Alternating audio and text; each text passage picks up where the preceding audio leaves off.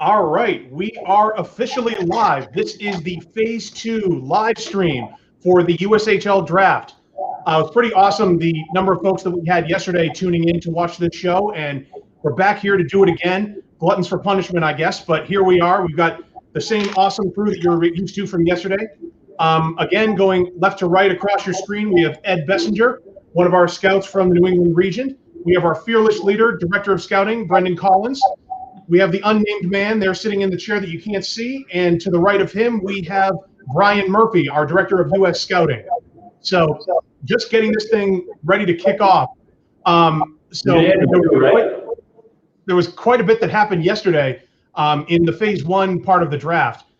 We covered all of the picks pretty much from 1 to 250, all 10 rounds. And it's worth us going over a little bit of some of the trends that we saw develop yesterday, some of the players that really stuck out to us. And we're on a little bit early because the draft for Phase 2 starts at 2 o'clock today. We wanted to take some time out to cover what we saw yesterday. Like I said, some of the trends, some of the stuff that developed. So just going to open the floor up to our fearless crew over on the other side here. And they have some thoughts on what took place yesterday. Yeah, thanks, Mark. We can just kind of go through a run by team look. We can look at some trends that we saw in yesterday's draft. It's kind of interesting. You see some teams that you can tell where they're spending their time scouting. Some teams were heavy in the Midwest. There were some teams that were heavy in Minnesota. Just kind of interesting. Some guys are going for bigger, stronger players. Some guys are looking for skill guys. We'll start with Cedar Rapids. Their first pick, obviously, Drew Stewart, high skill guy out of Minnetonka, Bantams. They stayed in Minnesota a little bit. They were at Gentry Academy. They took in the middle, Reese Shaw. And then they took another Gentry guy, their last pick, Tyler Gayer, a skilled defenseman. So, interesting picks. They went into Massachusetts. They took Colin Emery. At Reading High School. They took another kid, William Kanata, out of Milton Academy. So I'd say they're pretty spread out geographically anyways. Who would you say for them? That they had a couple value picks, you could argue. I think Jason Fritz out of Buffalo, puck-moving defenseman, really skilled player, skater. Dylan Johnson, goaltender for Sioux. Out of Sioux Power. Where did they get Emery? What round? Emery was fourth, I believe. Yeah, he's a player, and him and Kanata are both, part of a big hockey family, so they'll be prepared. Good players. Yeah, so that's a pretty good wrap on them. Let's see, Chicago. Chicago, they like taking some risks here. They took Braden Slipik. Like I said, if he goes there, we have him on our Canadian board, #1 guy in Western Canada outside of Bedard. So if they can land him, that's a huge get. Let's see who else they took. They took a goalie in the 3rd round, Miles Roberts, well known out of Anaheim, and we liked him. Yeah, like Roberts. I think he was the first goalie off the board, strong at the Nationals. And then we talked about him at the end of the night, last night, but they're not afraid to go up into Western Canada, take kids their first round, their second pick in the first round contender out of Sioux Falls, Jaden Perron. I think he's from Edmonton, right? Winnipeg, that's right. So. Again, he's going to be down playing with them this year. He's entered with them, but high-end kids. So they're getting some of these high-end kids to come down and play in the States. Yeah, you saw Yurchuk today. I'm not as familiar with Yurchuk, but that was their first pick. Yeah. Again, playing on that stacked 16s Avalanche team that won the Nationals a couple weeks ago. Another kid that just has a ton of skill. Has the room to grow and get a little bit bigger, but just, makes a ton of plays and, is, another high-end skill kid. Yep. And then, they took some smaller guys. One thing with Chicago that people said going into the playoffs is that they were young, the youngest team in the USHL. They didn't have a ton of size. They're obviously not afraid of drafting smaller guys. They play a really skilled game. Nathan Murray, a small guy, really skilled, really smart. Aiden Dyer, same kind of thing. Fox Motors kid, small, skilled. So something to keep note of as well. Chicago's not worried about how big you are.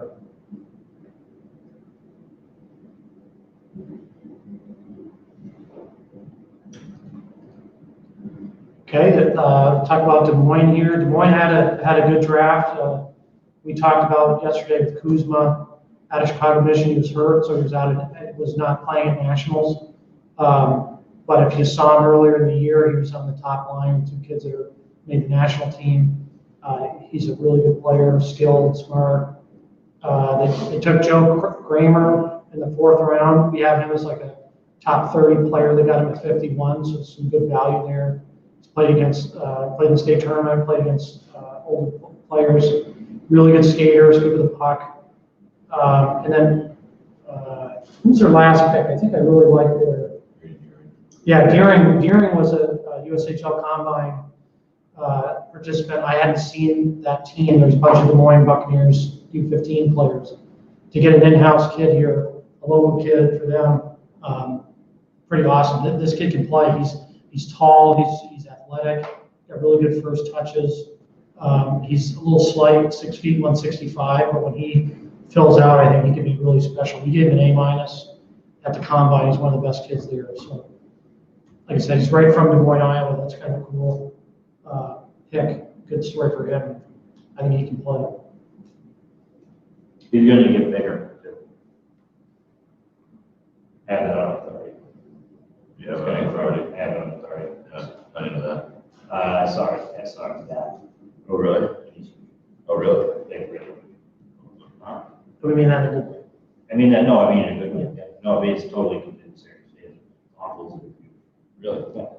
Yeah. Do you go to the barbecue? Hope I have the right kid. Do you go to the barbecues? Are you insinuating that I'm huge? I'm not. No, I said you go to the barbecues. That's how you know the family. No, I chit chat with people in the rank. I'm polite. No, you're not. I don't have to be like, oh, I'm a scout. Don't talk to me to evaluate players. I can talk to people. So you cannot knowledge test them. No, if I'm talking, I'm probably not watching the game. Not worried about that. But I think it's good. I think it's fun to be, You're very approachable. Approachable and weird, sort of, people recognize the weird. They always ask, "Where's Maria?" It's like, we can function. Oh, for sure. Yeah. No, we're not. We love you.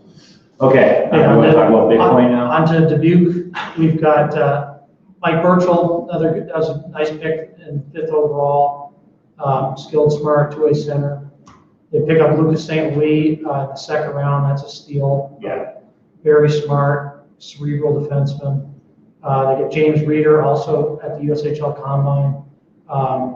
Also, it's a small guy, but he's got great bursts. He's really smart. Skipping down to the end, the last pick, Ben Lelkin, was a heady pick. Kid out of Mississauga, played for the Toronto Junior Canadiens. We didn't see him this year with COVID. They were shut down, but as a Bantam, we had him as an A prospect. Could go high in the OHL, so good risk reward pick there. Got Cam Russo as well. Is he a Governors or is he a Christian? Governors. Lose track. Cam was a Governors. Yeah. He's a big kid, strong kid. He's a shooter. Yeah. Not afraid to shoot in traffic. This is all review for all you watched last night. It's like The millions and millions. millions. No, millions, like they're working on. Anyways, next. Moving on. Yeah, look at it. Next. And we got Fargo next. Who are their tenors? They took Fargo took Wallows, who I really liked, and Matt was my name. Yeah, maybe. Those Mania is a top 10 guy on our board, or no, top 20 guy on our board. Really big, nasty defenseman. He's got a big shot from the point. Like Ton of boys. Yeah. Ton of boys. He's a kid that we thought was a snub for NTDP. Not only the camp, but I thought he actually would have a shot to make the team. So for Fargo to get him in the tender is a really nice pick. And he's somebody we talked about this last night. not sure how many of the kids in the SO5 group at this point in their development are ready to play in the USHL next year. He's one of a few kids that I think can play. Yeah. Certainly physically ready. And he showed what he could do with U16. So, and I think the other one was Tanner Walls, but I'm not. We got Christian Kim. No, that was Tri-City, sorry, from Fire. Damon Bickler, who we were talking about this morning.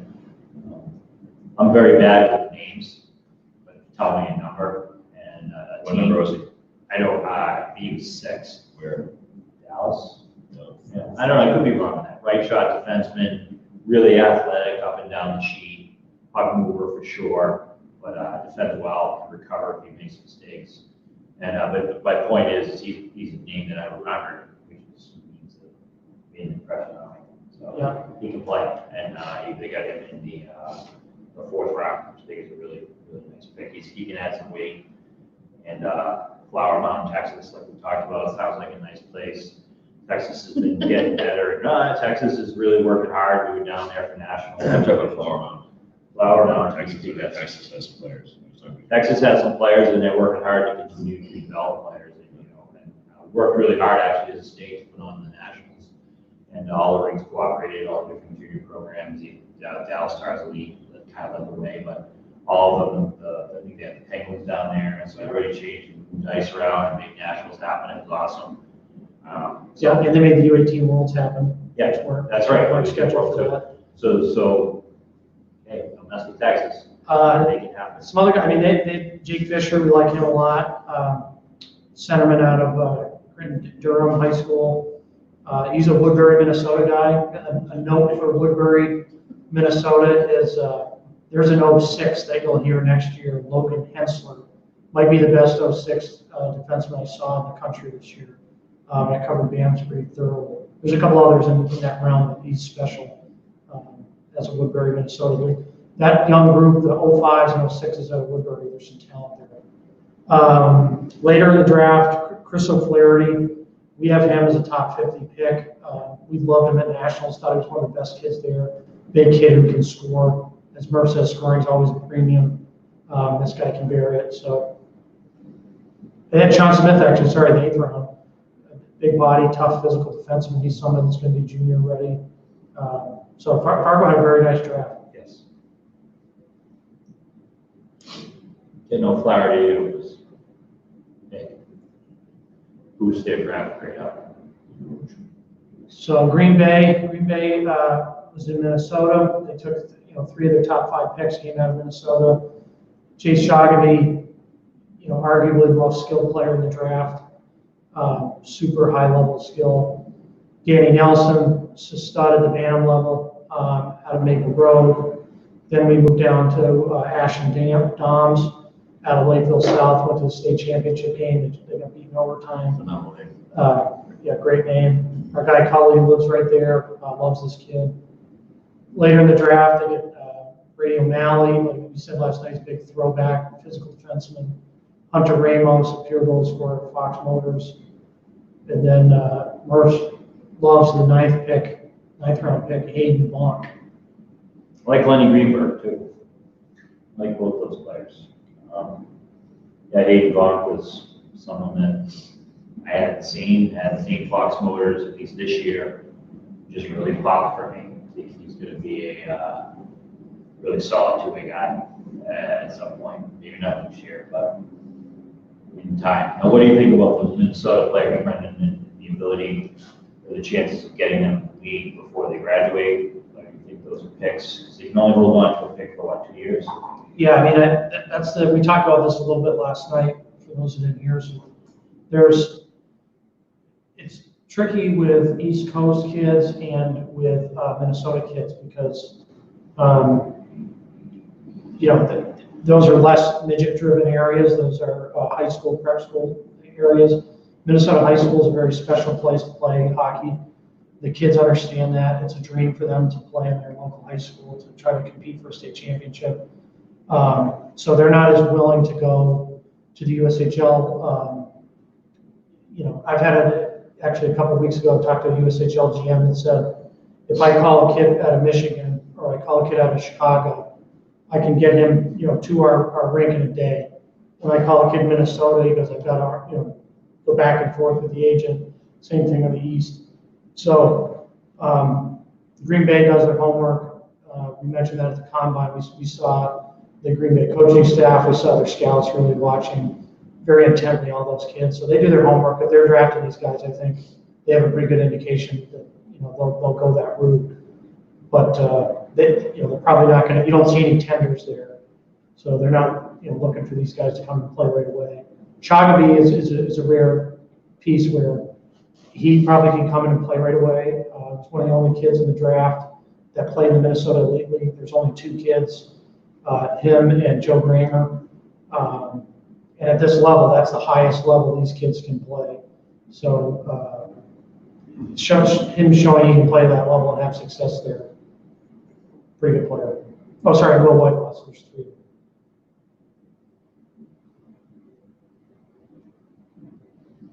Lincoln, really liked Lincoln's group just because they brought a diverse group of players. You start with Cooper Pearson, really skilled, really quick, gets an explosive skater. Then you go with Dashiell Oliver, who's a 200-foot up and down, strong, powerful, gets the spots.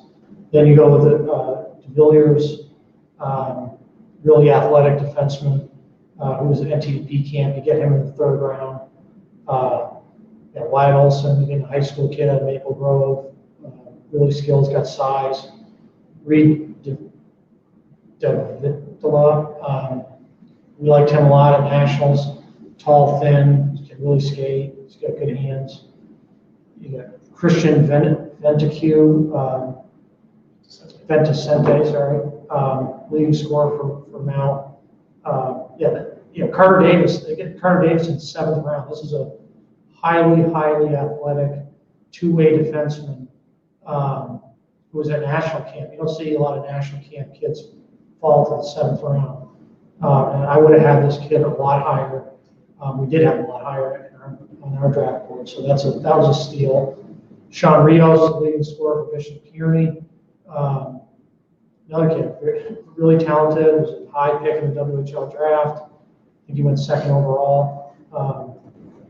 So they got some real value late. Matt Vanderboer, Medina High School, in the 10th round. This was, if I had to do a grade, and you can't really grade because you have no idea how these kids are going to develop and where they're going to end up. Because the hockey we're watching, we're watching kids playing prep school or watching them play midget, 3 quarters or more, probably more in most cases, are kids that will never play in the USHL. So we have to make a determination. Yeah, probably 95%. So, they might make a nice move, but is that defenseman they made it on actually a prospect? Is that someone that, do you make the move because he's really good, or do you make the move because the defenseman was way out of position and can't play? So, like, some of these guys, it's hard to grade and say, hey, this team did better. We'll know in 2 or 3 years. But in terms of right now on paper, it'd be hard to argue there's a team that had a better draft than Lincoln.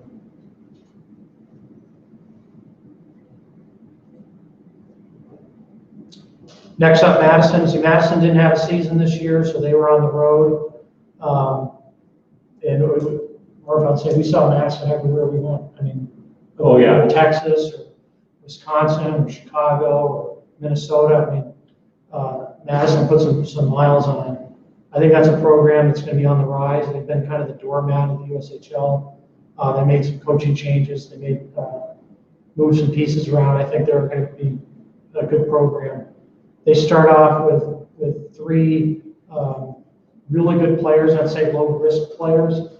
Nick Fascia was at National Development Camp, tryout, strong, athletic, really good skater. Ed, you saw him out at Nationals. What did you think of him? Yeah, like we said last night, just great first step. Gets up to speed quickly, gets north-south, quickly gets out of his end seamlessly, doesn't spend much time messing around with the puck in his own zone. Retrieves it, wheels the net, either hits the winger for the breakout or he's into the neutral zone, pushing the puck down the ice. So really skilled player there in the first round. Then we got Finn Brink. Is His brother, Body Brink, is one of Murph's favorites. He played Maple Grove, had a great season. He's hard on the puck, skilled, smart. We really like his sense. Frank Hilton's a power forward, plays a heavy game, he's tough, he can get to like 30 years and win battles. That was a good pick. Down in the 7th round, they take Carter Wishart, our Minnesota scout, Brent Culleton, called him and talked about how he was at a game this year where, they're Chaska High School, a good team, but they're playing Hill Murray, probably the best team in the state. And this kid stood on his, with the Nationals. This kid stood on his head and, kept him in that game for a long way. So I think those are, and then Brennan Giles out of Mid-Fairfield, hardworking player. Ian, you talked about him yesterday. Kind of boy, smooth. He's kind of overshadowed by some of the kids in the national program. But he's really smart. I love how he skates. Loves his vision, his voice. I think he's got a really, really bright future. Awesome. So nice draft for Madison as they re-enter the league this year after a 1-year hiatus.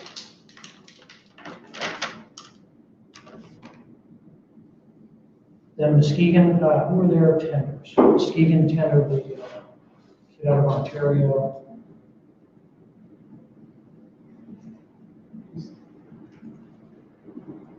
Oh, they signed Gavin McCarthy, Buffalo Junior Sabres, played up with the U16s. Liked his game at NTDP, keeps it simple. Smart players, got great edges. And then they took Carson Rukov, who is an Ontario kid. We have him as a top 10 pick in the USHL Draft. So good pick to go up there and grab him.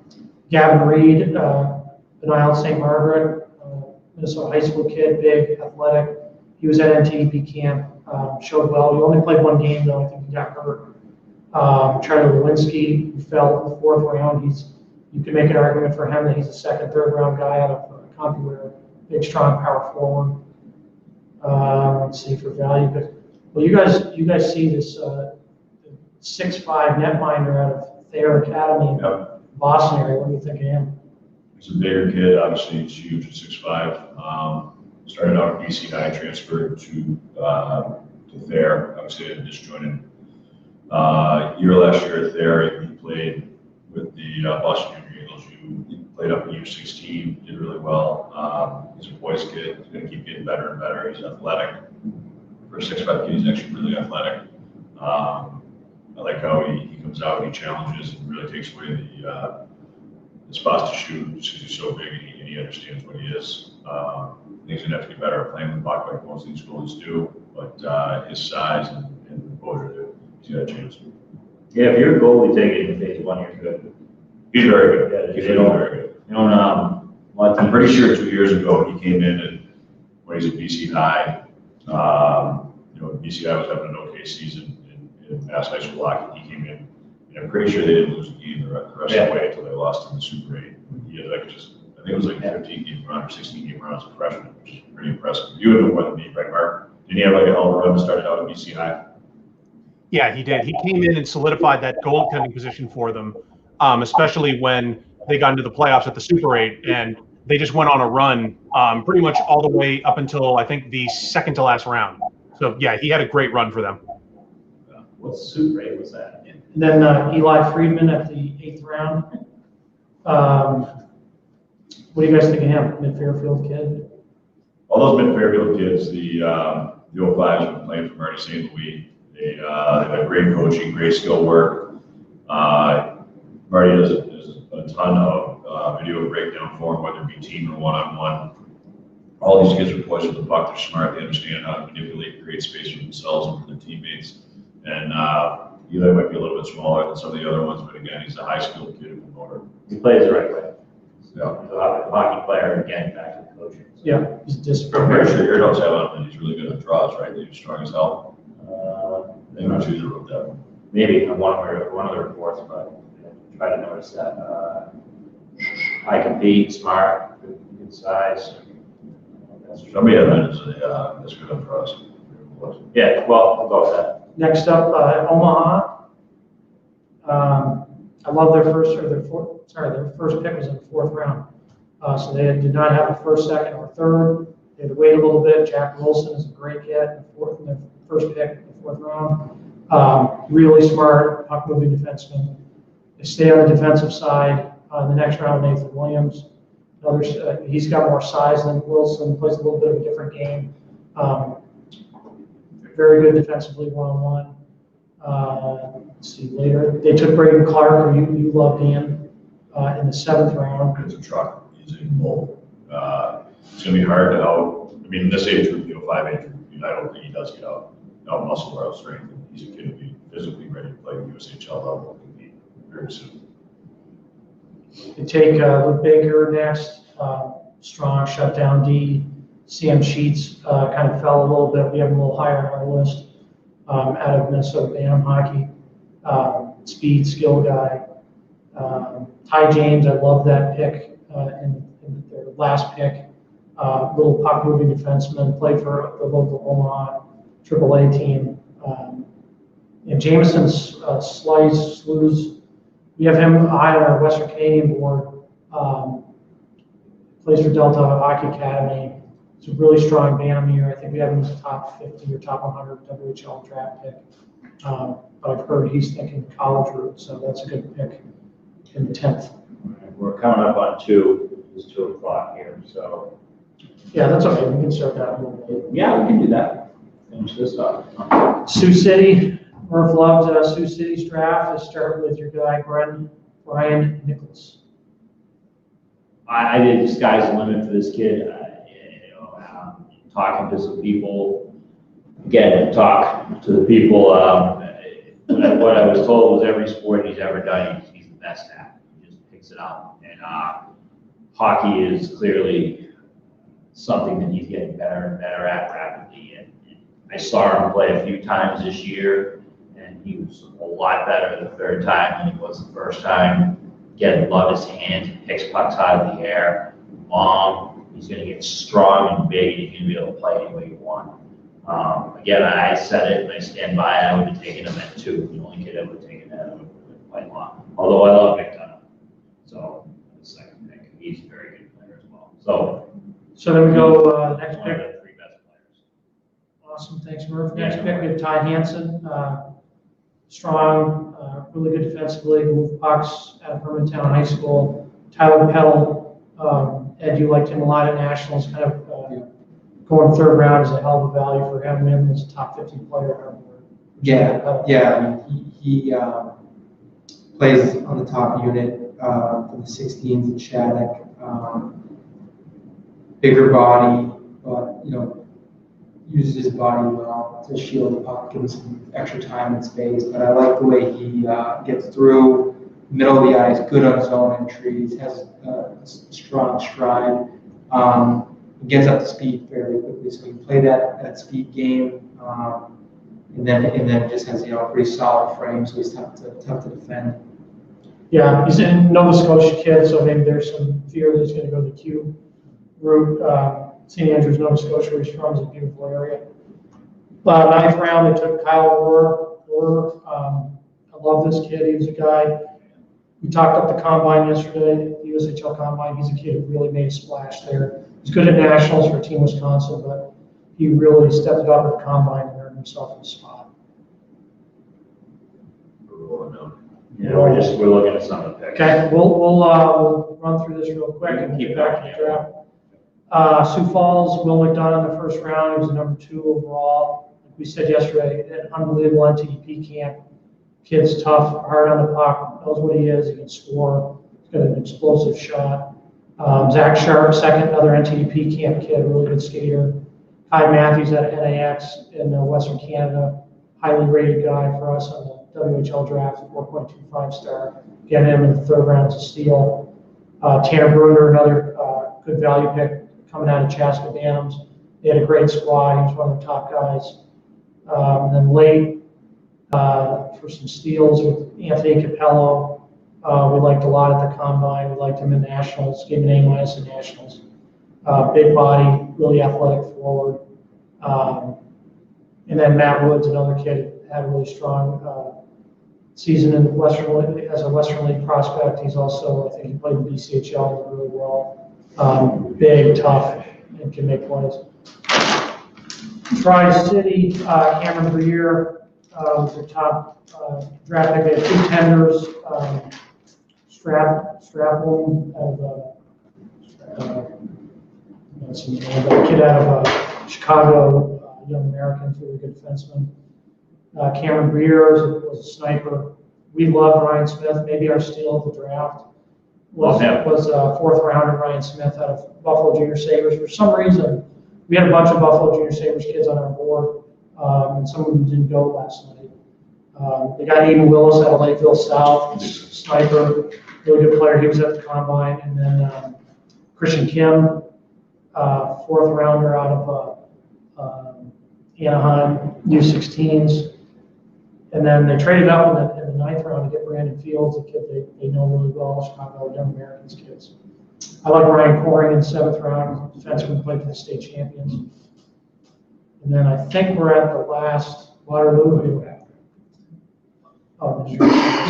Joe Willis, good pick, their first pick. 2nd rounder, Connor Brown, kid can fly, high pace, electric forward. Teddy Townsend is their 3rd pick. I think that's a tremendous steal. Bantam out of Eden Prairie was Bantam Player of the Year in the state of Minnesota. And in the late rounds, we liked Aiden Hopewell, big goalie, really athletic, good rebound control. Chris Thibodeau was a standout at the combine out of Kitchener, Ontario. Kid that you might be seeing in the OHL draft. He's slippery, he's explosive. And Luca Pinelli, we think is the brother of Francisco Pinelli, Toronto Junior Canadians kid. We have high our analyst from last year. And then we'll wrap up our recap with Youngstown. Number 1 overall, William Whitelaw. We have him ranked as a top 10 player. They take Chase Pirtle next, another NTDP invite. Big, strong, power forward. Brandon Svoboda, also a big kid. He's got a ton of skill. Kyle Kim, 4th rounder. Another kid that can really skate. You're getting 4 guys there that all are very accomplished in the midget world. Then you get Daniel Johnson, defenseman, out of Chicago Young Americans. Again, Chicago Young Americans had a strong showing. And then in the 10th round, we loved, they got more. Ty Henrich was a steal in the 7th round. Another Woodbury, Minnesota kid. I keep mentioning Woodbury, Minnesota's got some talent there. Justin Stupka, we really liked him in Pittsburgh, Penn's elite, forward, big-time goal scorer. And then Dylan McFadden, again, we talked about the Junior Sabres kids falling a bit. Dylan McFadden's a real player. He's got high skill, can score from anywhere in the offensive zone. He's a Niagara Falls kid, so maybe he's thinking OHL, maybe that's why he slipped. But he's a top 100 kid for us. And now we'll get to the looking at those top 3 picks for Youngstown. That's a pretty good haul in your first, 2nd, and 3rd round pick. That's pretty darn good. Talked about it last night, but it just clicked in right there. Yeah, Youngstown's another team that does their homework. We see Youngstown everywhere we go. They cover it pretty extensively, and they're not just one region. We see those guys. Like I said, I've seen them in Texas. I've seen them in Minnesota. I've seen them all over the place. So. Okay, so we will start our USHL Phase 2 draft. This is going to be, we expect kind of a crazy day today, to be honest. In the United States, there's a bunch, in the NCAAs, there's a bunch of kids in the transfer portal, which means there's kids that are looking to switch schools. There's been some rules in the NCAA in the U.S. That are backing things up, so some kids are messing things up. Kids from the U.S. program getting pushed back. Yeah, there's some kids available that never thought of it. Yep. Right. And you're going to see, and when we talked to some of the USHL teams prior to our draft show, they talked about how, typically in a normal year, they might get 5, 6, 7 guys returning. And this year, some teams are getting 10, maybe 15 kids returning. So it's going to be, this is just going to be different. I think you're going to see some home run swings. You'll see some Canadian kids some kids will try to take kids out of the CHL because there's some uncertainties there. You might even see some kids in the NCAA transfer portal get picked up. We just got news yesterday that Robert Morris shut their program down. Probably those kids are too old, as Ed was saying earlier, to be in this draft. But anyways, we're expecting a kind of a crazy day, so it won't be the same as yesterday where we're going to go pick by pick by pick. I think we'll kind of bounce around a little bit and pick up some guys that we know about. But to start things off, we had a trade this morning, kind of exciting move for Dubuque, traded up with Youngstown. We just noted had a really good day yesterday in their phase 1 draft, and they took Justin Janicki, a Notre Dame commit out of Maple Grove, Minnesota. Played for the national team last 2 years. Wants to tackle this kid. He's a solid two-way player. He's a strong skater. He didn't put up a ton of points for Team USA, if I remember correctly, but I think he's the kind of player that in different situations can score a lot more. Certainly is going to be fit right into the system they play at Notre Dame. He's responsible in his end. And he's got good size, not great size, but high compete. And again, strong with the puck, values possession, and just a solid quality pick that they can plug right into their lineup as a top 6 guy right away. And I think it's going to be really good for him. And getting pushed back, may not be what kids always want. Sometimes it ends up being the best thing and being in 2003, probably a little earlier, or maybe he didn't get pushed back. I don't know, but Notre Dame's always had a pretty big Slager was pushed back. Yep. Played a year, and then he came in. I think he was rookie of the year on their team. He's a similar kind of player. Yeah, they're actually kind of hard working. Some of these kids are pushed back, and it might seem like it's the end of the world in the long run. It's just another, 9-10 months for them to train to get ready to go into college and really be ready to compete and play. Being pushed back is just the easiest way to say it. I don't view it as being pushed back as in the school doesn't want them or they don't think they're necessarily ready. It's, they've got kids that are on campus right now that have been there, and COVID has changed everything so much. Yeah. You have no idea what's going on with the money and all that kind of stuff. Yeah, every kid got pushed back. Who? Allie, my daughter. What's going on with her? Good. She's going to Worcester Academy actually. What happened? Love Worcester Academy, by the way. Shout out to the What happened? Well, the NCAA changed the rules and kids decided to stay for 50 years. What do you mean they changed the rules? Yeah, they changed the rules. Now you play 5, 6, 7 years. It doesn't matter. Wow. And you can transfer anywhere you want. So what happens to the incoming freshmen? There's some got pushed back. Some are going. Yeah. Wow. So does it take away your eligibility if you go in, or how does all that work? I'm not really sure. No, it does not take away a year ago. So what if you go in and they already have their full roster? I don't think the NCAA cares about that. I think we just start trying to make it like they care about the kids when in reality, Oh, it has to definitely to do with money. Oh, it's money. Always is. Yeah. All money. Yeah. Yep. Okay, so we have 12 reports on Janicki. So if you subscribe to the site, you can read your face off about him. Plenty of stuff. Next kid we had up is a big goaltender out of Sweden. Then we go with Jeremy Wilmer. Wilmer is another kid who came highly touted when he was a midget player, went up to the national team. He's undersized, he's very dynamic. He's a Boston University commit. He wasn't at U18 Worlds because he was sick, so we didn't get a chance to see him there. Had a strong season, highly graded on us. Both of the 1 and 3 are both 4 or 5 plus ranked players. And then Very smart and skilled. then we go to the NA. He's a wizard with the clock turn. Wizard. Wilmer the wizard.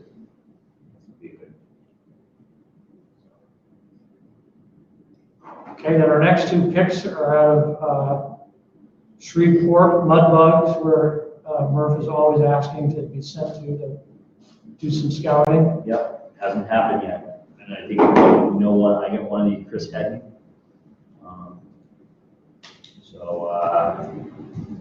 Smart. I think he's committed to Air Force. I'm not 100% sure about that, but he's in 2002. And good size, smart puck, makes good decisions, transitions quickly, plays with physicality.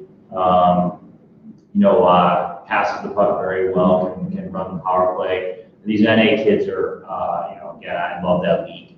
And they're always prepared for certainly the move to the USHL, no question about it, because they've been through through the battles, and then always compared. And Air Force has lived off those guys, and obviously had terrific success. So this is a good pick to play.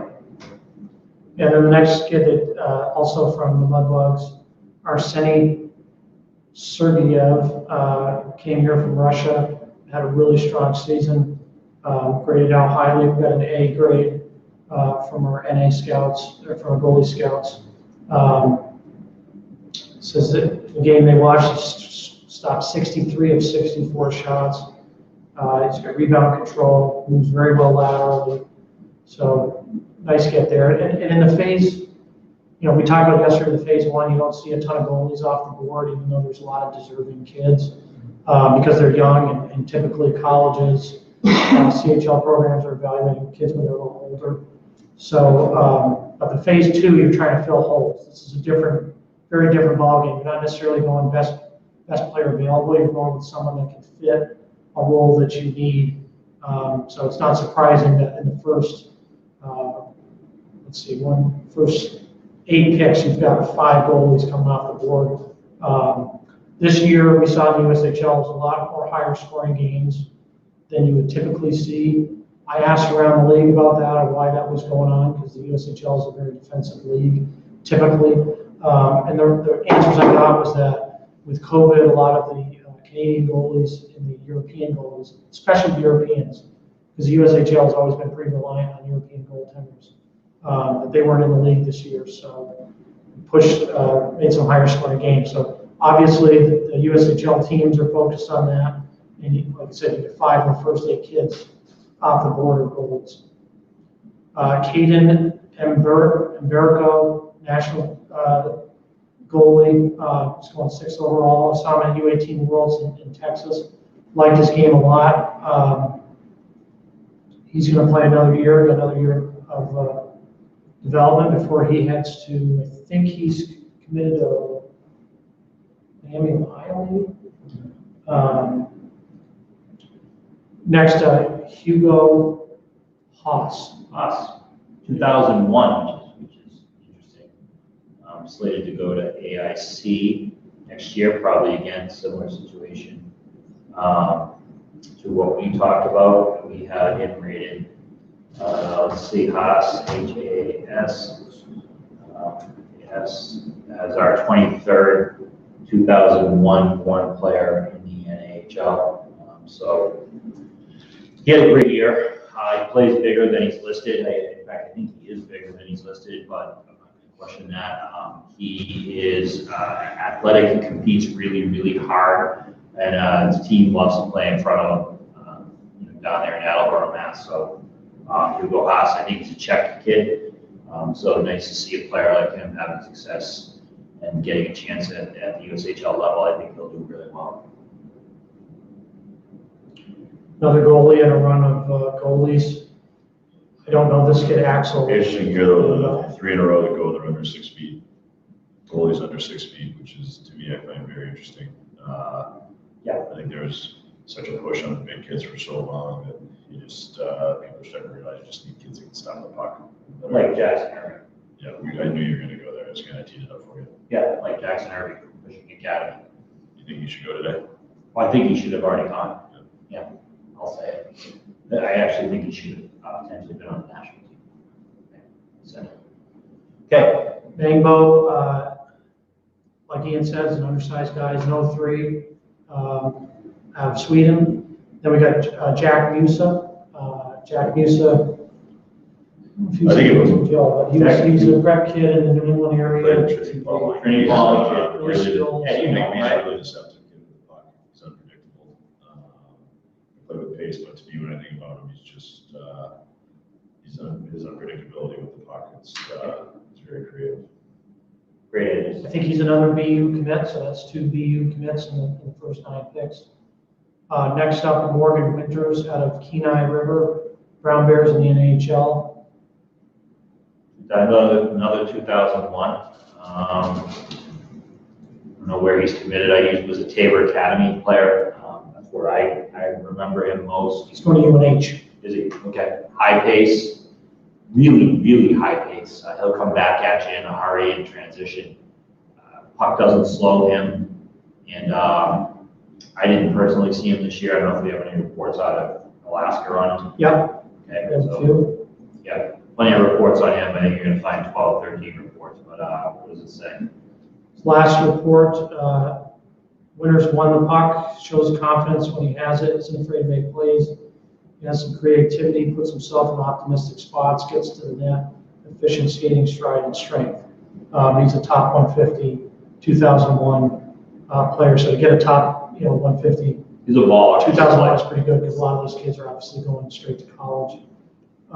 Next up, another guy you really like, Ethan Strachey, on the NTDP team. He was, at the time he made the NTDP team, I think there was a lot of people that thought he was a head scratcher, but he loved him right from the get-go. I think he was a. I've always liked his. kid. Yeah, I've always liked his game.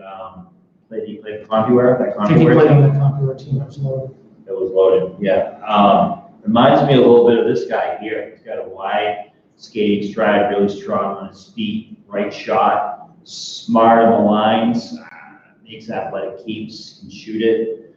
Again, he's a wide body, he's tough, he's strong, but Just a solid two-way kid. Yeah. He's not going to be flashy, but he's going to make the right play, the smart play consistently, which is what you want. And to be successful at higher levels is nobody really gives a crap about the backhand toe drag. They just want you to make the right plays consistently. He does it. that's why I like him. I like your humor. Thank you. I mean, I don't know. I don't mean he's you, but he's similar. I saw similarities in size. Yeah, I'm serious. Ethan, I always like him. Ethan, it's okay to be big boned and husky. It's okay. There's nobody on this. I'm going to compare to me. So yeah. Sir, There's nobody like If we do, you have that draft. Yeah. Okay. next up, we've got Christian Fitzgerald. He's a kid who really shined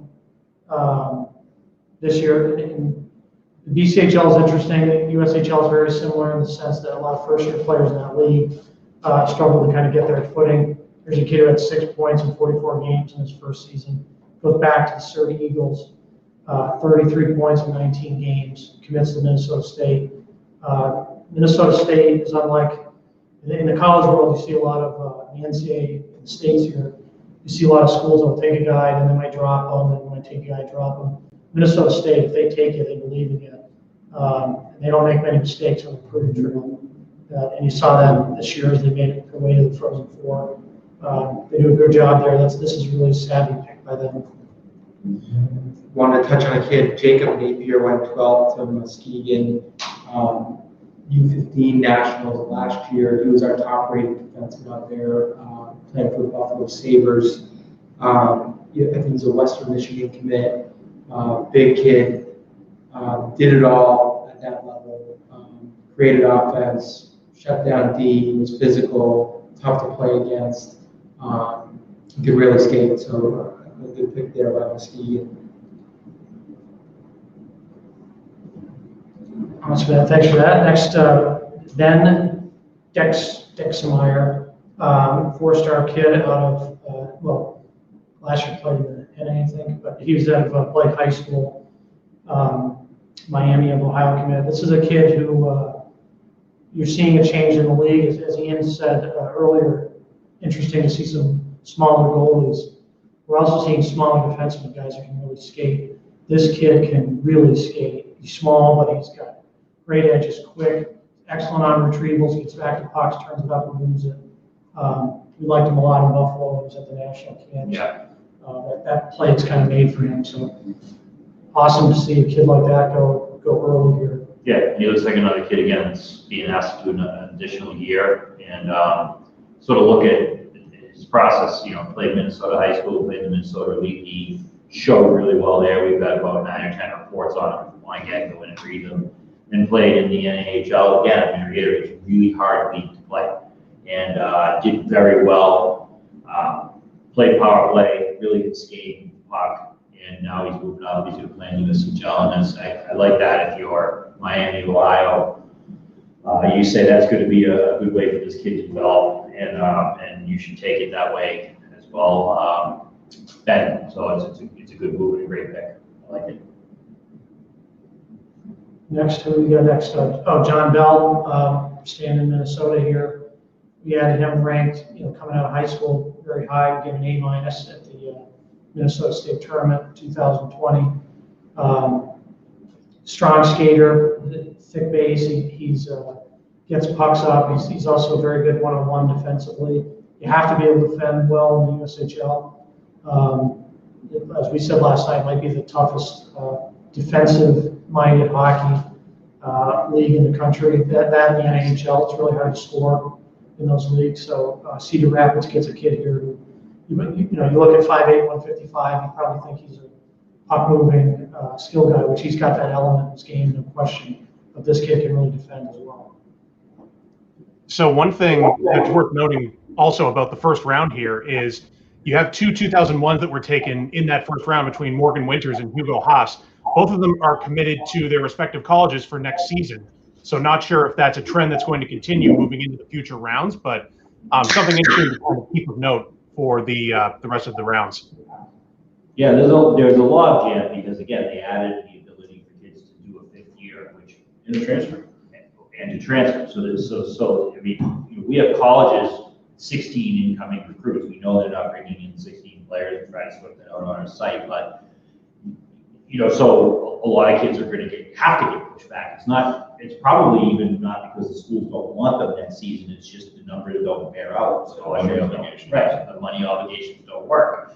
So to me, the 5-year rule, it is what it is. But I think it's causing coaches headaches, but it's also probably making coaches be pretty excited about the fact that they get a kid for a 5th year or a transfer who's played 3 or 4 years in college hockey and they can add to their roster. So it's the wild, wild west out there, I'll be totally honest with you. And then Robert Morris pulls their circus act, so which is disgusting, by the way. You should be disgusted with yourself, Robert Morris.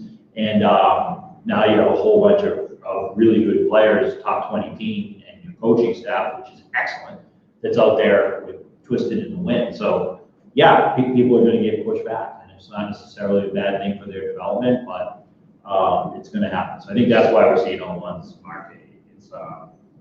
It's just simply that just don't have room for you next year. I think one kid, Luke Leyland, just looking at him, Minnesota Magicians. I like this kid a lot. He's really good. It's now, past, Smart voice on the puck. Yep. One on the power play. I wrote about him last year for the draft. He's too small to get NHL interest, but he definitely thinks the game like a pro and moves like a pro. He's a player that can. Yeah, we have him ranked 3rd in 2001s in the NAHL, which is extraordinary. He's a late 01. We have 16 reports on him. Again, go crazy if you're a fan of who took him.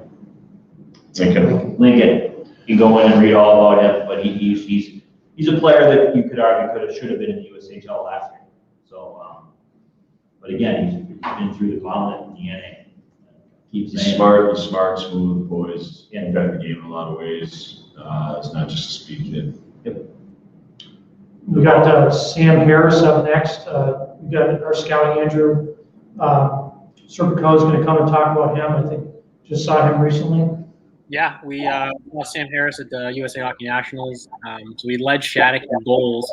I think he had 5 or 6 goals in 4 games. He plays a lot bigger than his size says on paper, and he can really score from anywhere. He's got a wicked release of the stick, and he can beat goalies from the outside.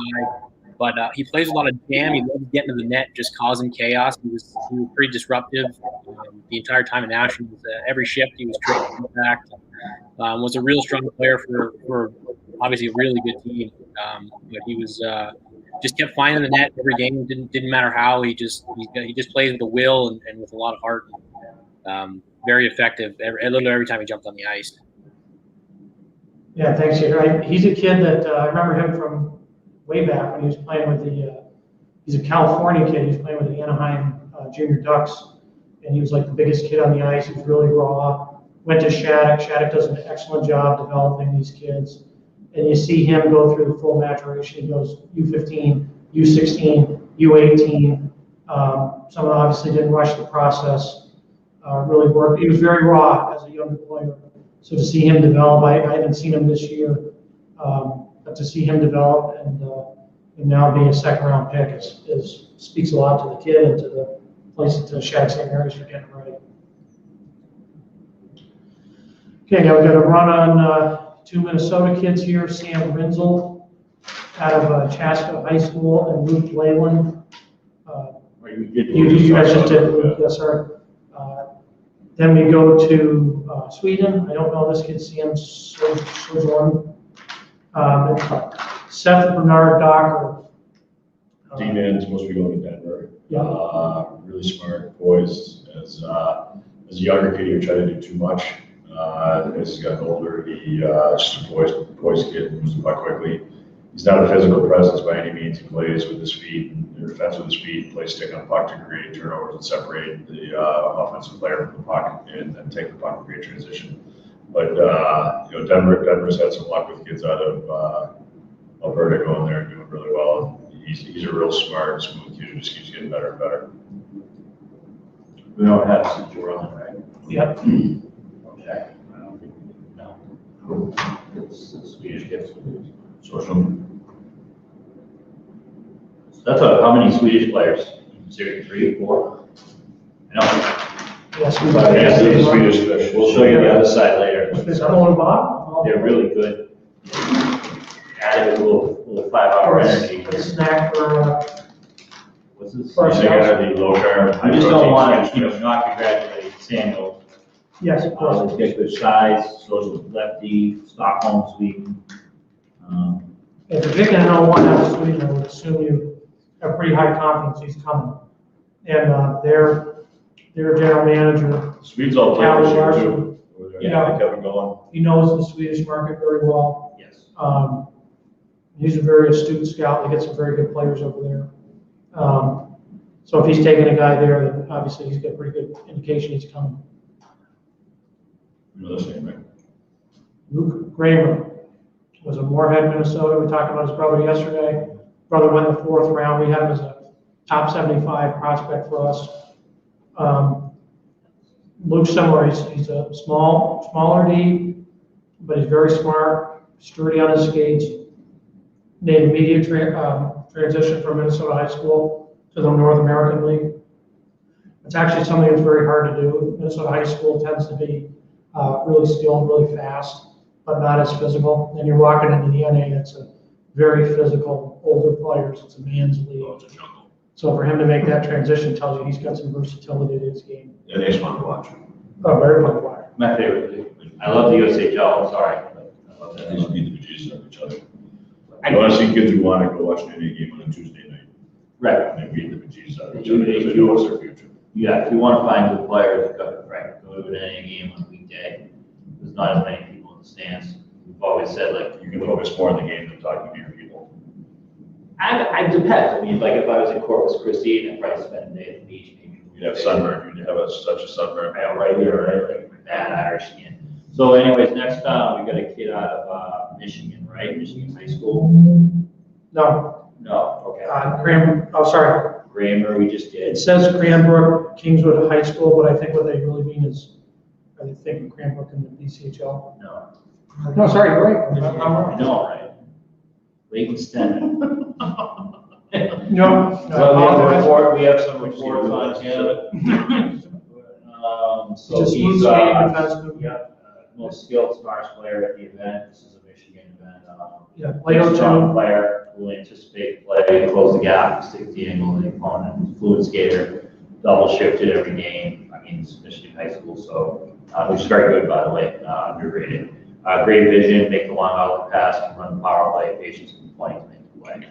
We also had him in 19 in the Minnesota League with Team Michigan. Long defender, smooth feet, ability to turn and retrieve pucks quickly, good reach and good stick, calm under pressure, made it simple play. So seems like he's progressing. Yep. Nicely. Sioux City, another organization, does a great job. We see Andy Johnson everywhere, their director of scouting. Luke Strand, the head coach GM. They do their homework. We thought they had a terrific draft yesterday, so that's, I bet you Leighton's stemming a little bit under the radar, but might be a steal here. Right shot D, hard to find.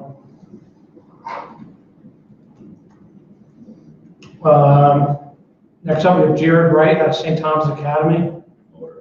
Love this kid at the Minnesota State Tournament. And then Late 2002. Yeah. You can fly. hold on, I'm just pulling up my notes from the a couple times yesterday. I had the wrong name, so just want to make sure I'm thinking of the right kid in my mind. Yeah, you gave him a minus at the Minnesota State tournament. Yeah. Size, speed, athleticism, two-way game. It's got real zip on his passes. That's a trait that Ian's been talking about a lot. Ian's running a league, if you don't know about it, in the Boston area in the U.S. Called the Pandemic Hockey League. We're working on developing players that didn't have a season this year. And one of the things I know he's been stressing with his players is giving passes and receiving hard passes. For some reason, that's a skill that we're not seeing a ton of, especially on the receiving passes. This is a great example of a guy who really zips it, can catch hard passes on the backhand. Obviously, at the next level, you've got to be able to do that. Such a differentiator, in all honesty. Like I've told the kids who we're skating with that, you go to your first NHL camp and you do drills and you just watch and see who can handle pucks on their backhand. And then the smart guys, they just force guys their backhand, knowing they're going to receive the ball, and you attack them, and you know they're going to be sent home the next day. And it's a skill everybody needs, and it seems simple because all the moms and dads love watching pretty toe drags and all the crap like that, but manages to skate and receiving passes. So kudos to Jared. Also, Colgate was able to come in and snag this kid, which isn't an easy thing to do, to pull high-level kids out of Minnesota.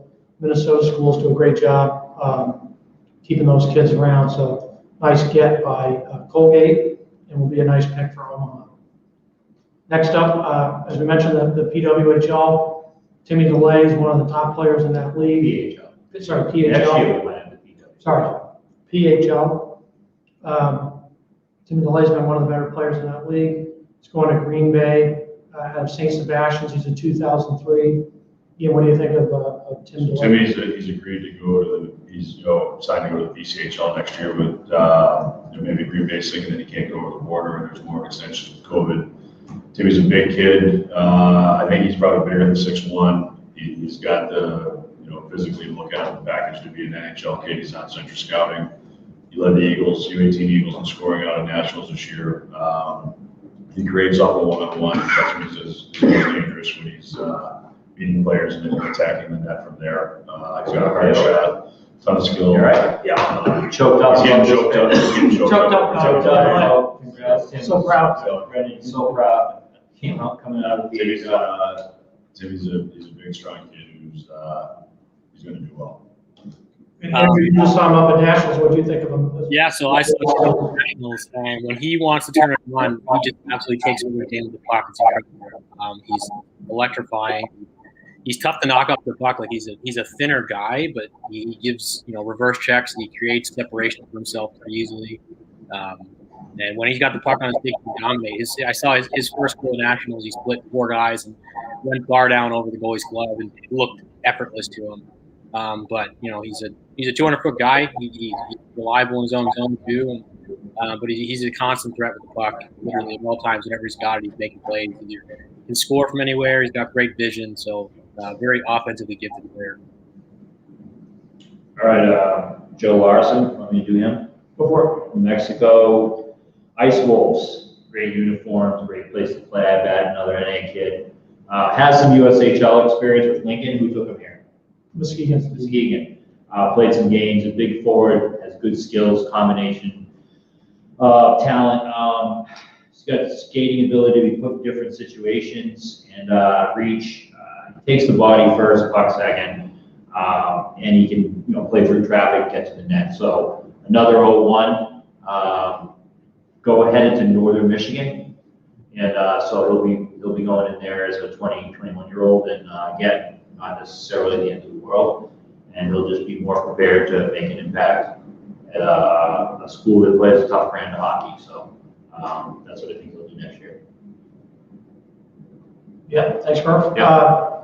He was 90th ranked 2001 in our national rankings for the 01s. We've got 01s, 00s. Focused on some of the older kids this year for the Division III and Division I NCAA programs really wanted that data. With COVID and everything, a lot of those 20-year-old junior players got their season cheated, so we work really hard to make sure we have the OO rankings. Coming up in the next month or two, we will have the O2s, O3s, and O4s. We want to see the O4s at national camp. That's probably going to be the first one that goes up, and then we'll work our way back. Obviously, the O3s, we're going to have the When's the 04 national camp? When's it start? That is June, end of June. I don't know the exact dates, but I think it's like the 25th, 24th through like the 30th or something. Where are you getting up there? Winnebago.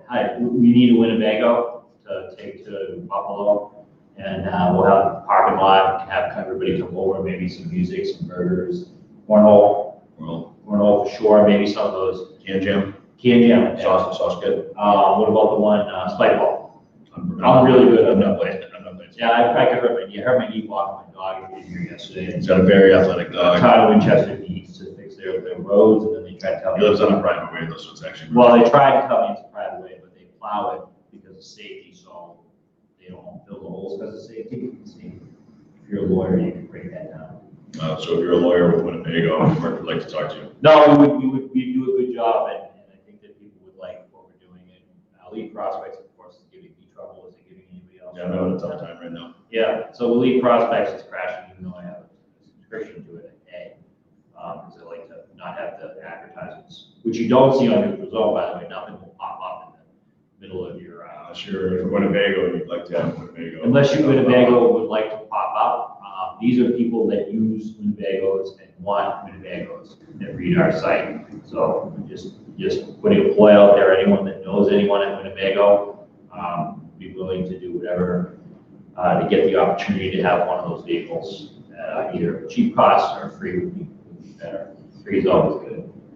Next up here in the second round, we've got Fargo Forest takes Thomas Weiss. We always like this kid. Yeah. I believe he played. He plays for Wichita Falls, but yeah, he was a U16. Yeah, he's a national camp kid. And he's a high flyer. Yeah, he's got a ton of pace to his game. He's really smart. He's creative. Yeah. And another guy, an undersized guy that you're seeing produce in the NA, which again, like we said, that's a really tough one. Fargo traded up to get him. Yeah, so that's a nice grab. He was always trying to remember the kids he was on that 02 Team Wisconsin team. But they had some players there. Yeah. I don't know if that was Emerson and that group, but he was always the little forward that was flying. Yeah, he's a really good player. He's athletic. Cade Aaron-Holes was one of our favorite players at the state tournament. I think he won Player of the Year in the state of Minnesota. Big kid, can really skate, handles the puck well with speed. I think he was a Colorado. Yeah. We'll see. They just had a coaching move there. He's a kid with his size and his pace can be really disruptive as a F1 in the higher levels in the pros and as a penalty killer because he's got a good stick. And when you're watching guys, that's the kind of thing that I think about. His pace will allow him to do things at different lines in the lineup. Next up. Yeah, next up. No, I agree with you. He's a guy, state tournament, I saw him in warm-ups. I'm thinking, oh, he's a big kid. I didn't know, seen him at like the national camp stuff, but he can skate. I mean, he can really skate. He's very athletic, and he handles the puck really well. He's got a chance to be a pro, I think. Yeah, that top on him and the lip key for Lakeville South was outstanding. They had him on the ice all the time. Yeah. Power play guy, penalty kill guy. Liked him a lot. Next up, Basically, we have both. I mean, we have both Minnesota tournaments in AA and A. So Yep. This is fresh material, folks. Next up, Cade Nielsen from Burnsville High School. He's another shifty player, skates really well. He's smart, makes quick decisions. Good second effort kid. He never quits. Quick release. Haven't seen him recently, but he's a guy, saw in the Elite League earlier in the season, really liked his game. Just motors always going. Trey Taylor, guy this, I think of a different Taylor kid on the BCHL. Sorry. Only we haven't seen, one thing we talked about today was, this morning was, we figured there'd be a lot of OHL, I think that comes later. those guys, and I think, yeah, we'll probably see some of that going on later. We haven't seen that yet, but we have seen some BCHL guys, we've seen some Euros. Trey Taylor's a Clarkson commit, got him as ranked 102 in the 2002 rankings. This way I'm thinking. I saw Taylor play in the CJHL Prospects game last year. I'm trying to think of where I spotted this kid. Because obviously with border stuff, we weren't able to get up to the BC League. Watch some on video, but that's not the easiest tell. But anyways, what we had from that report is strong showing in this game, polished skating, well-rounded defenseman, manages tight gaps, takes away time and space from his opponents, does a nice job keeping pucks in the offensive zone, wins 50-50 pucks. Smooth skater, quick on retrievals, good puck movement. At that time, he wasn't committed, so it's an underrated Division I prospect. And since then, he committed to Clarkson. So, nice pick there. Reese Lubbock, someone was taken in between him, right? Yeah, but he was a Riga. He was a international player. Reese Lubbock, Minnesota State commit, 2003, late 2003. Has pretty good size, skating, balance, edges. He competes, can score. It looks like it was a little bit of a two-man game for the North Star Christian Academy, which I'm not totally familiar with yet. I believe that's a new place.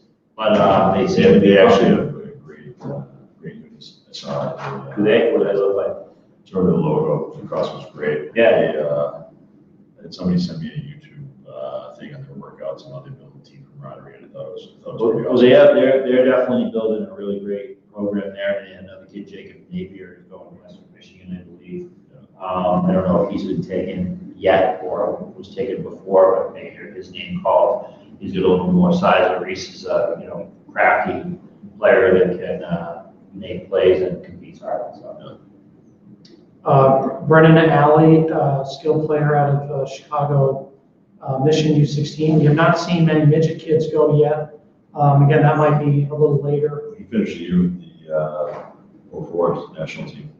Oh, really? I'm pretty sure he did. Yeah, he got called up. I think he played some games and might have gone back to Mission, and then he went back. He's, I think we have him at 5'10", 5'11", but I think he's 6'1", 6'2" now. Saw some guy in games on Hockey TV where he was really good below the dots, bringing the puck to the net, finding the guys in the slide, that kind of stuff. I'm pretty sure he finished the year with them. I don't know that 100%, but I'm pretty sure he did. Nice. Roel Hallen, another Swede to Dubuque. Again, we made that connection earlier with Kelly Larson. That he's a Swedish guy, and he always naps some really talented kids out of there for Dubuque. So we see another one here. Next up, Josh Barnes. I remember Barnes out of, I think he was at Penn State. Yeah, he's a Penn State. Yeah. CHL. He was a kid that, remember his OHL draft year, sometimes those Ottawa kids, because they play that HEO midget AAA, they don't get the same kind of pop that the Toronto kids get. But this kid can really play. He was taken by Owen Sound in the second round. He's obviously gone against Avery. Yeah, actually was with the Hitman this year. He's a balanced skater, strong on the puck. He's got an excellent release and score from anywhere in the offensive zone. Good puck handler, plays with an intensity, and kind of a 200-foot game. I know when he was an OHL draft pick, our guys were really high on him for that. But I haven't seen him this year. He's been all over the place. I don't mean that as a bad thing. Yeah. CCHL, USHL for a little bit. We played the development team for a game. Yeah, he's our 5th ranked player. But that was a year ago. We haven't done the 2002 this year. Cedar Rapids, Cornwall, Rockville, and now Jersey this past year rated almost 2 points a game. So in the NCDC, really good playoff. Got another good program there. Fargo goes for Lunda. That's Finland. Sweden. Sweden. I'm not familiar with those guys, but I've heard from Linda a lot, so I'm guessing that's a pretty good program. We're out there for a little bit. Yeah, I mean, I can't say anything about these guys now. But No, I was just saying for London. yeah, it's one of the names you know. Yeah. Luke Antonacci. Luke Antonucci. Antonucci, sorry. He's a D-man, plays with the setup, is poised with the puck. He's another one of these kids that we've seen kind of the last, yesterday and today is, so-called undersized D-man when he's poised with the puck, makes plays. He's really good moving his feet, creating passing lanes for himself. Finding open space for his forwards as they go. Again, we're starting to see it more and more as the D-men that are, 5'9", 5'10", that they can keep the puck and play with possession and create transition. This kid falls right to that. Played for the Maine Nordiques this past season. We've got reports on him. We got Chase Clark. Bunch of them. This is the second Jersey Hitman guy off the board, 6'4" netminder. Got an A in his most recent report. Our goalie scouts, I'm not a goalie scout, but talk about how he's really developed over the past 2 years, got long-term potential, works really hard, strong pushes, quick leg pad, takes away the bottom of the net, it's controlled, he's composed in the crease. So nice get there. So as we kind of said earlier, you're seeing a lot more goalies coming off the board than you saw last night, obviously. Okay, let's see what we got next year. We got David Goyette. Oh yeah, David Goyette. This is an interesting one. He is a signed CHL player with Sudbury. I think he played this, CCHL. And he played before that. He was a Selects Academy kid. We have him very highly rated. He's got a compete and a grit to his game to go with a lot of skill. Where did he go to? What round was he in? Sudbury? I think it was a pretty high pick. Yeah, he went to Sudbury. Yeah, Ian looked at him last year as a draft prospect. No, he's an old. Who you got, Goyette? Yeah. He was the 11th overall pick. Yeah, he's a really high-skilled kid. He was in South Kent. He makes it happen. I mean, he's offensively, he's as dynamic as they come. Ton of boys, creative, makes him just one-on-one, sets up his teammate, 2-on-1s. He sucks in a better to him because of over that behind. He's a dynamic kid, really dynamic. So we'll see what he's the first one that would say our board's got him that he signed with Sudbury already. So that he's signed. That'll be our first guy. He's definitely OHL. Yeah, so that's our first OHL guy off the board so far. We might see a run on that. Be interesting to see. So these kids are heading into their draft year. They got to make sure they're playing. Briefly played for the Pal Junior Islanders, came down to the States in order to play a few games this year since Sudbury didn't get any games in. And I will say also that about a year or so ago, he was playing in the Chowder Cup. And obviously that's a great proving ground for a lot of, the top Ontario and Quebec players who come down to the Boston area. And he was easily one of the top 3 players in his division. Very, very impressive offensively. Without a doubt. He's got to play. You're going to see these kids now. Kids for the next year's draft, they're going to be being proactive, finding a place to play next year because they can't waste their year like what happened with the 03s for this year. It's going to happen, and if they've got good advisors, they should be trying to get them to where they're going to get games and they know what's going to happen. So this is a great. Yeah, and I think that's that. This is a good start to run on what we talked about yesterday. Yes, I awkwardly got there. Right? You got there. I got It's there. like you walking through your neighborhood. Sometimes you fall, sometimes you don't. Right. Well, if they would fill the pot, we'd be very gentle driving the RV though. You wouldn't drive on your street. No, just pick me up in the end. Yeah, make you walk through puddles. Yeah, that's great. Next up, Tyler Pfister. At Green Bay. Pick out of Kenai. Seeing a couple Kenai kids go. Mobile defenseman. Gets shots through, great on the breakout, makes quick decisions under pressure. I did not see Kenai this year. I'm going based off what I saw when he was in Pittsburgh. That's our reports in there. But he's a kid that seen quite a bit of. It's got several reports in the database. Go ahead at 150 points. I think. Oh, he is. When he was at selects, He's like 50 games. You know, he's unbelievably creative. Just Like he's got enough strength. He can make kids look foolish. He's a really dynamic, is the way to put it. Next up, Jake Richard, out of the Florida Alliance program. Another guy that there's got a lot of reports on.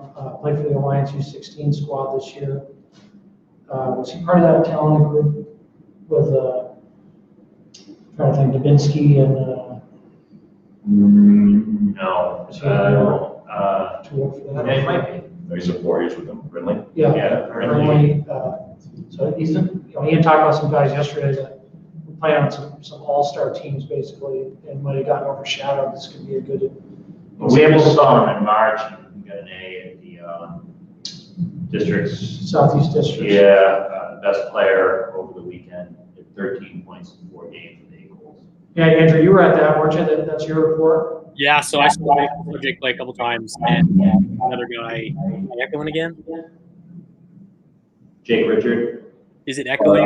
No, you're fine. All right, cool. So yeah, I saw Jake play a couple times. When he gets the puck on a stick, something magic's going to happen. He's not the quickest guy. He doesn't have great open ice speed, but he's impossible to get the puck from. He's got great puck skills. I think he had 13 points in 4 games at the Southeast Districts. The Alliance only had like 11 guys, and he probably played 40 minutes. Just never gets tired. He's got an absolute missile of a shot. He gets it off quick. It's deadly accurate. He's got incredible vision, just finds guys all over the ice, and he's a lethal goal scorer for sure. Defensively, he doesn't look like he's moving very much, but he always gets a stick in the way, and he's grabbing guys around the ice. He tends to cheat offensively a little bit, but he's a very dangerous player with the puck, so he could beat guys on the rush. He dangles defenders, pretty easily, and just consistently finds a stat sheet in a good way for the Alliance. Nice, thanks, Andrew. Kevin Posh, next goaltender, another European player, and then Madison goes and grabs Xavier Lapointe. Out of St. Jerome, Quebec. He played for the Janesville Jets. Janesville does a really nice job with their program. I think Janesville's in Wisconsin. Yeah. So Madison, right across the way, grabs this kid. No, too. Yeah, he's another guy. If you go on his elite prospects page, it says he's going to RIT next year. Obviously, if they're drafting him this high, that's probably not happening. He's going to play in the USHL, be good for him. Pretty good sized player. He moves pretty well. Kind of a versatile two-way guy. He can chip in some offense, but he's more known for his defensive game. A little snarl.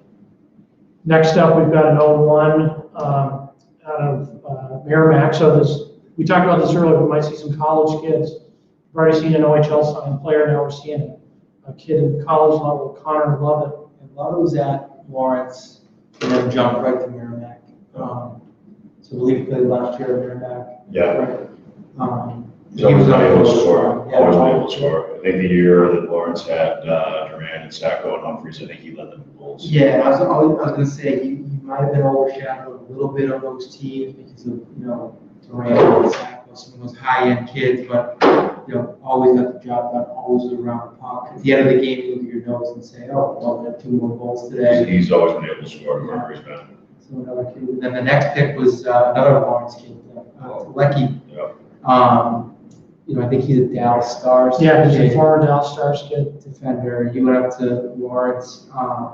And it says here, I think he's down in Wichita and all, but another poised defender, at least in the New England prep game, played a ton of minutes. Never came off the ice at Lawrence. Always wanted the puck on his stick, power play, penalty kill. Did anything that was asked of him up there. So, pretty strong player. They had a very good team that year, and I think he led their D-Corps from what I remember. Yeah. Just a boys kid.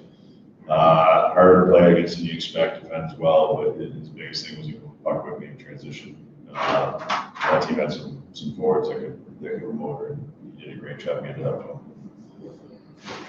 Next, you got Luke Cron out of the Minnesota Magicians. He is an Andover, Minnesota player, played high school. When he was a high school player, we had him as a top 20 uncommitted kid. I think he has since committed.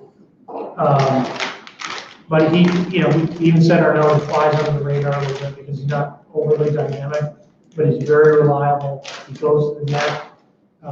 He's a kid who always puts up points because he's in the right place at the right time.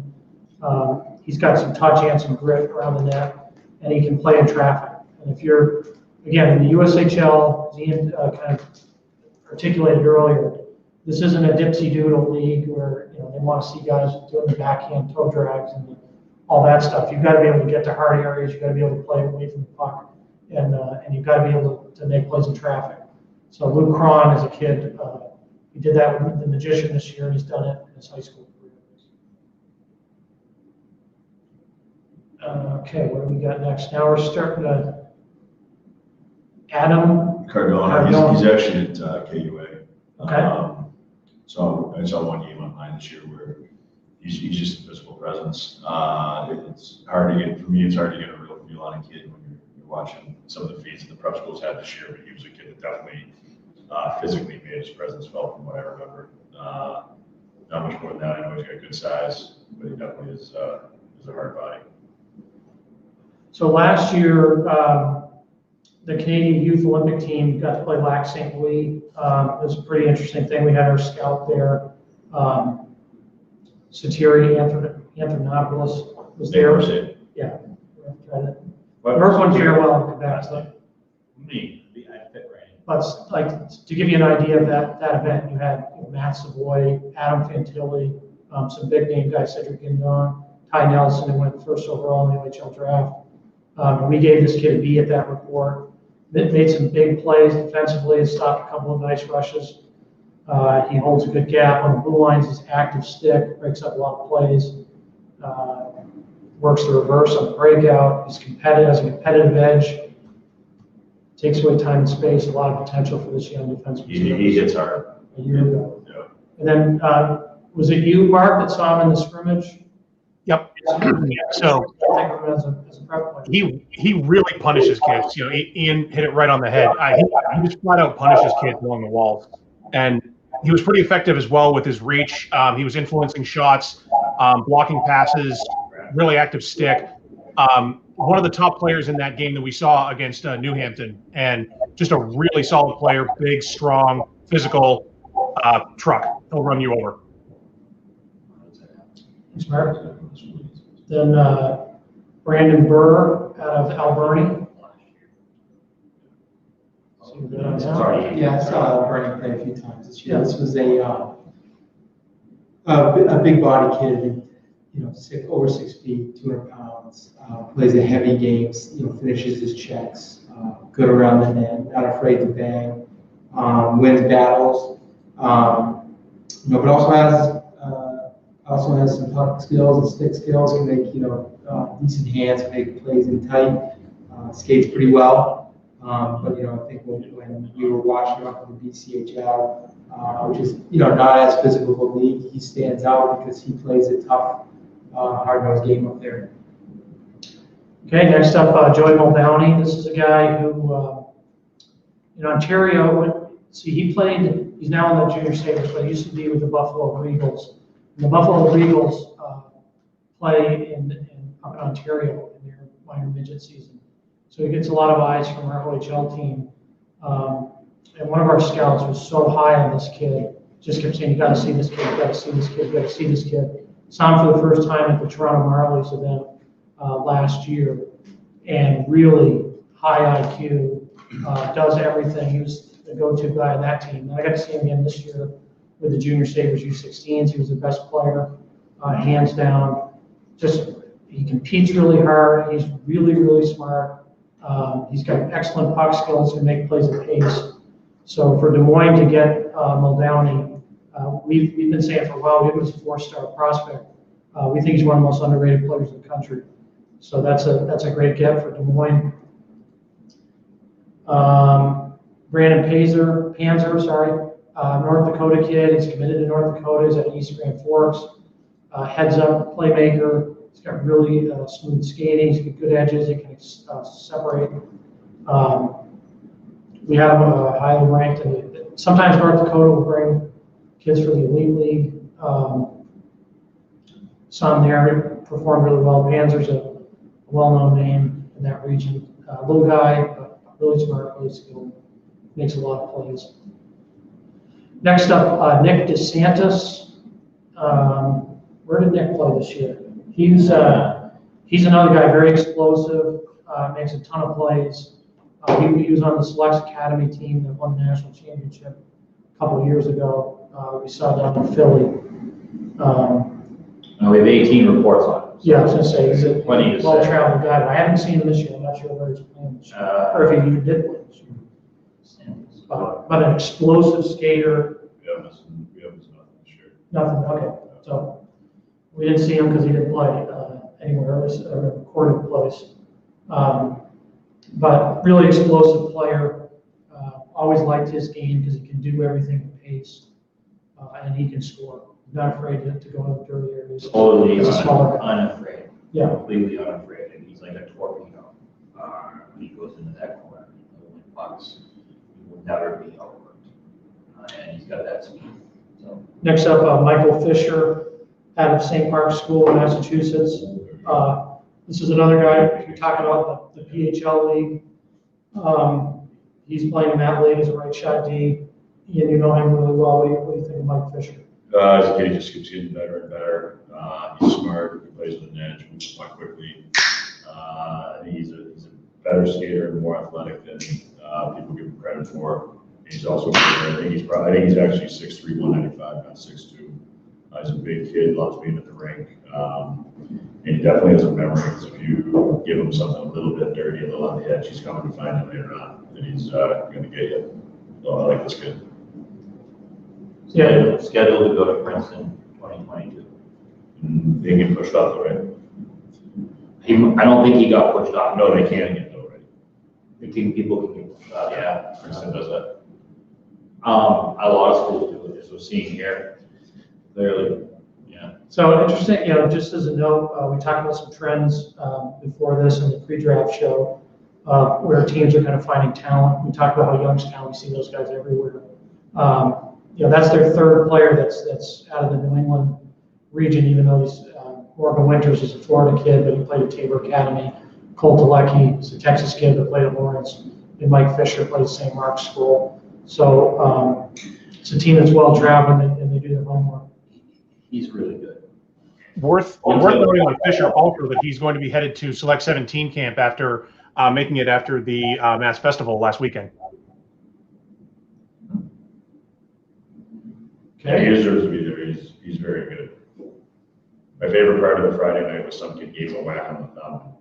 The kid came around the net and thought he was going to take the play off, and Michael Fisher absolutely crushed him, destroyed him, got a penalty, got up with a smile, didn't question it, just went to the box and sat there grinning. It was great.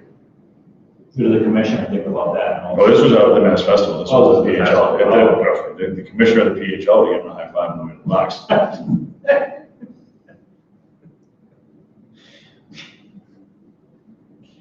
All right, we've got looks like, I don't know where that. Go with this one. Russia. Russia. Go with it. German Yavish. But it's a soft G. Yavish? That's German. German Yavish. German Yavish. Yeah. Oh, I don't know anything about him. I don't know him. I'm not going to pretend I do. He's an 03. He's 6'2", 181, 180. From Minsk, Belarus. What? Yeah, Belarus actually, I'm not sure if he was on that team at the U18s. Looks like he was, but that Belarus team was getting a lot of attention. We were down there in Dallas, Texas, with our scout Anthony Walsh, and we watched. We could only get into the rink at what's like the Dallas Stars practice rink, but Belarus was in the other division playing over there. And I don't believe they made the playoffs because we didn't see them, unfortunately. But there was a lot of scouts, like high-profile, director scouting, assistant GMs that were watching Belarus. So I don't know that player. I didn't see that player, but that Belarus program I know is getting a lot of attention from the NHL guys. Kuznets. Nice work with that one. I just saw this kid on the at Nationals for the Rockets. Rockets surprised a bunch of teams out there. I think they were undefeated. G-Core is really good. Yeah, they were undefeated going into the semifinal. They got beaten overtime. But Kuznetsov, long, strong winger. I had heard that he was just cerebral, right? He didn't rush anything. The offensive zone, especially, he would wait for it to make the right play.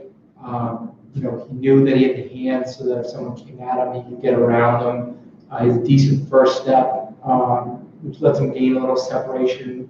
Long reach, lets him, protect the puck from the defenders. But the main thing was just he didn't rattle. He didn't rush anything, and he would wait to make the right play. Yeah, Canusa is obviously a Russian last name, and he, as a puck boys like a Russian, he's got no problem leaning into somebody, keeping them on their back, extending puck possession to make plays. He's got no panic.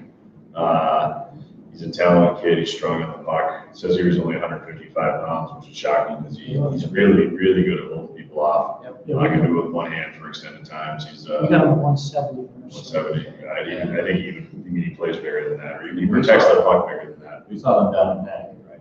Rockets 16s. They're really good. We saw him in Connecticut. Yeah, we saw him in Connecticut at the beginning of the year. I saw that. They were kind of shocked the other team. Yeah, I saw that team. In Fairfield, but that was a really good team, and he was He can protect it and has no panic. Yeah. He can be in his pants and he doesn't care. Wanted to say how I hope everyone has a good Memorial Day and remembers what that's about. People that have lost their lives for our country. So while we had a moment there, I just want to say that. I hope everyone takes a moment to remember and think about people that have lost their lives serving our country, our great country. And moving on. Owen Michaels, Bismarck Bobcats, and then another one of our Owen Michaels. THLers. Owen Michaels is a top 100 player for us. We've liked him all along. I'm looking at his now, he's got over 15 reports. He's got some NHL reports. But yeah, most recently in the last year's 2002, he was ranked top 100. He plays an honest 3-zone game. He's got a high compete level. He can play in traffic. Again, that's a big skill in this league. He scores gritty goals, goes to the right spots away from the puck. He's good down low below the dots. He's got some playmaking ability, but he's also got some grit and some jam. So nice pick for Owen Michaels to Omaha Lancers. Would be a good fit in that system. They play a tough two-way game, so that fits his game. Next up for Des Moines, Ben McDonald out of Noble and Greeno. It's a prep school in Massachusetts. Also, I think in the PHL. Yeah, the PHL. Little known fact, his name is actually Bennett McDonald. Thank you. Not Benjamin. It's not Benjamin. So I changed it on the site. Ben, to you, my man. Thanks to Brittany for pointing it out. Shout out to Brittany, our fearless helper. Fearless. Yeah. Ben is a high skilled kid who just keeps getting better and better. He's fast. He is getting stronger and stronger. He loves being on the ice. He's got a missile. He likes to have the puck on the stick up in the neutral zone, and he can create space. He's a kid that in a couple of years is going to be a hell of a player that will be on NHL draft list. And he is also another fact, Bobby Baker winner Lane McDonald's son, which I'm sure Ben isn't fired up that I'm saying that, but Lane McDonald, when I was a kid, was who I always imagined was the perfect skater. And I don't think I skated anything like him, but that in my head I always thought that Lane was the ideal skater. Did he play with Peter Spaglia? No, Lane. Well, maybe he did, but Lane had something insane. That's Spaglia Curtis. Remember? No, I did not. I did. That's why I could snipe. What Murph could do that no one else could do is he could shoot a puck from the blue line and it would make it over the glass and then fall at a 90 degrees and straight down, almost like a wind team. No one else can do that. No one ever in history of hockey. So It's like a field goal that goes off and gets pushed back in the wind. He still does that on hockey. That's why we have to put him in front of there. Look at the video. Look at the Can-Am video from Lake Placid, and you'll see me number 4 just flashing right by it. Yeah, the camera moves so quickly, you just can't pick them up. Next up, we've got Brendan Lamb. Both Ed and Andrew saw this guy out at Nationals. I saw him at the Michigan State Tournament. He's a good two-way guy. Worked really hard, blocked shots. But Andrew, what do you think of him? Yeah, he's a good player. He's effective on both sides of the puck, penalty kill and power play. I saw him play every big situation his team needed him, whether they're up a goal or later goal. Real strong on the face-off dot. He's got a long, powerful stride out and nice. He's not a highly skilled guy, but he gets the job done. He just he's a hard-nosed player and just real effective on both sides. Reliable guy and works hard every shift. He played with a kid named Cole Knuble, and they had some great chemistry together. I saw both of them score a couple of shorthanded goals all year or throughout the year. And Brendan's a real witty player, very smart. He limits turnovers with the pucks. Whenever they're in gray areas, he's be sure to get the pucks out and gets pucks in the corner. Just a real smart player. Awesome, thanks, Andrew. Ed, you saw I too. don't know much more to add. Yeah, But did a solid job. Responsible. Ian's got the next guy. See the Rapids. Yep, awesome. And just a note, you guys keep seeing Andrew Serpico coming on and off the screen. He's a scout down in Nashville, played at Manhattanville. Great flow. And a great young scout, really helping our team, especially in the Southeast, but invited him up to Nationals. So if there's aspiring scouts out there that are watching this, that want to be part of our organization, Feel free to reach out to Murph and email. Yeah, send us an email. If you hit Murph up on any social media, his email's on there. Please just email Murph, and be as detailed and as thorough as you want. He's No, all kidding aside, I mean, we have a lot. We have 70+ scouts. Believe that or not. About half of them were sort of in flux this year up in Canada, but our U.S. scouts are irreplaceable, and we fire more guys than we hire, and that's the truth because we need people that do what's true, right? Yeah, because I'm the one that has to do it. Yeah, So, I've done it. I fired some guys. yeah, That's not come work so for bad. us. And we can No, because a lot of people think, oh, I want to scout hockey, and then they go to the games and then they can't write the reports. Andrew was not one of them, and so, but we will take on younger guys and looking for interns as well, and we're not going to make you pay us be an intern or make you pay us for a sweatshirt or one of these sweet hats. We've got hats. We've got We've got a lot of hats, yeah. Seen it in the Brendan does not expensive like work. the hat budget. We is spend high. more money on hats than we The do hat on budget. travel. Yeah, I easily have 50 different versions. No. But I will say, Go ahead. we are always looking for scouts. It's the lifeblood of what we do. Murph's comment of saying we fire guys is meaning they're very diligent on who we hire, and that's we don't put a report on our site if we don't trust what's being said. We've had lots of reports that never make the site, and like Ian said, it's a grind. You got to love the game. Yeah.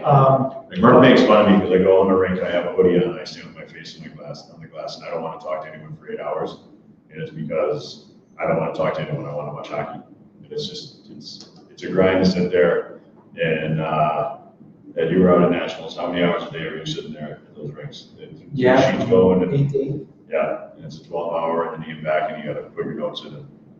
But if you like hockey and you can remember names, right, Murph? Yeah, I mean, I know what I'm doing too, just because I talk to people, doesn't mean I'm not watching the game. Don't worry. The other big thing for us, and I would say this to also young scouts, the same kind of cast we're talking about, is whenever we have NHL teams that reach out, wanting to know, hey, we're looking at a scout, what do you guys think of him? What's his habits? The number one question I get asked is, how do they write? I think that's a misconception that people have. That you just go to games and you just put a check mark. You've got to be able to articulate. Doesn't necessarily have to be writing skills. You've got to be able to speak good, as Ian says. Yes. You can't say, hey, shooting good, passing good, sticky only good. You've got to, skater, you could shooter. because as you can see with these drafts, right, you've got all these scouts all over the country, but at the end of the day, it's all got to go through one channel. In the NHL, it's usually the director of scouting or the GM. And if you're a regional guy, and you've got to be able to project or articulate why you love this kid, that maybe that GM or director of scouting has only seen once or twice. You've got to have strong verbal skills or strong writing skills. So to articulate what that kid can do. Right. And that's a big part of being a neutral zone scout. Okay, so back to the draft. We have Liam Lesikowski out of the Salisbury School. We saw some kids go out of there yesterday. Ian, what do you think of this guy? So he was out at National St. Louis playing for Rocco, another one of the crew Salisbury kids. He's a big kid, ran the power play. I think he was about 28 kid, maybe a little bit over. He's definitely a kid that can play in the USHL with size and pace and smarts. He's a late 03, so he's a kid that we'll be watching for the draft for next year. He's got NHL. In my mind, he's got NHL written all over him with his poise with the puck, how he defends, how he reads line rushes, his size. He's a kid we're going to be saying the name for a long time. Murph, go say his name. Lesikowski. There you go. Rocco. Congratulations to Rocco, by the way, on your national championship team. I think you're calling Rocco Lesikowski. No, and he'll be at Salisbury under the tutelage of, again, very good staff, led by Will. Andrew Will. Coach Will. We got a chance to see him with Salisbury in a scrimmage against Canterbury not too long ago. And the other thing that's interesting to note there is that he's actually listed on their roster as 6'4", 210. So a bit of a far cry from what he's listed at here on the USHL website. But he was just a physical presence in that game against Canterbury, just stapling kids to the walls. He was just a menace down low. And he also was pretty smart, knew exactly what he was doing. He had a plan in mind in the offensive zone. He was using the D as a screen before he shot it. So he wasn't just throwing pucks at the net, without thinking first. Pretty solid outing by him there. Yeah, he's listed as 6'4", 210 on League Prospects. They have some kind of formula that goes out and sucks in. Next up So is he's listed somewhere as 6'4". Sorry. no, you're good. Next up, Ethan Whitcomb. We like this kid. He's played at the OMHA. He's a St. Catherine, Ontario kid.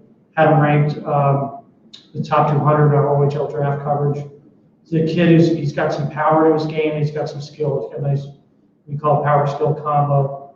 He's crafty in tight areas. He's got some good IQ. He's got some size. I don't know what route he's going, but he played for the Niagara North Stars, a very good team. He's a real presence out there, 6'2". Like I said, he can make plays, but he's also got some power to him.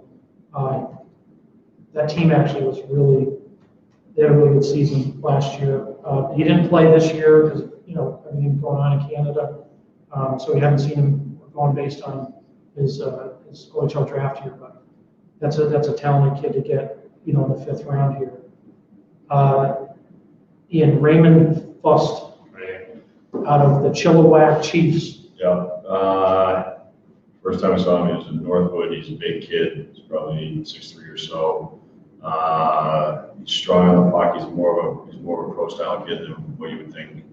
I have no idea how his year went this year with whether he's St. Chilliwack, but he's a big, strong kid. Physically, he can definitely play in the USHL. He's got the poise to do it. Where's he going to school? I still see it. Uncommitted. He's committed to UNO. Nebraska, that's right. Yeah, because then they also have D-Man up at Northwood team is also committed to Nebraska. But he's a big, strong kid. Plays a pro-style game. USHL is going to be really good for him after spending time in the BCHL coming out of prep hockey. He's a kid that I think you'll see. He's got a pro build, pro mentality. I think he can probably make it happen. Played in the World Juniors. Yeah. I think he's played back-to-back years, right? He played 2 years in a row. Yeah. Because he came through. I played 18 this year. Oh, is that what it was? 18 Next up, we got Casey Roepke from Lincoln. This is a guy we were very high on coming out of midget hockey. Yeah, he played for Team Wisconsin. Yeah, very fluid, athletic skater.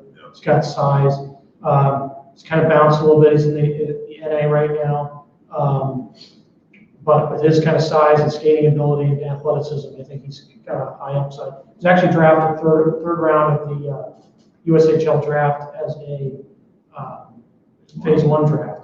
So he's back in the, played a little bit with Green Bay, and now he's back as a free agent. So good pick there. And then let's see who do we have next. Casey Repke. Mason Marcellus. Nice. Mason just recently committed to Alaska Fairbanks. Our scout, Lenny Hoffman, who used to run the USHL for us in Minnesota, excellent scout, one of the best scouts we've ever had. He's now an assistant with Alaska Fairbanks. He called me on this kid because he plays at Rice Prep before this past year. It was a dominant player at Rice. Every year we go to the NPHL showcase in Vermont. They've got, the league keeps changing all the time. They used to have St. Andrews, who's now in their own league, which would be a great league. They had Stansted. There's a lot of kids that have come out of there, out of that tournament. But anyways, this kid was totally under the radar playing at Rice Prep. And then he made the move to the AJ and really got on people's radar for Drayton Valley, put up 22 points in 16 games. He's a cerebral player. He can score. He finds the net. He needs another step in his skating. That'd be the one knock that's probably got him down in the draft. But in terms of IQ and playmaking ability, this kid's way up there. He's going to be a very good junior player and very good college player. So nice pick there to Youngstown. Next up for Fargo, Brett Link. I think you loved this kid a lot at Nationals. Yeah, he's an athletic kid, like tall, long, smooth skater. He played at, he was out in Buffalo, I believe. He's with Fairbanks now. Let's see what he did this year.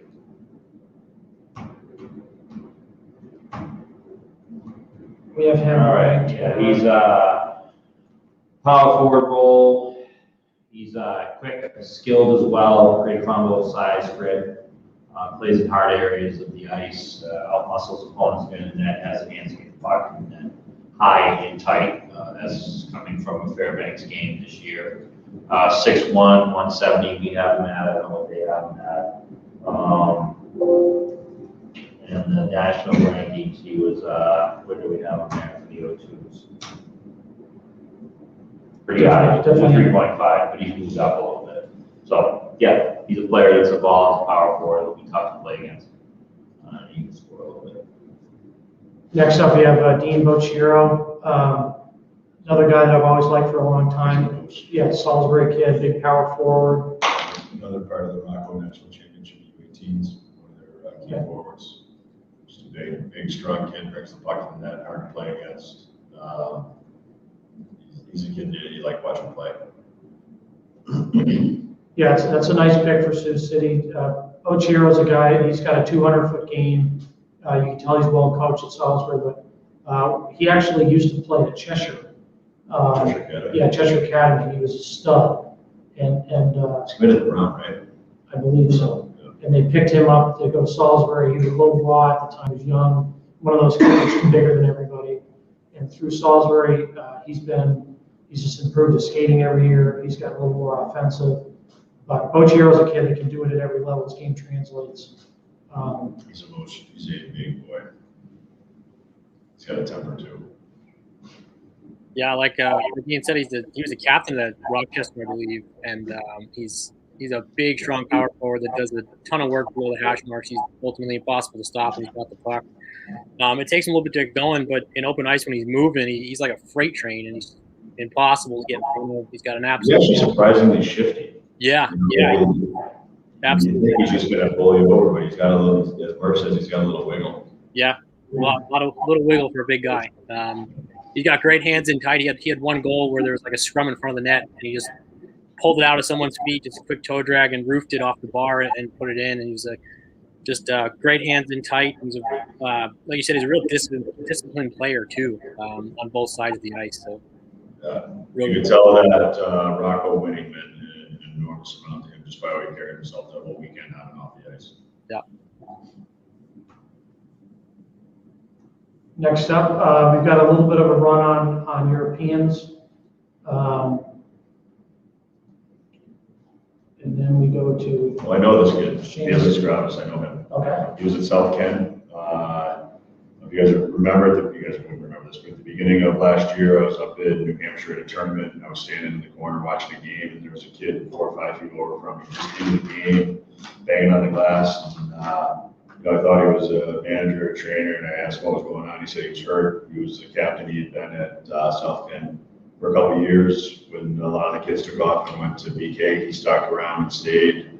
I cannot say that I didn't get to see him on the ice. I heard he's really slippery and all that kind of stuff, but I cannot tell you enough of what a good kid he was off the ice. Light, gave a shit about his teammates, cared about the program. Went out, watched the U16 game, was just as into it when those kids were playing. He honestly, he is a kid that he made a huge impression on me because of how he carried himself off the ice and how much he cared about what was going on with his teammates in his school on the ice. It was a hell of a great thing to see. It's hard to find loyalty these days. So it's a great thing. Perfect. Thanks, Mark. Next, we got Seamus Campbell Seamus also. from Lincoln. He came up through the St. Louis So he was area. Seamus was on Central Scouting last year as an A3 kid. He did really well. He's actually Jimmy Campbell's son, who's a Boston kid, played at Lawrence and Olympian and all that stuff. Seamus is a kid. He keeps getting bigger, keeps getting thicker. He skates really well. He's got some jam to his game. They have him here is at 6 1/4, and the first time I saw him play, he was 5'8", hitting kids, playing hard. He knew he was going to grow because his father and his uncle Eddie were both big guys that played a long time in professional hockey. He's actually a really, really interesting kid because he can fall right in as a late bloomer here as an 0-2, big, strong, skates well, and growing up talking hockey with his family, I think he's a good pickup right here. Sounds like someone else's son, Luke. Anyways. Played 03. Next up, Oliver Stumble.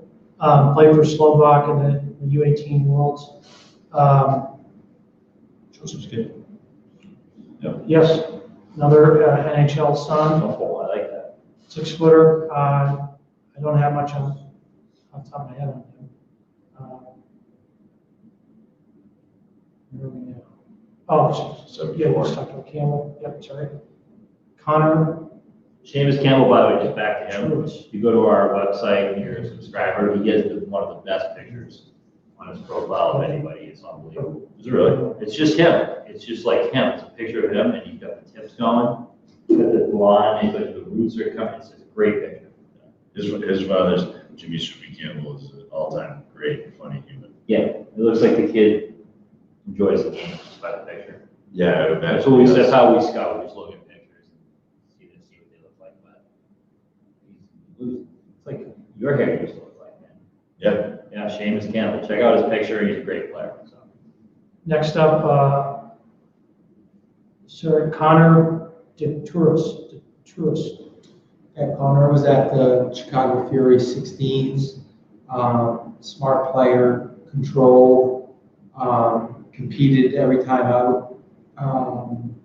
He scored a couple of goals in one of our viewings. Made strong passes, quick decisions. Still rounding out some of his game away from the puck and get to the right areas, but trending in the right direction. Nice. Next, you got Bruno Riveris, another European player. He's had a couple games in the KHL, so he's obviously a little bit battle tested. A strong year this year in the NHL. Haven't seen him, but he's got some good stats there from some high-level competition. We got Kel Ashcroft. He's another AJ kid committed to Denver. Smaller D-man, really smart, really heady, points with the puck, makes plays. He said earlier that Denver's had a lot of success with the kids coming out of the AJ going in and being 4-year kids. This guy, he's smart, moves the puck really well, good in transition, offensive, defensively. He's a kid that is played in the AJ, so he's used to the rough stuff, and probably will fit in well at Tri-City. Yeah, came out of that Northern Alberta Extreme program. They do a really good job. As you've seen in last year's WHL Draft, and likely again this year in the WHL Draft. Some of those hockey academies out there, Rink, Delta, Yale Academy, and NAX, producing a ton of talent. He was there for, looks like 3 years prior to going to the AJ. Immediate impact player in the AJ, which is tough to do as an 04 this year. So Denver scooped him up. I'm sure he's going to have Western League teams on him as well. Denver's had a ton of luck with the kids on the AJ. They have. We had him back in the Western WSI, the World Selects Invite, used to be in Pittsburgh, or no, in Philadelphia. I keep messing those up. And he was on that Western Selects team that was absolutely loaded. If you look at that roster, Singleton, Laskowski, Thornton, Carter McLeod, Ashcroft, kid Sean Ramsey. I think he's at is he a kid at K-Way now? Anyways, it was a really talented team. Right, good. National goalie. Gibson Homer. Gibson saw him again at the U18 Worlds. We've been watching, we've been tracking him for years. 2-year player on the national team. It's huge. It's 6'5", 6'6". He's a late 03. December 29th. Still a little bit raw, but great athleticism for his size. Moves really well. So yeah, to get a kid again, Chicago takes a lot of risks. We had him on our thing as being committed for 2021. And as we've said several times, the things are a little log jammed, so who knows if that's accurate. But yeah, 6'5", 6'6" goalie, who's actually moves pretty well for carrying that kind of size. Jack Ryman, say that right? Played at Blaine High School. He's in the NA now. Late 2002. A little bit of an understated player. Effective all over the ice. Puck possession, values the puck. He's good below the dots. Knows how to create down there. Diligent in his coverage. Wins 50-50 pucks. Just a player that I think is trending in the right direction and can play in any situation. So safe quality pick there. No question. Now, as we see here, we've got another run on the European players. Waterloo takes Patrick Armula. Haven't seen him. I'm not sure if we've seen any of these guys. Christopher Lynch, Swedish player, left shot defenseman, 3.65. And then Chris Lynch. Oh, sorry, I skipped Axel Kumlin. Dubuque here taking another Swede. How many Swedes is that for Dubuque? And he's back stateside in the North Andover, Mass, the Boston Junior Bruins. Jack Pascucci. Yeah. What do you like about him? He's a big kid who keeps getting better and better. He's committed to UConn. He's another kid that played this past year with the Boston Junior Eagles. He was on the 18 team in the fall, so I got to know him pretty well. I loved him. He held his teammates accountable. Kind of afraid of is the right way to put it because he doesn't yell when he gives them a look and he doesn't like when they're dicking around. He's got an absolute missile of a shot and missile. He's got a ton of upside. He is a kid that USA Hockey, for some unknown reason, would let him play in the Nationals. It's kind of a messed up story. He played every game that the Junior Eagles were supposed to play in the fall.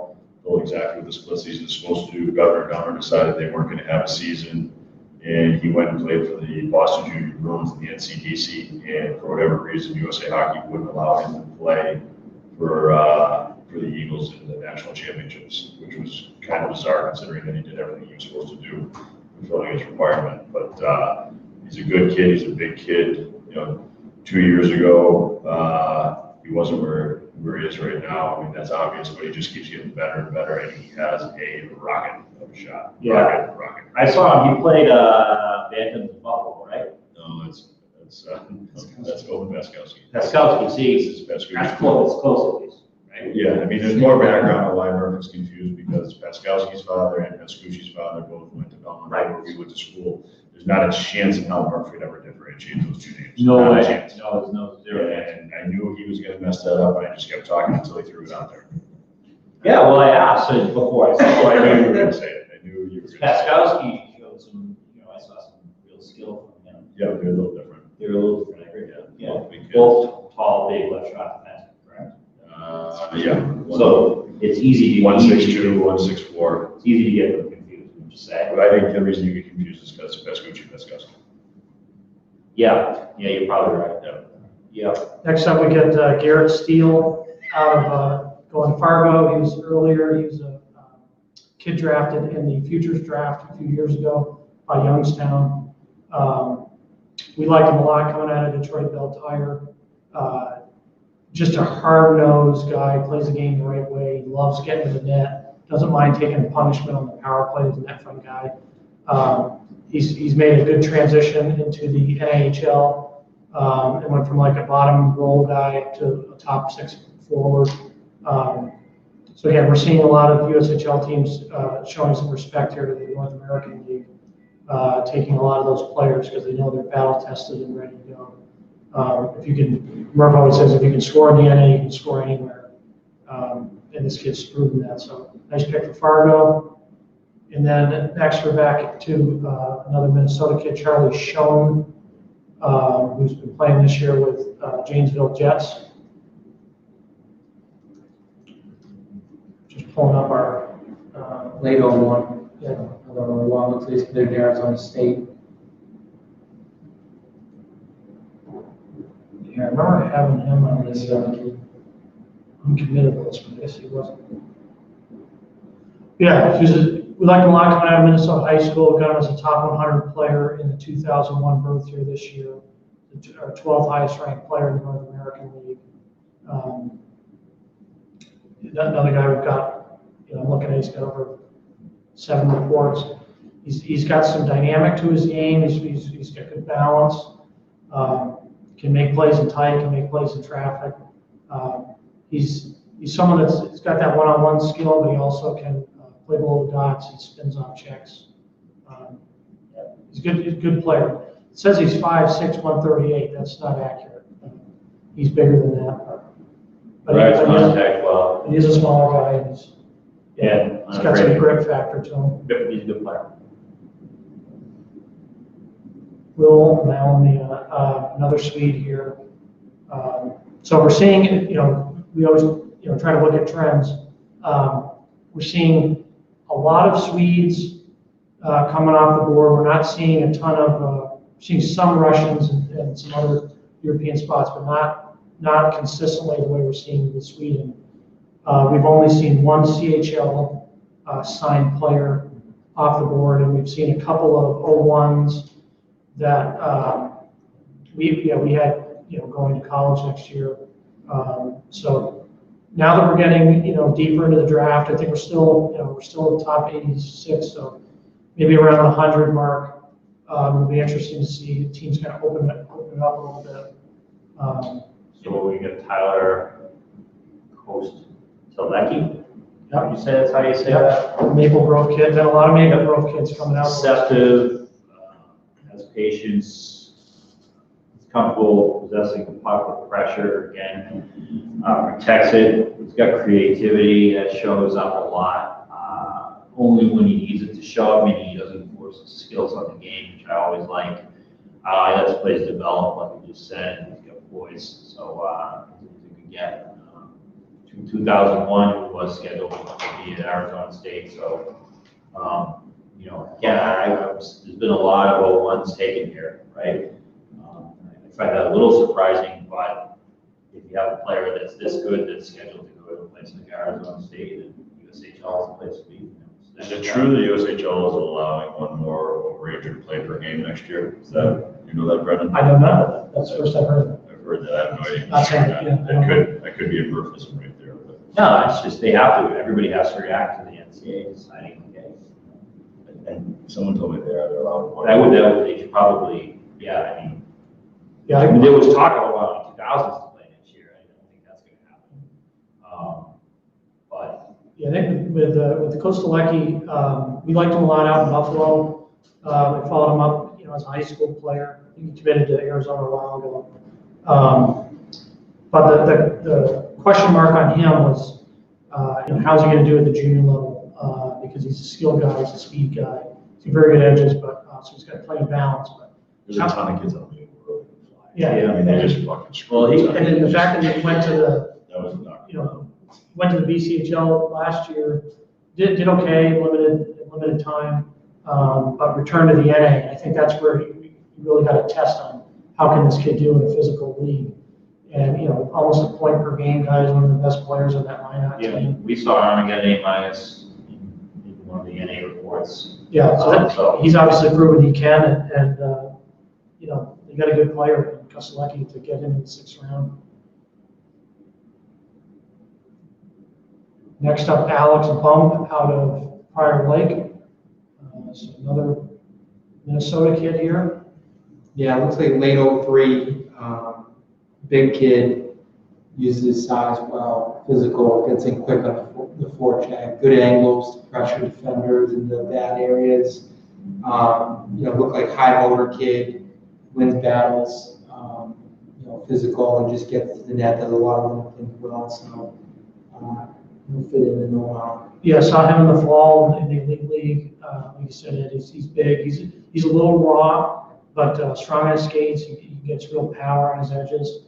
Bears down around the net, but he's also got some touch. So you can make the little move if in tight if needed.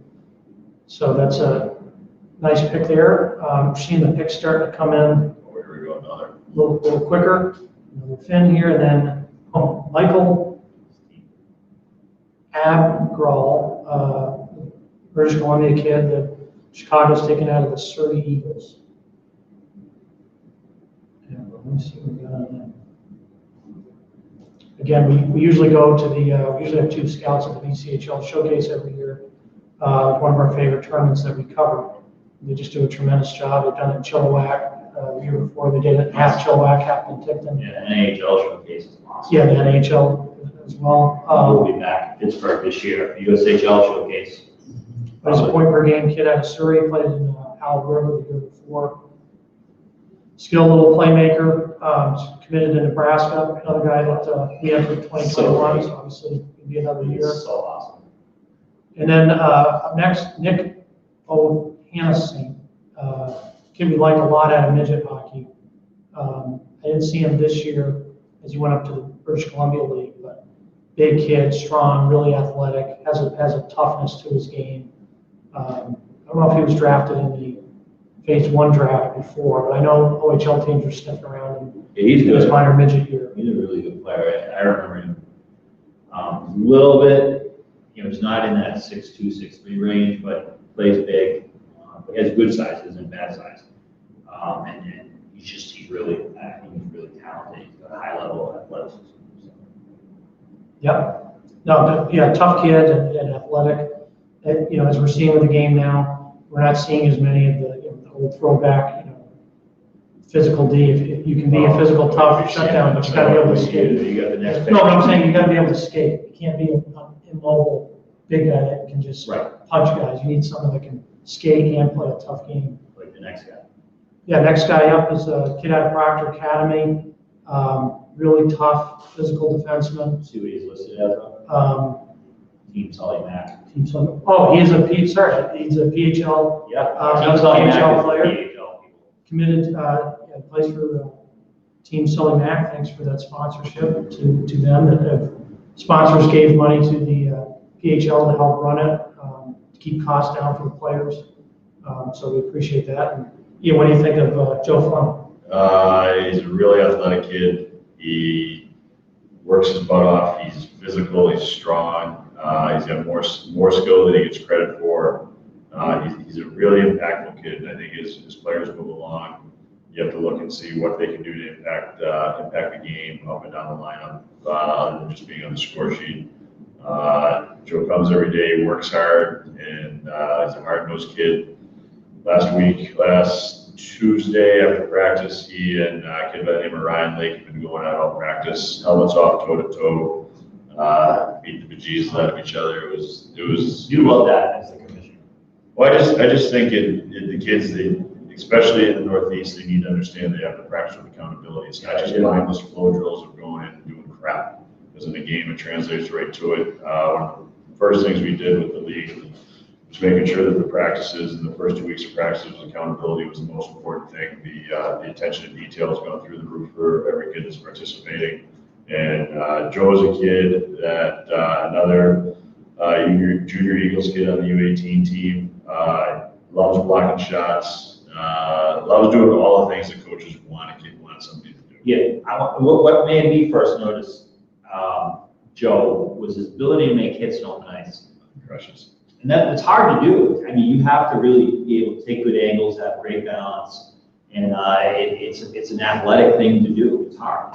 He's very athletic. Yeah, He's strong. He's very athletic and he's strong. At our combine, I think he banked out 22 pull-ups at 215 pounds. That's a big, strong kid. I love Joe. Yeah, I'm 100%. Saw Fleming a year ago at they played Kimball Union, who was in the championship in their league, and they had some really high-level forwards. And the kid, actually, Mac. Yeah, interesting. And they had a couple other guys that were high-level kids, and he wanted to match up with those guys. Oh, yeah. And he was impressive. He was a true freshman, I believe. He's launched upward since a year ago. Yeah, I mean, I haven't seen him. He's worked his butt off. He's trending. Yeah, he's a kid that coaches will love to have because of, or not because of the PHL, but during the PHL, I've had a lot of phone calls about him. With June 1st opening up for NCAA coaches to be able to come in and watch. Everybody's heard that Joe is heading in the right direction, that he's a big, strong, athletic kid, and he 100% will have games, or eyes on him in our game on Tuesday night coming on the break in June 1st. June 1st? That's all needed. Yeah, there's a lead into that. Now, Evan Klein's one of my favorite players ever. I always say my favorite player I ever scouted was Dylan Duke, because Dylan Duke knows how to win games. This guy's the same way. A little bit of, and I'm not saying he's Patrice Bergeron, but similar type style of play, all 200 feet, really smart in his own end. And sometimes it goes unnoticed. He can shoot it. He can create up ice. Mars, Pennsylvania, a lot of good athletes from Mars, and he's just one of my favorite players out there. Is he in the OHL? He's signed in the OHL, I believe. Yeah. He's going to be up in that PBHH tournament out in Erie, Pennsylvania. We'll make sure to have our scouts there. Yeah. I really like him. He's a superb player, really superb. That's how I leave it. Yep. And then you see, 3? 04. Yeah, got his before. He was another kid supposed to go to the OHL. We just talked about this, obviously. Yep. I was sending out a video of Team Sully Mack on the list to Sully Mack. to John Rudikis from Sully Mack, who agreed to sponsor the team. I think Thank you to all of everyone you. take on this. And Winnebago, my email is on my Twitter account at CoachMurphy7843. Next guy up, Sutter Mazzotti. He's kind of an underrated guy coming out of Fox Motors. He's gone to the NHL. He's kind of a hard-nosed, big body, 200-foot forward. He's got pretty good puck possession skill, actually, and shields it really well down low, below the dots. Still a bit of a work in progress, but when you're getting a 6'5", forward who can make plays, that's a good risk to take. We've seen him out in Buffalo. We'd like to, he's got 7 reports on his profile, trending upward. But I was actually, to be honest, I was a little surprised how easily he made his transition into the NA, because I thought he was pretty raw coming out of midget. So that should be a very good sign for USHL guys that you can pull this kid up, playing in a pace environment, and he can still perform. Had a good season with Austin Bruins this year. So let's see, just hit refresh, see what else we got here. We got Dominic Wasik, nice pick here from Sioux Falls. It's a kid they obviously did their homework on. He played for that South Florida Academy program. Says he's a Colorado kid, but he played on that South Florida team. And then hasn't had a lot of starts this year, but has had a lot of success with Aberdeen. I haven't seen him this year, but In 10 games, he's got a .931 save percentage. So impressive move there. Then we've got Simon Grach and Mattis Hadasavsky, two more European guys, Waterloo and Lincoln. Sundsvall, so he's a Slovakian playing in Sweden. Okay. And then we come down to Dubuque, goes to Thayer Academy. We saw Thayer had a big goal yesterday. Key Sweater that went. Now they're taking the forward Peter Kramer. Yeah. What do you guys think of Peter Kramer? Plays his ass off every shift, every game, plays hard. He's heading to Providence with his twin brother Joseph. He impacts the game with his physicality. He's got better skills than he gets credit for. He's really abrasive, really difficult to play against. He is a family with brothers, and you can tell that they had to fight at the dinner table for stuff because he gives it and he yaps, and he's really good at yapping. And that's another skill that I think is underrated, that is very funny and needed to have from the bench. The biggest thing with Peter Kramer and his brother is that they play their asses off every game, every shift, everything matters. They're going full blast all the time. Yep. Next up, K.D. Stefani, another East Coast guy out of Bedford, New Hampshire for Des Moines. I mean, I'm trying to remember. He's a guy, he was at the Avon tournament, so he was at. He was a gunner. Right. But he's a. I'm trying to pull him up. Yeah, I remember when he was up in. Oh, I remember. He's long. He's got speed. Checks the puck. Uses his reach well. He's headed to Western Michigan. Was supposed to head there next year. An NCEC guy that kind of came up through the NA last year. He over a point a game in the NCEC, and then he went to the NA this year. He's a point per game there as well. Yeah, excels in the power play. Given time and space, he can be really creative. We've got him highly ranked here. We've got him as a 64th player, the number 3 ranked player in the NA. I think probably the reason he fell is because he's an 0-1, so you're only going to get him for a year. He's a good player. That's all. He's succeeded everywhere he's been. He's 6'2". He can play with pace. He moves around the ice pretty well. He's got good first touches. He can score. He bears down around the net. His speed. His speed is. Well, it's kind of like tough to play against kind of guys. Yeah, he's good. He is a really good player. He'll do very well next year. He'd be different than the NCDC, but he'll adjust. Next up, we got Brian Huggins, who must be another one of these guys that was drafted early and came back. Because I've got him. So unless I'm wrong here, I got him on Muskegon. But Huggins was a kid. We had him as our top 300 kid out of Meyer coming into his OHL draft here. He's since made the jump to the North American League. He's an all-around kind of guy. He's a strong skater, makes really accurate zip on his passes. So he's committed to Lake Superior. So a guy that made it a pretty seamless transition from midget to the NA, which again, that's not an easy transition. He's got a heavy shot from the point. He can play power play, kill penalties. Got that versatility that these, we hear that a lot from the USHL guys. They want versatile players.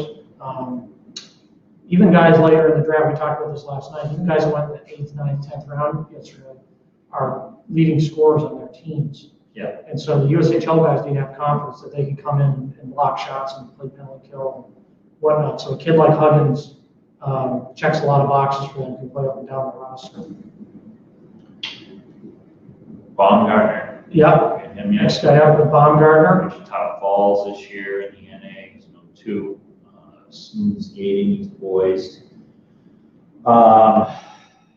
He's good under pressure. He also shows real flashes of skill and the ability to create an edge of his own, make people miss. Just all around the puck.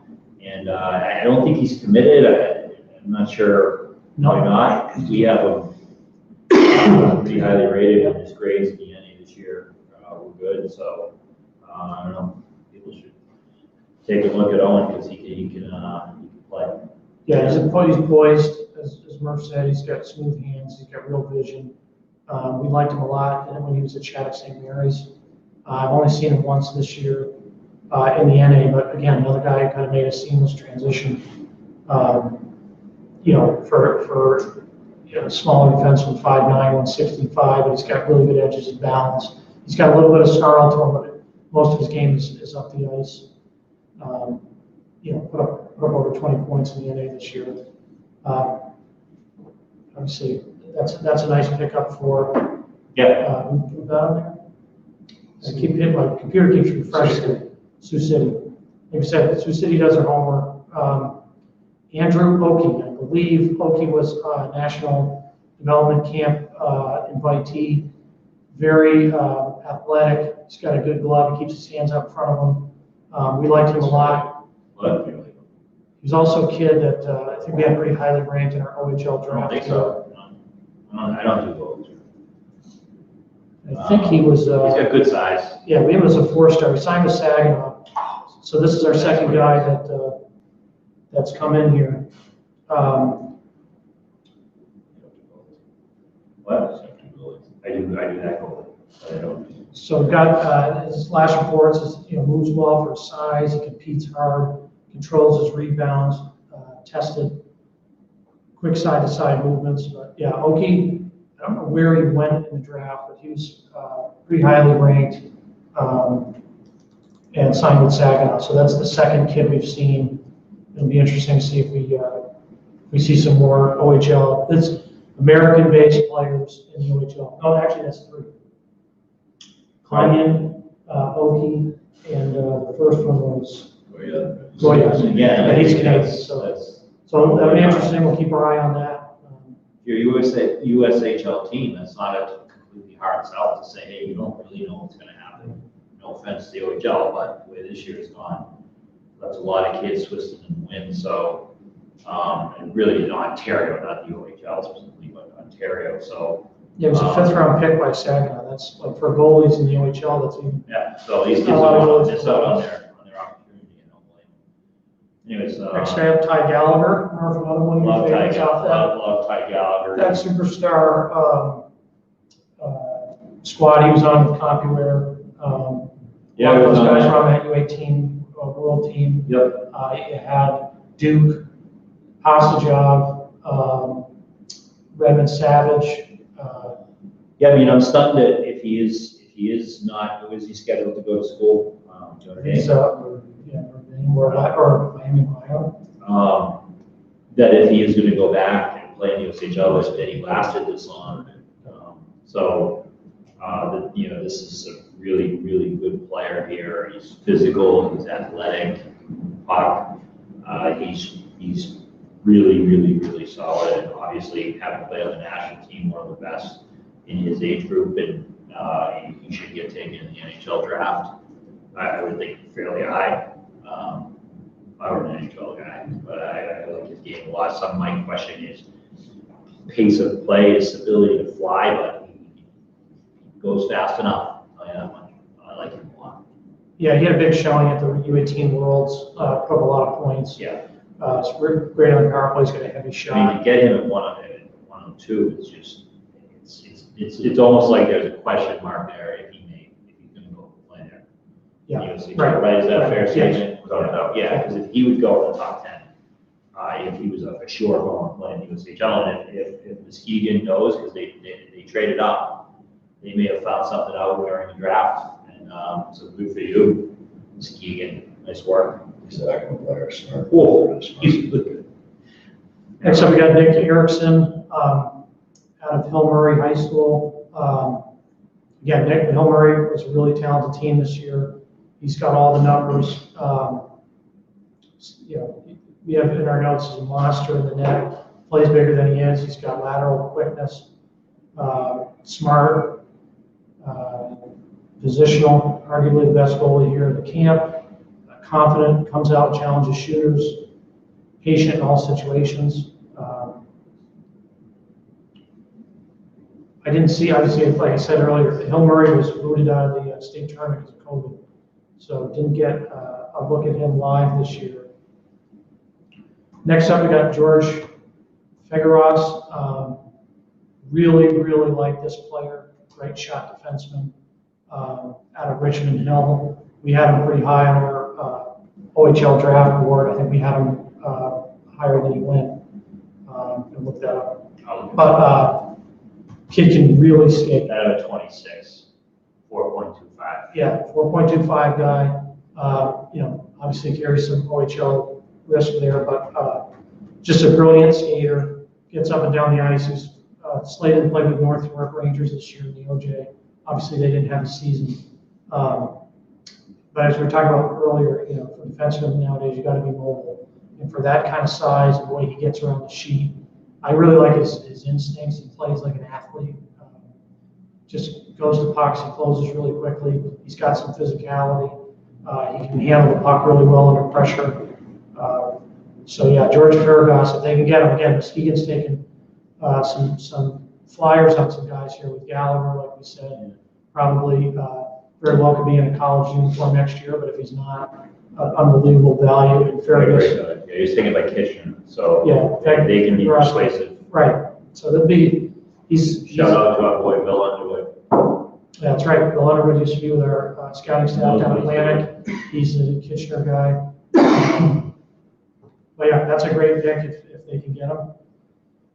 Next up, we have Hunter Haiti out of Sioux Power. Yeah, this kid is big. Still figuring out his feet a little bit. Strong, mean on the back end. Sort of a few penalties out there that maybe we shouldn't have put his team in trouble. Yeah, you don't win with all nice guys.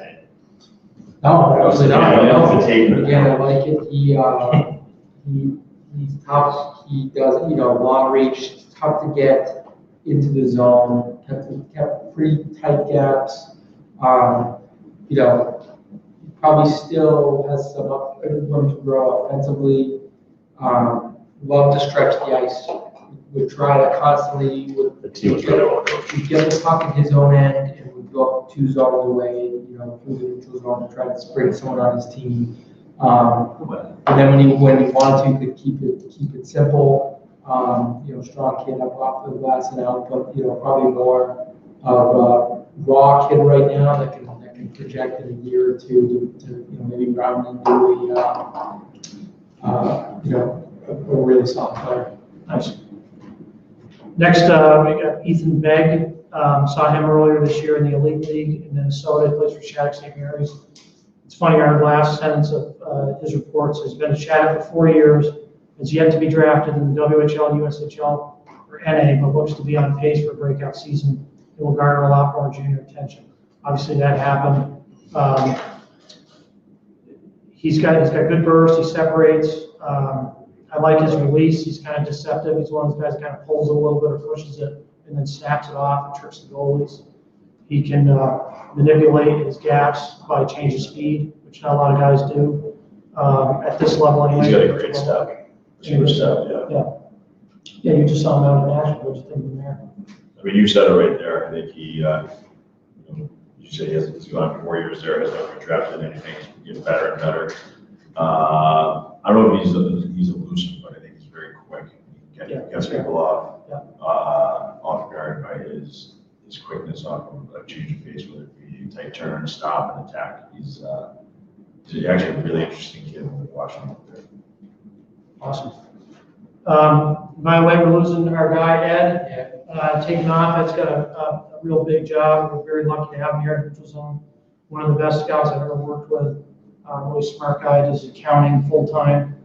But work calls. So. Thank you, Ed. Thanks, Ed, for all you've done. See ya.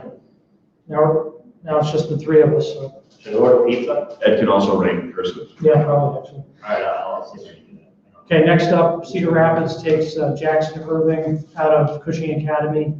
Murph is a big fan, well, Ian too, but Murph has been pushing this guy a lot. We actually did for the PHL league, we did a draft, kind of had fun with picking guys and first overall, he was the first overall pick in that draft by Me. Coach Murph. Coach Murph. By me. Yeah. Sure. highly competitive, highly athletic. Players love to play in front of him. I think he's just been undervalued. Great demeanor for a goalie. Been underrated for a long, long time. Everybody's afraid if you're not 6'4", looking at you. He can win games at the Division I college level, and he's playing well in our league. And somehow he's not going to nationals, but I think that somebody will fix that, and he'll get to Buffalo. But I've always last year, the last time they played a full prep season, he was in 04. He was one of the youngest players in prep hockey, and he was winning games, stopping pucks, 30+ a game, and he just keeps getting better. He's a real competitive kid. He loves being on the ice. He's got a great, as I just said, he's got a great disposition to be a goalie. He cannot get enough shots in practice. He's always working. He really and truly, you kind of feel like it's cliche saying it, but he's a great kid. He's good to talk to. He asks the right questions. He's fun to be on the ice with. And there's no doubt that the kids like being and players like being on the ice with him. So congratulations, Jackson. Just want to toss an additional story out there with Jackson Irving from this past Mass Festival over the last weekend. Came out for the All-Star game on Sunday, and he was the first goalie out of the chute on the end of the rink that we were watching. And you could just tell from both his demeanor and the concentration that he had in the game, facing some of the top shooters and one of the players that we're about to talk about in 3 picks. But he was facing against some really tough players, and he was all business the entire time. He looked like he was in game mode from the second the clock started.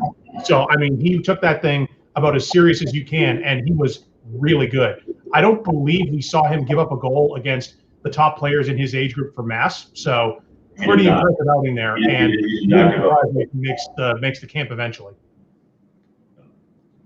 Jackson did not give up a goal. Yeah, we won't get into that whole thing, but Another late pick here with Ethan Bowen. Again, this is what's kind of fun and kind of crazy at the same time with the USHL Phase 2 draft. Now that we're getting into some of the later rounds, we're past the top 100. Ethan Bowen, if you went by a talent standpoint, it would be one of the #1 players in this league. He's a smooth skater. He can separate. He's got great burst for his size. He's got a rocket for a shot. Gone out there several times to watch this kid at Chilliwack, and he's been one of the best kids in the league for 2 years. He's entertaining. Yeah. He's entertaining the right way. He's Yeah. not risky. He makes people miss. He's got NHL size. Did he get drafted last year in the NHL? I'll look that I up. can't remember. Like you said, from a pure talent standpoint and having an impact on the league next year, he's #1. He was a 7th round pick by Anaheim. Yeah. Smart pick by Anaheim there. But yeah, this kid's been tearing up UCHL for years. And he's just high skill, speed. He gets better every year. He's impressive. Yeah. So if they can land him, like I said, North Dakota's got it. He's already committed for the NCAA. If they can land him, that's tremendous value. But he's been in Chilliwack the last 3 years, so that's a really nice. Chilliwack's got a great setup there, so that won't be an easy recruiting job for Tri-City, but a nice value pick there. And then Waterloo takes Grayson Badger, another kid that's been participating in the PHL. No, he's not in the PHL. He's not in the PHL, sorry. Mark just saw him this weekend at the Mets Festival. He's still there. Noah Grayson, I coached against him for a long time. He is a maximum effort kid, motor all the time. It's hard to outwork him. I'm not sure if it's possible. He came out of Brookline High School, Massachusetts, went right into Dexter this year. Played on the line with Will Pogue, who was on the 05 national team, and he just is a worker. He's big, he's strong, he can be intimidating. He's got touch to make plays.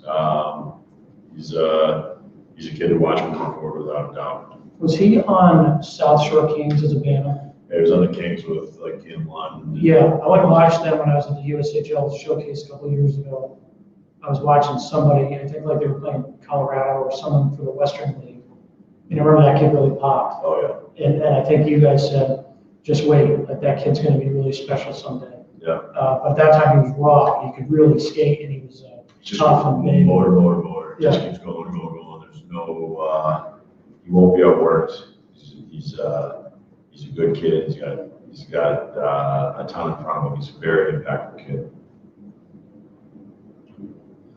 Okay, next guy up, we've got Cam O'Neill. I saw this kid. You guys just saw. Well, He was B+ at the Nationals, Mount St. Charles. Yeah, I saw him where he made an impact on me was we talked about yesterday with the Mount that they had in November because of COVID, with Mount being shut down in Rhode Island, having their issues. And I just loved how he played because he was hard nosed. He was really good at creating space for himself by running into a defender and breaking their stride and then pulling back to create space for himself. He understands what he is. He's a good, hard-nosed kid who finishes checks, great compete. I love him in the cycle. I love him getting to the net, and he finishes checks. All right. Yeah, he got a B. He's graded as a B+ at Nationals. It's not an easy thing to get. Next up, Cody Cole. He's a kid who just keeps getting better and better. He's got good size. He's a little bit of an awkward skater back when we saw him in Buffalo 2 years ago. And I think he's improved on that quite a bit. One of those guys, kind of 200-foot, hard forecheck, back check, finds the soft spots in the offensive zone. So you can tell he's got some heady to him. But yeah, it's interesting. I'm reading from a year and a half ago in Buffalo, or 2 years ago. We said under the radar prospect when undrafted in the USHL was primed for a breakout season. So high school, North Branch High School. There's more here that meets the eye. So obviously he's credit to him that he's pulled it off. Oh, he played for North Star. North Star, yeah. This past year. Looked like he was one of 3 kids that got high grades from us, or a few kids that got high grades. He used an A-, and Reese Labach was already taken, right? Yeah. Labach, Yep. and then Jacob Napier, and it was like Cody Kroll kind of led that team offensively. So good team, and was obviously a key element to that group. Next up, out of Brunswick School in Connecticut, Brennan Hallahan. Hammerhand. No, goaltender, they didn't play this year. Brunswick School didn't play as a result of COVID. So I have not seen Hallahan. I don't. We'll be getting a look at him tomorrow. He's going to be part of the select camp for the New England district and among a pretty good goaltending group within that age group of the 2004. So it'll be well worth it getting another look at him. He's in this report here in scrimmage we watched in, what was this, in late December, mid-December. 6'2", 180, sophomore, got better and better as the game progressed. Size not a problem. Couple early goals that he shook off, which is a good sign. Moved well laterally, has the glove hand figured out. Again, athletic, scored up the shooters, strong tandem with him and the other goalie there. So yeah, he looks like a guy that's going to be a really successful prep player for a year or two, and possibly make the jump up. So good pick. Perfect. Next up, is Hugo Hooker, Winnipeg kid. We liked him. We actually saw him last year as a late 03 at the MJHL development camp series they did. Brian Goldholz, our scout out there, does a great job. Saw him, said in the first sentence of his report, is the best defenseman in this event. He's got a high IQ. He's got the feet to back it up. He wins races to pucks. Makes quick plays in the breakout. Crisp, accurate passer, and can actually absolutely rifle it from the point for a smaller guy. So obviously they, again, it was tough this year to see the Canadian guys. You got to go back in our archives a little bit. The MJ did play some games. Pretty impressive stat line for left shot D. He's got 7 points in 6 games. But that could be a sneaky good pick for Fargo, who actually isn't that far away from Winnipeg. So I think Fargo's had a history with some of those Manitoba kids. Next up, Brady Welsh. I think this is another team, Wisconsin kid. Yeah. Were they at Nationals? I don't think so. I did not see them. I think he's a development camp guy. We got him pretty highly rated. 5. He's undersized guy, but we had him really high in our WAHA playoffs. He's got real speed. He's quick. He's a playmaker. Sees the ice. Like, he's one of those guys who can see the whole sheet, activate his teammates, makes everyone around him better. He's a hustle guy. First guy in on the forecheck, and he's slippery. Got a B+ at that event. Really made an impression. So they weren't at Nationals. He played. It looks like he played at St. Mary's in Wisconsin. Played high school hockey in this past year. Played with Team Wisconsin. I think I saw him in the Elite League as well early in the year.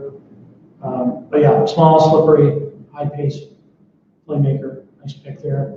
They're staying in Wisconsin for the next pick for Dubuque. Cade Lemmer. It's a heat-seeking missile. There you go. I was in Youngstown 2 years ago.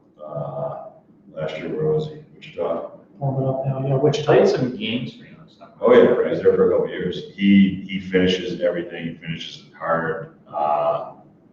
He looks like he has an absolute blast playing hockey. But he is a heat-seeking missile, 100%. I remember seeing him 2 years ago or 3 years ago at the Fall Classic, and he came on the ice and just destroyed someone right away, drew a penalty. He definitely made an impact on me watching that game. He hits with the intent of knocking you on your ass. All right, next. Next up, we got Braden Simons Fisher. We've always really liked. He's huge. Yes. Raw. But looks like he's starting to round out his game. Had a good season this year with Austin. Started out with Green Bay. He's played Green Bay the prior year. 6'6". Those guys take a little while, but We've got here, in a report from this season, unmatched intensity is what was in the report, among other things. But he's got some pace to his game, and 6'6", if you have unmatched intensity and some pace, generally that's going to equal success. So. yeah, it's a big guy. Heavy power forward type. We had him pretty highly ranked a couple of years ago. But yeah, he's a little bit raw in getting up to speed, but once his feet are under him, His father is former winger Fisher.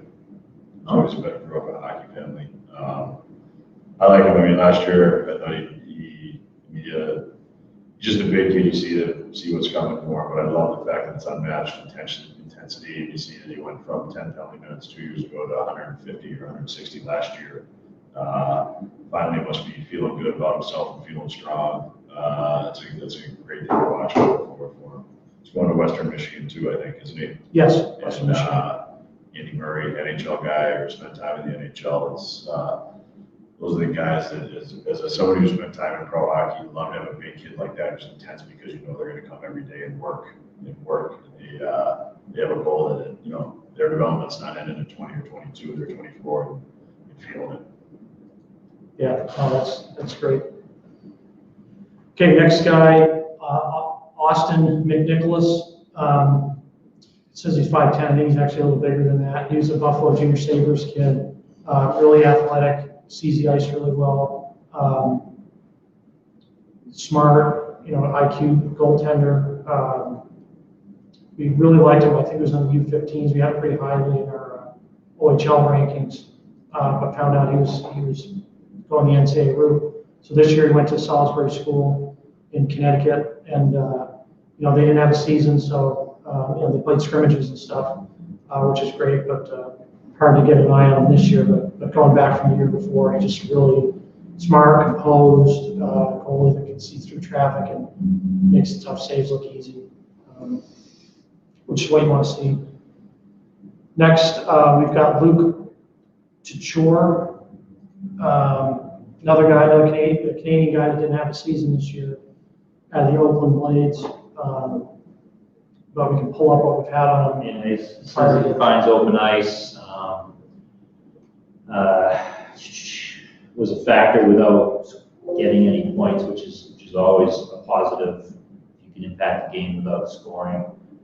Showed a willingness to drive and receive the puck, scoring opportunities, going to dangerous areas, worked hard in all three zones. Back to his defenders, aggressive on the forecheck. So, seems like based on this, which was a year ago, that late 2002, that's maybe more of a grinder than anything. Yep. But he's got a little bit of skill. Yeah. I don't want to say a little bit, but he's got some skill, but he's strong on his skates.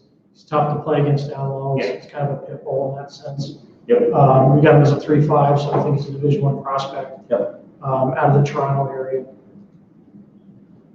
Let's see here, refresh. Ben Burnett, left shot D out of North Bay, Ontario. We're seeing more and more kids coming, Ontario kids that are leaving Ontario and going out and playing in the BCHL and the AJHL. I don't know if those leagues have been targeting those guys more or why that's necessarily happening, but we're just seeing a lot more of those kids. There's actually some underrated kids out of the GOJHL that have made their way over to BC that have done really well. But this kid played at Carleton Place. Year before, Carleton Place is stacked every year, the best team in the CCHL consistently. And made his way to Pal River this year. For again, they had a shortened season, but just looking up our reports from see if we have any from this season. Yeah, we've got his top 250 player. He was in that CJHL prospects game. Said shows considerable improvement since her last viewing in October. Solid all-around physical defenseman, strong skater, led rushes up the ice, nice give and go through the neutral zone. He snaps, passes off, strong on his stick, comes out of corners with the puck, and was able to get back and retrieve and absorb hits and still make the pass. Needs to improve his lateral mobility and quickness, but he's strong and sturdy. Excellent boxing out guys in front of the net. We've always said that guys that have that kind of mentality, defensemen that needed improvement, maybe they're skating a little bit. BCHL is a great league for those guys because it's so open ice, it's so offensive minded that you've really got to Just a ton of pace. yeah, ton of pace. You got to be able to skate in that league, and it forces guys to skate. So I haven't seen him this year. I can't comment if he's improved in that area, but I think that's it. That was probably a smart move for him to move over to the BC league now, obviously getting attention from the USHL. Next up, Tyler Shea. I got him here. Austin Blues. Yeah, so we, just FYI, one of the things we looked at to improve upon at NZ is our goalie scouting, understanding that the three of us and some of our other scouts, we're not experts in goaltending. We'll notice if somebody really stands out or really stinks. So we wanted to, it's the truth, right? I mean, I don't know what to tell you.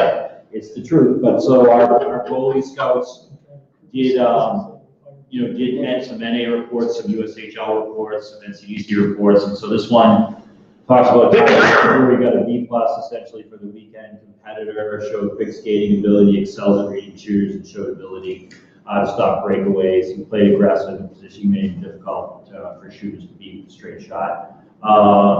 He excelled in pressure situations where the game was on the line. Sounds a lot from a size standpoint, except this guy's an 01, Tyler.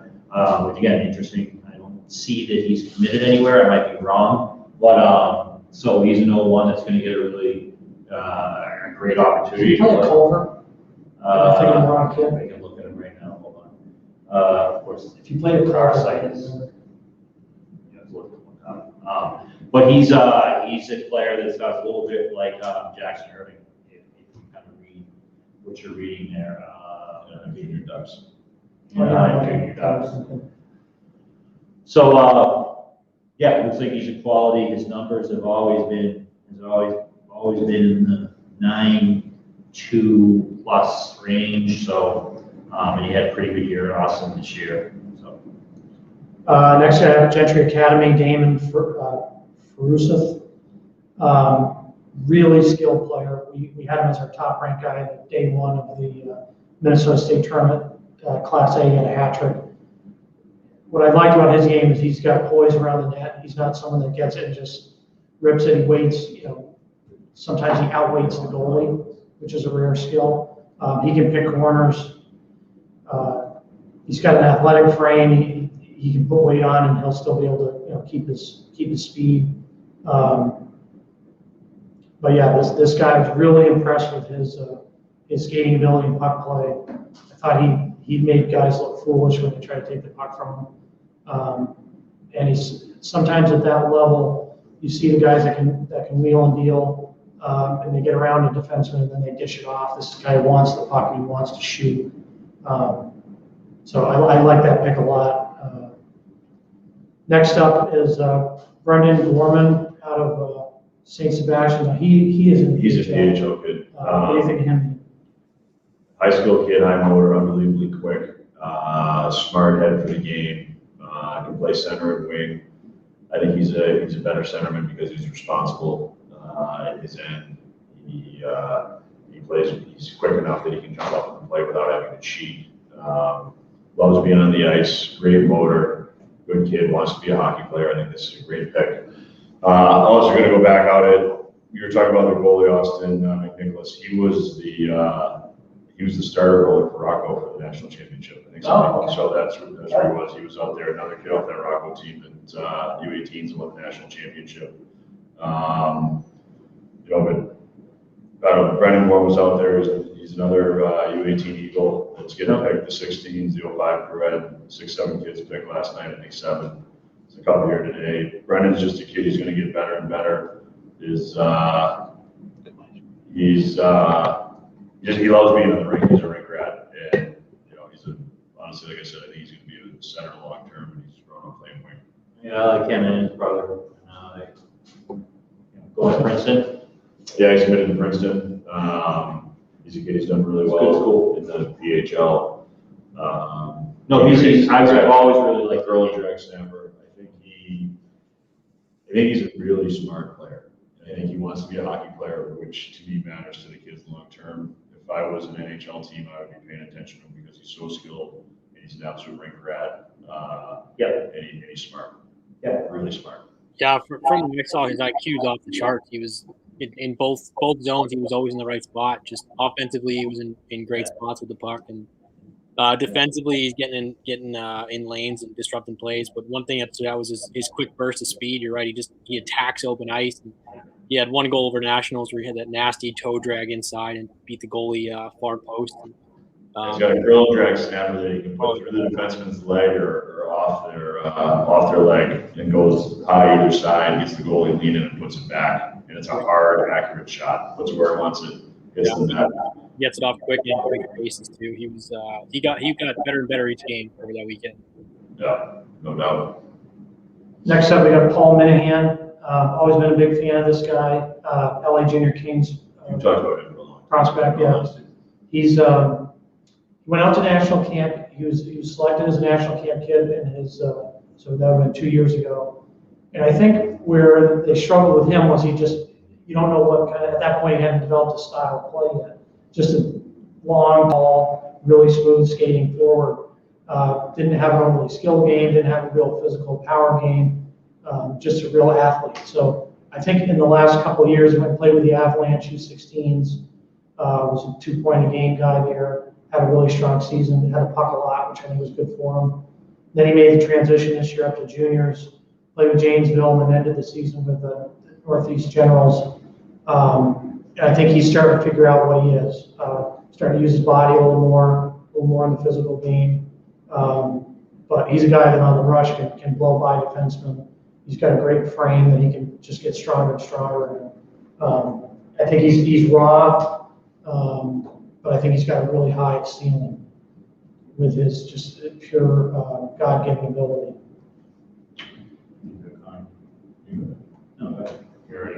Yeah, Ryan Conley, late 04, Buffalo Junior Sabres. We gave him a high grade at the Light Hockey Championships. Where was that? No? Philadelphia. Philadelphia. Philadelphia. Kept messing up Pittsburgh and Philly yesterday. But he's got a lot of skill. One of those guys that the puck sticks to his blade. There's another kid who just keeps getting better and better. Yeah. You saw him play early in the fall this year. He just kept getting better and better. He just kept getting better and better over the last few years. We have him as 5'10". What's he in the year? I think he's bigger than that, taller than that. 5'10", what they say here. Yeah, I think he's a little taller than that. But he's a kid who just keeps getting better and better. He's a guy because of that. It's not that he gets 14. Yep. He's got unbelievable poise and puck position skill. He was drafted by Niagara in the OHL. We said he'll likely be an early pick in phase 2 this year. So it's actually kind of surprising he fell this late with his skill. But I think if we look back and you look at the first 2 rounds, it's a lot of older guys, 02s and even some 01s. In terms of 04s, he's right up there. He's super skilled. A couple things that stood out to me when I saw him is his work ethic is unmatched. Every time he's on the ice, the hardest working guy. And to go with the skill, he's got a ton of. So he's great in his own zone. He plays penalty kill. There were a couple times he was out there for a 5-on-3 against. He was blocking big shots. Important times in the game late. He's on the ice defending the lead, and you're right. He's also got a great skill set with him as well. Next up, we got Brett Overly. I got him. He's a late 01. Yep. Again, supposedly headed to Minnesota Duluth, so another player got pushed back a year. Obviously, they know what they're doing in recruiting. We need a strong, balanced skater. His game, I would describe, is meticulous, strong in the corners, plays on the correct side of the puck. And he can score. He'll chip in, but he moves things quickly. He doesn't dust the puck off, and will fit right into that style of play. His game should be translatable. I'm actually reading this from one of our NHL reports from last year. Translatable game, and he can play in all situations. So he should be able to make the adjustments to find a role. That's really important. You've got to be a little bit of a chameleon as you move up in levels and carve out a new. You like that? You like that? Chameleon or a Swiss Army knife? Yeah, we'll say. I like chameleon. But see, we have Swiss fish, to finish. Yeah, Overly is very reliable. Somebody that you can trust, and he's an immediate impact guy. He's not someone you got to wait and project out. He's going to be able to step into the USHL, play right away. So to get him in the 9th round is a nice get. Michael Morelli is next up, and coming off a big season with Maryland, .923 save percentage. Another 6-foot goalie. Obviously, stop the puck is the most important thing, not the size anymore. Yeah. I like seeing kids that compete and stop the puck. I don't really care how big they are. I'm with you. Just looking up our, pretty highly ranked. He's a top 200 prospect. I'm just looking up to see where we have him in the NA. I think we have a pretty high NA goalies.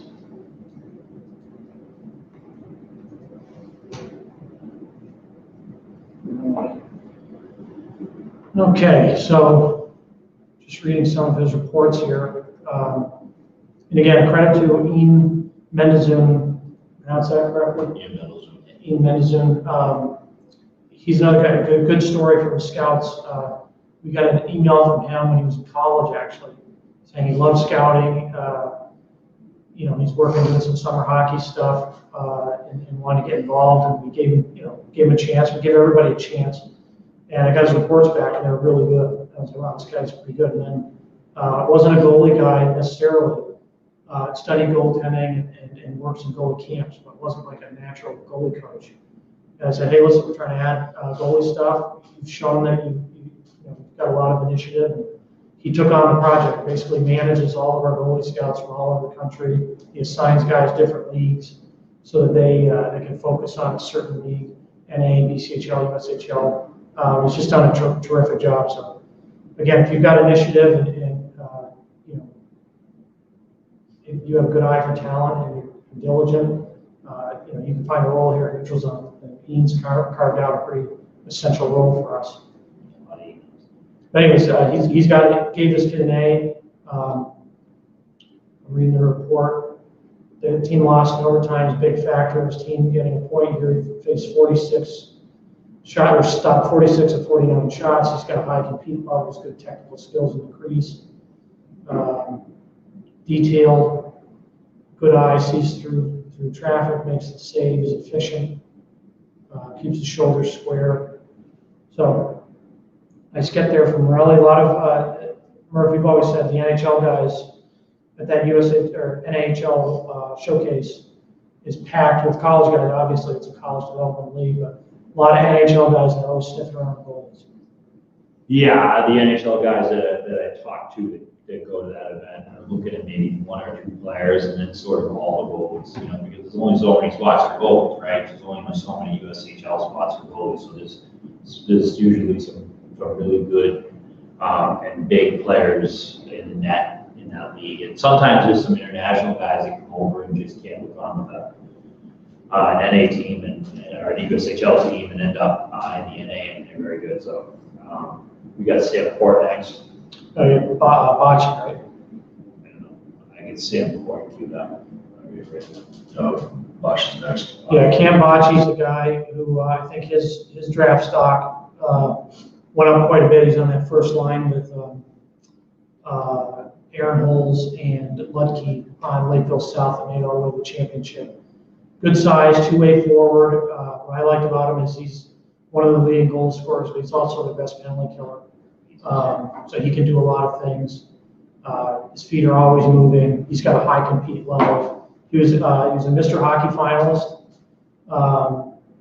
and we put him down and said his game reflects the stats. He's 27 goals in 23 games. We said he's one of the best uncommitted forwards in Minnesota. So still uncommitted, but a really nice snag here by Des Moines here. Another Lakeville South. We've seen a lot of Lakeville South, Lakeville North. Cully, a lot of Lakeville's. Where's Cully? Yeah, Cully. Where is Cully? Where are you, Cully? Also, to mention, I mentioned yesterday, Woodbury, Minnesota, that there's a lot of kids coming out of that realm. That Brett Mobley that we just talked about is also Woodbury, Minnesota. So, okay, next up is Like Pittsburgh and Philly. Sam Court. Sam Court, 2004, played in the MJHL this year. And we have 5 reports on him. Manitoba kid. We actually covered the MJHL pretty well. The first line of this says, no Fort Worth year, look for him to be on the radar and NCAA major junior programs. Offensively minded defenseman that shows the boys at 20-year-old who walk the blue line in the offensive zone, runs top of the power play, looks like he generates kind of offense. So, obviously a player that maybe is a little under the radar, but we got him and he got high grades up in the MJHL again in the 04, so that's pretty impressive. Yeah, next up, Chase Hale out of Detroit Bell Tire U16s. Got to see him in the state tournament. Said in the note, said one thing that stood out about Hale was the number of tip deflection saves he made. He's someone he's wiry. He's got quick reaction time. Good athlete. He's got good footwork. One thing that Ian's talking about a lot, he's saying how the goalies that are under 6 feet or 6 feet, 6'1" that are going. This another kid falls in that category. I think he's 6'1". But you need to have good footwork, and the pace of the game has improved so much that goalies that are just like big and stand there and can't get around are struggling. So we've been seeing a lot of talented goalies with good footwork becoming more and more important. I'm not saying it wasn't important before, but I think it's more important now. He's a good puck tracker. He controls rebounds pretty well. But again, good footwork for Chase Hale out of Bell Tire. Where are we next? Chase Defoe. We were back-to-back chases. Chase Defoe was a younger kid. At one point, he was just a pure speed kid. A lot of times you worry about those guys because they're just used to burning wide on people. But as he's gotten bigger and stronger, he knows how to get to the front of the net. He's got good hands. He can corral rebounds, pull them into himself, and move laterally to put it in the net. Again, he's just a big, strong kid, 6'3", 185, 190 pounds. He's got a pro frame. and pro mentality. That's he's a kid as you move along here that can have an impact on different ways up and down the lineup. Yeah, and we've got 2 reports on from the BCHL on him this year, so we're up to date there. Good job, Ian. Next up, Luke Thanks, Coach Strickland. Mark. Luke, Strickland. yeah, he is out of Summerside Western Capitals. So it's interesting. I was actually talking to some college coaches about this league because this league is one of the rare leagues in Canada that was open. I didn't see it personally, so I can't comment on it from what I've personally seen. But people said there was some real talent there.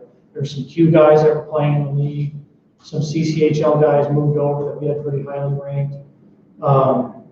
So I haven't seen this player this year, but he played at Summerside. We saw him. In the year before, he was an OJHL guy. Played for Stufo. Just we have one report on him. He's smaller, uses speed to his advantage, separates, smart, anticipates well. This was at CCM in South Bend, I believe. So Yeah, I think that's a different kid. this is a different kid. Yeah. Could be. This kid, because this guy played the OJ. Is this kid in it He too? was a goal scorer. Yeah, I was on in the showcase. And there's 2 Strickland. Yeah, Couldn't be. Yeah, I don't know. but nice get there. And again, the guy played this year in that MHL. I was actually thinking there would be a bunch of MHL kids. We haven't seen it yet. I think he's the first one off the board. But Okay. you know, Yeah, that kid's an 05. in 5 games, he's got 5 goals. In the playoffs, he had 11 goals in 18 games.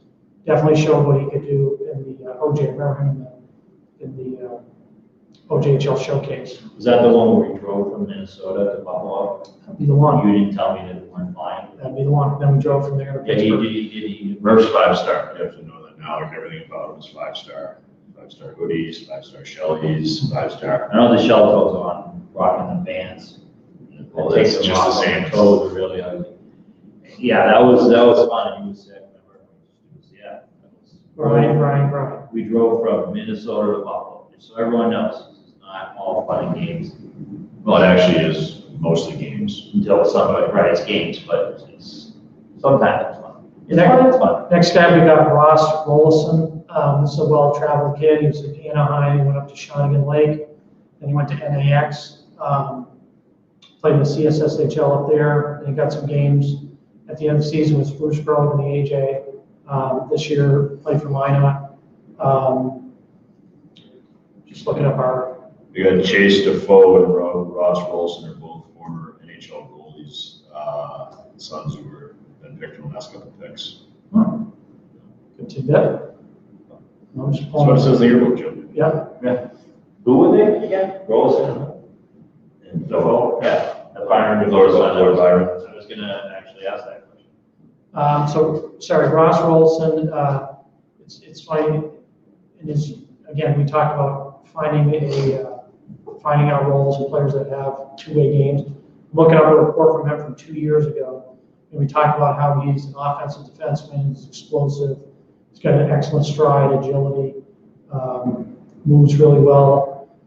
He pressed forwards in the corner, forced quick decisions, not overly physical, but relied on for his smarts and quickness in defense. You look him up this year with Minot, he's only got a few points. Obviously, he's been playing a strict defensive game with them, but he's got that ability in him. So nice pick there by Green Bay. Like we said earlier, Green Bay does their homework. This kid has been in a lot of different places, had success everywhere he's been, and obviously versatile. He can play, power play stuff, and he can be a shutdown lead. We got next. Graham Porter. Oh, yeah. He's been playing in the NCDC. He's supposed to be going to Holy Cross next year. Proctor kid? 2022. Yeah, I like this kid Oh, a is lot. it 2022? Oh, okay. Yeah, I like this kid. His brother played it as goalie at Rivers. Oh, really? Yeah, I think that's the brother. He's a skilled kid who keeps getting better and better. Again, I've said that a number of times. When his brother got to Holy Cross. I think he was a Princeton kid. Princeton again. I think Porter, the goalie of Yeah. Rivers. He was a Princeton fan. But Grant Porter, when I saw him at Proctor, I haven't seen him in a year. I just loved his sense. He's really smart. Yeah. He sees it. He played online with Riley Walsh kid, who's a coach's son at Proctor, and he fed that kid all over the place. Set him up for some easy goals. He's got some good pace, but I didn't see him this year. Yeah. He put up really good numbers. I think he was well over a point a game kid with the NCDC this past year. Yeah, we have a ton of reports. Yeah. Yeah, it's nice to see, because he's a smaller guy, 5'11", he was light, to see he could go into juniors and produce. Yeah, That's big. he's a smart kid. He works hard. I know he spends a ton of time working in the summer, just game, not doing the weird stuff that Joe drags. Yep. I think he works on things that will translate into his game. And it's great to see this him being rewarded for that. Next up, we're a little bit behind, but that's okay. We've got to fly through these guys. PHL. Nolan Joyce, another PHL player out of St. Sebastian's. Ian, you've coached this guy. What do you think? Yeah, he's another kid who played on the U18 Eagles. Nolan has an absolute missile. He gets away in a hurry. He does not need space to get it away. Hit the net, and it buzzes. I don't know how many of you out there have shot Milek street hockey pucks before. You know those orange ones? I know what they are, yeah. You take a slap shot with those things, you hit it clean, it just sails and, and it gets like 10 feet up your stick, and then it takes off and goes. And that's what Nolan's slap shot's like. It's just an absolute missile. He's got better skills than you give him credit for. He's quick. Started to do it on ice with him probably a year and a half ago. He was a tough kid to get a read on. Wasn't sure if he was liking what we were doing or not. Now, absolutely love him. Love his work ethic. Love his intensity. Loves what he brings every day. He's very serious. Expects to win games and battles. He's a late 03 birthday. He's a kid that'll have NHL interest next year for sure. And he, like I said, he expects to win games and the battles. He's a great pickup. Nice. Next up from Madison, Connor Thuy, Manhattan Beach, California. They made the trek out to Shattuck St. Mary's. Really like this player. This is a smart pick because doesn't have a ton of flash to him. He's got subtle skills, we call it, someone that kind of recognizes the situation and makes a high percentage play. He's an 04, played on that Shattuck U16 team. He's got a lot of reports in the system. But what we know mostly is good gap control defensively, doesn't force his passes, plays a mature game that will translate. He's got good patience with the puck, and we talked about how on the power play he kind of sneaks down the weak side and presents himself as an option. So really like that pick again. You see, I always say with the USHL guys, those scouts do their homework. This kid's subtle, he's uncommitted. He probably doesn't have as much college interest. But the USHL guys really pay attention. And There's two pizzas down there. Sorry, Murph is ordering pizzas. Somebody's swinging up to the Next up for Cedar Rapids, room B. they've got Donovan O'Neill Yeah. out of Dexter School. Yeah, there's another kid who played on U18 Eagles. Donnie doesn't know how strong he is, how much he can impact a game by how physically he can take over a game. He's a good skater. He's got a good quick release. Physicality and mentality-wise, he can play in the USHL without a doubt. Played on Dexter's top line last year with Matty Capone and William Hughes. And he was just a physical presence, game in, game out. And then we talked about it yesterday that Dexter was really the only prep school that played a real schedule last year. I think they played 20 games, which obviously isn't a ton. But he's a hard, physical kid that can impact games when he brings it and he knows what he is. He's right now he's figuring out what type of player he is as impactful power forward. This is a good pick here. We'll go to camp. We'll work his ass off and. I can see him earning a spot without a doubt. Awesome. Next up, we got Matt O'Donnell. Matt O'Donnell is highly coveted coming out of Chicago Mission. Our OHL guys really liked him, thinking could have been a fit there because of how developed he was at a young age. But he's grown a lot in the last couple of years. Our goalie guys really like him. It's a tight positionally, strong technique, very aggressive approach. Quick shuffle. He's got an intensity to him. He's coming off a really good year with the Jersey Rockets. I'm trying to think. I think he was on that team, another loaded Chicago Mission team that had. I'm trying to think, a couple national kids. It had one of the Slaggards. It had a couple of Perot, I think, was on that team. Who's now in the USHL. But anyways, big athletic netminder, coming off a big season. I mean, he's no two, he's a little older, but 931 save percentage with the Jersey Hitmen. Is he on to though? He's not, doesn't fall in the league for the draft. He's Right. a week ahead, a week before. Right. Okay, next up, we've got Evan Muir Evan Muir. out of Stillwater. I do not know him. Muir, got in the elite league. Saw him earlier, didn't put him in the system, but I didn't see Stillwater, but a point per game guy, 03. I'm going off of memory, so I don't want to speak against this guy because I didn't see him, but I do remember this kid in the elite league. I think he was like a pretty good skater and puck mover type, but don't want to speak out of school. Evan Muir, nice pick there. Point per game as a defenseman in that league is pretty impressive. Next up, we have Hunter Jones out of another staying in Minnesota, Andover, Minnesota. We've seen a lot of Andover kids. Andover is an up-and-coming program as well. And he played for Wichita Falls last year. Before that, he was Andover High School, was almost a 2-point game guy. Look up, see what we got on Hunter.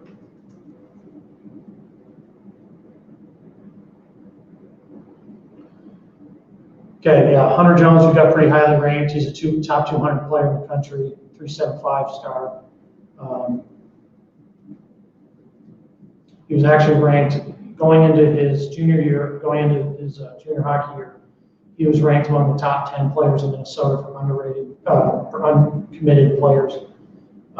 He's a late bloomer, plays with a lot of grit, a lot of determination. He's smart, he's quick. He can play down low.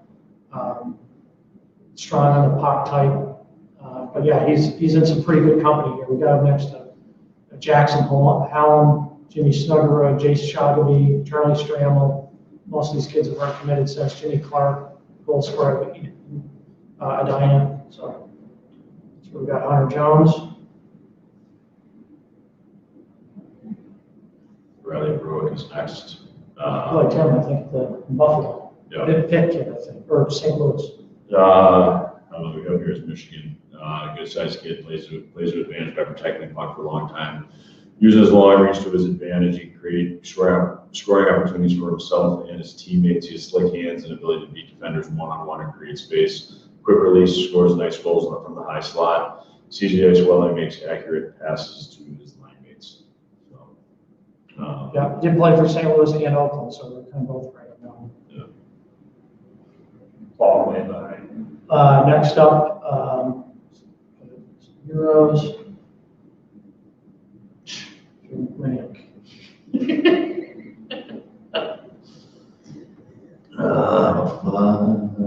Joseph Graniak's an Elk River High School kid. We talked about Elk River yesterday with Carter Davis. Yep. Just so we're at what, round 10, pick 143, right? Yeah. Yes. Yep. So Graniak is he's got good size. He's 6 foot 185, well-rounded defenseman. He plays an honest defensive game, manages his gaps, rides opponents to the boards, pinches them off. He's got good mobility, especially lateral. It's great for that kind of size. And he can jump out and join the rush as a fourth forward. So that's. Sorry, we're getting his pizza Friday. Thank you. That's what we got there. Thank you very much. You're welcome. Ian just wanted me to tell you. Next up, Tage Harding, Fort McMurray, 6'7", 235 pounds. Yep. Big shot. from the point, he's a D-man. We have him at 6'6", yeah. One time the puck, wants presence in front of the net after whistles. Don't mess with his goalie.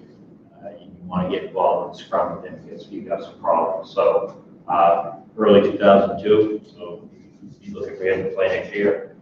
Take it up. Next up, Duncan Ramsey. This is a really nice pick. I'm actually kind of surprised he went this late. We had him very highly ranked in our QMJHL draft rankings last year. Came out of that Mount Academy Saints program. Big, smart, mobile defenseman. Moves really well. He's really strong in his skates. Steps up and delivers hits open ice, like Murph said. Not a lot of younger defensemen are good at making open ice hits. He's got a good stick. He can play up ice. You know, that kind of versatility that we talked about. That's highly desired. He committed to the University of Vermont, so that's why you'd think, you know, he might go that route to the NCAA. So really good pick. He played at Kimball Union this year in New Hampshire, but they didn't have a season, so or like a real season to go off. So I think we have some reports on for scrimmages, but this was a major prospect coming out of the Quebec area last year. He's actually a Nova Scotia kid, but playing in Quebec. He was dominant in scrimmages for Kimball Union. He did a lot of really good things in terms of his physicality, his size. He used all of it to his advantage. Really smart with the puck. He was the best player in the scrimmage games that we watched, and it wasn't close. Yeah, that's saying a lot because that's a program that pumps out a lot of kids. Next up, Cam Whitehead. Got him as a 6'3" goalie. Got him as a 3'5". I've got the most recent report for him here. Yeah. Utica. This is Whitehead was excellent in the shootout win for Utica. He stopped 26 to 29 shots and stopped all 3 shooters in the shootout. Whitehead's a big goalie who moves effortlessly in his crease. He's excellent moving side to side and is flexible, making a few saves by using full splits in the game. Whitehead is good at looking through traffic, using his size to track pucks and find where the shot is coming from. They scored their goals. PAL scored their goals on shots, rebounds off his blocker on their third goal. So that's how they scored their third goal. And in the game, the most recent one we've got, which is from, I believe, January. January 18th, he received a B+. So back to the 6'3" goalie. Yeah. Brett Warwick, next guy up, he's a Wisconsin commit out of the AJHL. Kid can fly. You see another guy that came out of that Edge program in Western Canada. He's one of those guys, he's at top speed in his first couple steps. Plays hard, smart, can think the game at pace, sneaky out of the corner, he's got an accurate shot. We gave him an A- in his most recent report with the Calgary Canucks. So nice pick there for another Western Canadian guy who looks like he's looking to come to the U.S.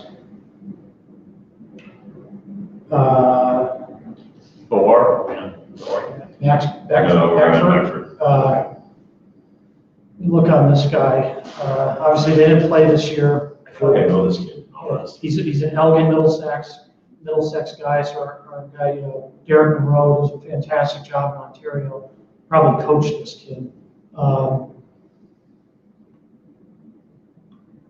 But yeah, didn't play this year. Has obviously good stats with Elgin Middlesex.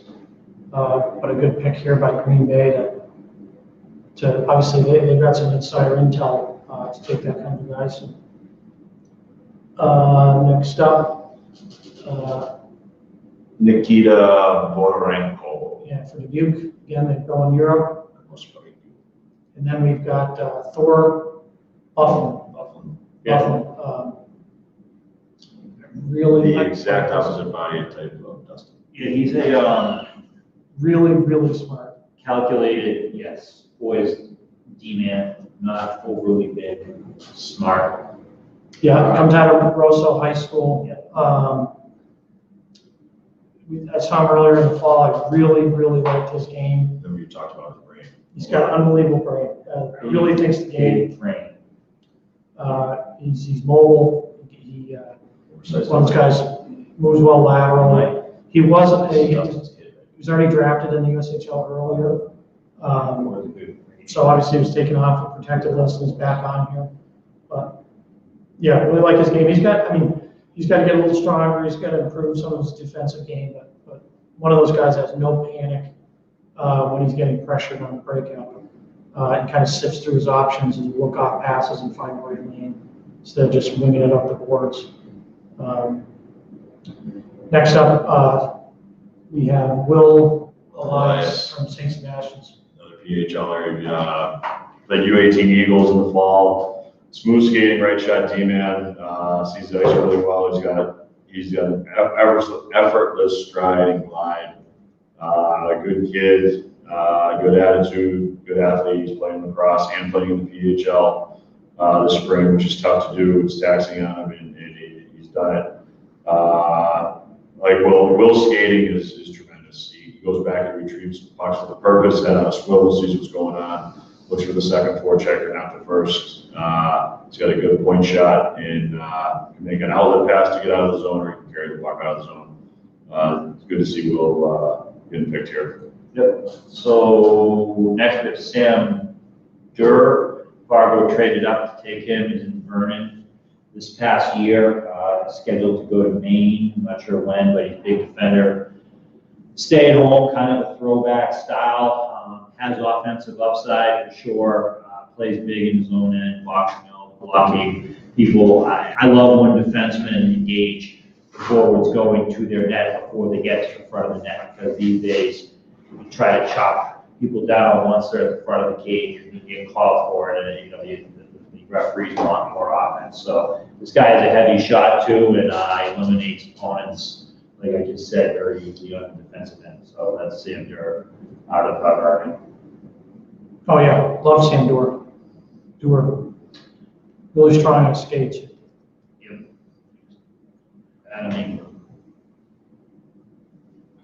Adam Ingram out of Selkirk. Yeah, well done. Another Manitoba guy.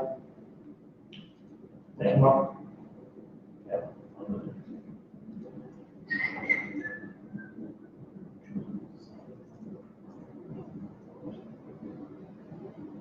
Adam Ingram, okay. 2003 out of BC.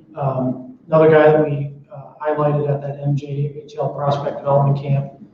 Again, we got a lot out of that camp. It was a good idea by the league to get some of those younger kids in. It says relentless puck pursuit, pressured opposing defensemen and making forced decisions and dump ends, was effective stealing pucks, attacking the net quick. His hands and stick are quick. He's very sneaky picking pockets. The 03 is a smooth stride, plays north-south style play, gets pucks in deep and chases after them with tenacity. But he plays more of a simple, steady game, does not look to make the flashing play. Yeah, so nice report there with MJHL. Try to cover, all of North America. We've got scouts in every major region. So a nice snag there for Youngstown, who's been dipping up in Canada quite a bit in this draft. So we get Joseph. Joey Zhang, 05. So yeah, this is our First 05? Yeah, first. So we have him as a 3.75 star. So go ahead, Ian. Yeah, he's really opportunistic, great skater, good powerful stride, good edges. You love how he turns Murph. In all honesty, offensively, he's opportunistic. He's a kid that kind of looking to see where he is on the ice and think, what the hell is he doing? All of a sudden, the puck's on his stick and he's putting it in an empty net. He's a bright kid. His feet are probably his best asset. He can play with pace. He's good size. He's strong on the puck. I think this is the first 05 to go, right? Yeah, It's the first 5. Yep. September of 05, not technically a late birth year, but Missed it by a couple of days, by a week. yeah, I think he was, based on our stats. We played on the line in the fall split season with River Rats with Cam Rousseau. Yep. And Matty Catolo, and they did a good job. That Rats team was a good team, and Rousseau was good together. Yeah. Yeah, I mean, he was, I don't know if call him this, but definitely was a good pick. Like, he used to go once. Waterloo takes Hayden Nickel out of Nashville Junior Predators. Andrew, you got this kid? I can pull up what we have on him. Yeah. So, I've seen Hayden a couple times this year, and he's a very tenacious forward. He loves playing the body and getting physical. He's a little chippy between the whistles. He kind of plays right on that edge, but he loves to get in the mix. He's strong on the puck, really hard on the forecheck. Whenever he's F1, he makes the defenseman know he's coming, and just really disrupts plays and finishes his checks. He's got a real quick shot, real hard and accurate, that he can get off in tight spaces. He doesn't have that breakaway speed. He can't really create separation on his own, and he's not lightning quick and open ice. But he's really good down low. He's a powerful player, and he loves just creating chaos at the net front. Great, thanks, Andrew. That's kid's right in his backyard. That's what tees up to him. Next up is a kid, Nicky Nemo. Who's in whose backyard? Who's in my backyard. Yes. Very rarely for players from Vermont to get drafted. Neutral Zone was founded in Vermont, so we love the Vermonters. I'll just say a quick story with him is that he, every level I've watched this kid play, and I've seen him since he was a bantam. They keep saying, oh, he's good, but he won't be able to make it the next level because he's so small. And the next level he goes, well, okay, he's good at U16, but when he goes to U18, he's not going to do well. And then he does well. Then it was, okay, that's good, he's playing juniors, but he can't play junior. Well, he averaged a point a game in the NCDC. And then the idea was, well, the NCDC is weak. When he goes to, NAHL or USHL, and again, we don't think the NCDC is weak, but they'd say he won't be able to produce. Again, 53 points in 52 games in the NAHL. Very tough league for a guy who's small. He's an 0-1. So I love the pick. Nicky's committed to Bentley. Yeah, Bentley committed. But a kid has always been told he's too small or not quite there. I mean, I'm looking at a B+ from him playing for Lone Star. We've got a couple of reports in the NA this year. So 20 game kid. 20 game kid and 8 kill penalties. So it'll be good. It'll be good for the Falcons and Coach Soderquist. Next up, we have Andrew King out of Lawrence Academy. Another PHL. You guys seen this guy? Oh yeah. So first time I saw Andrew was a couple years ago. He was probably 5'3". When he started playing in the PHL, which was 8 weeks ago, he was, someone asked literally 2 days ago how big he was leading up to this draft. I said, he's probably 5'11", 5'10", somewhere in there. And then I was talking with him on the ice the other day, and I was looking up at him. I said, Jesus, how big are you? He said he's about 6'1". So he's grown about 1.5 inches, 2 inches in the 8 weeks of the PHL. This kid's motor is excellent. He's smart. He competes. He's not afraid of contact. He's not afraid of traffic. Plays a straight line, stop, start, excellent stick. Loves to work hard and has a great attitude. Coach Murphy. Effort and attitude are everything. Nice. Yeah. Yeah, and I'm looking up here, and he's from Dubuque Fire. Yeah. Drafted by Dubuque. Wow. So Well, yesterday we saw a fan favorite. Yesterday we saw one local kid in the 10th round go to Des Moines. I think that's the last local guy we saw. Okay, next up, McKay Hayes. I think he's Backland. Oh, I'm sorry. He's from Austria, but I played with him one. U16. An Austrian kid. Yeah. Des Moines took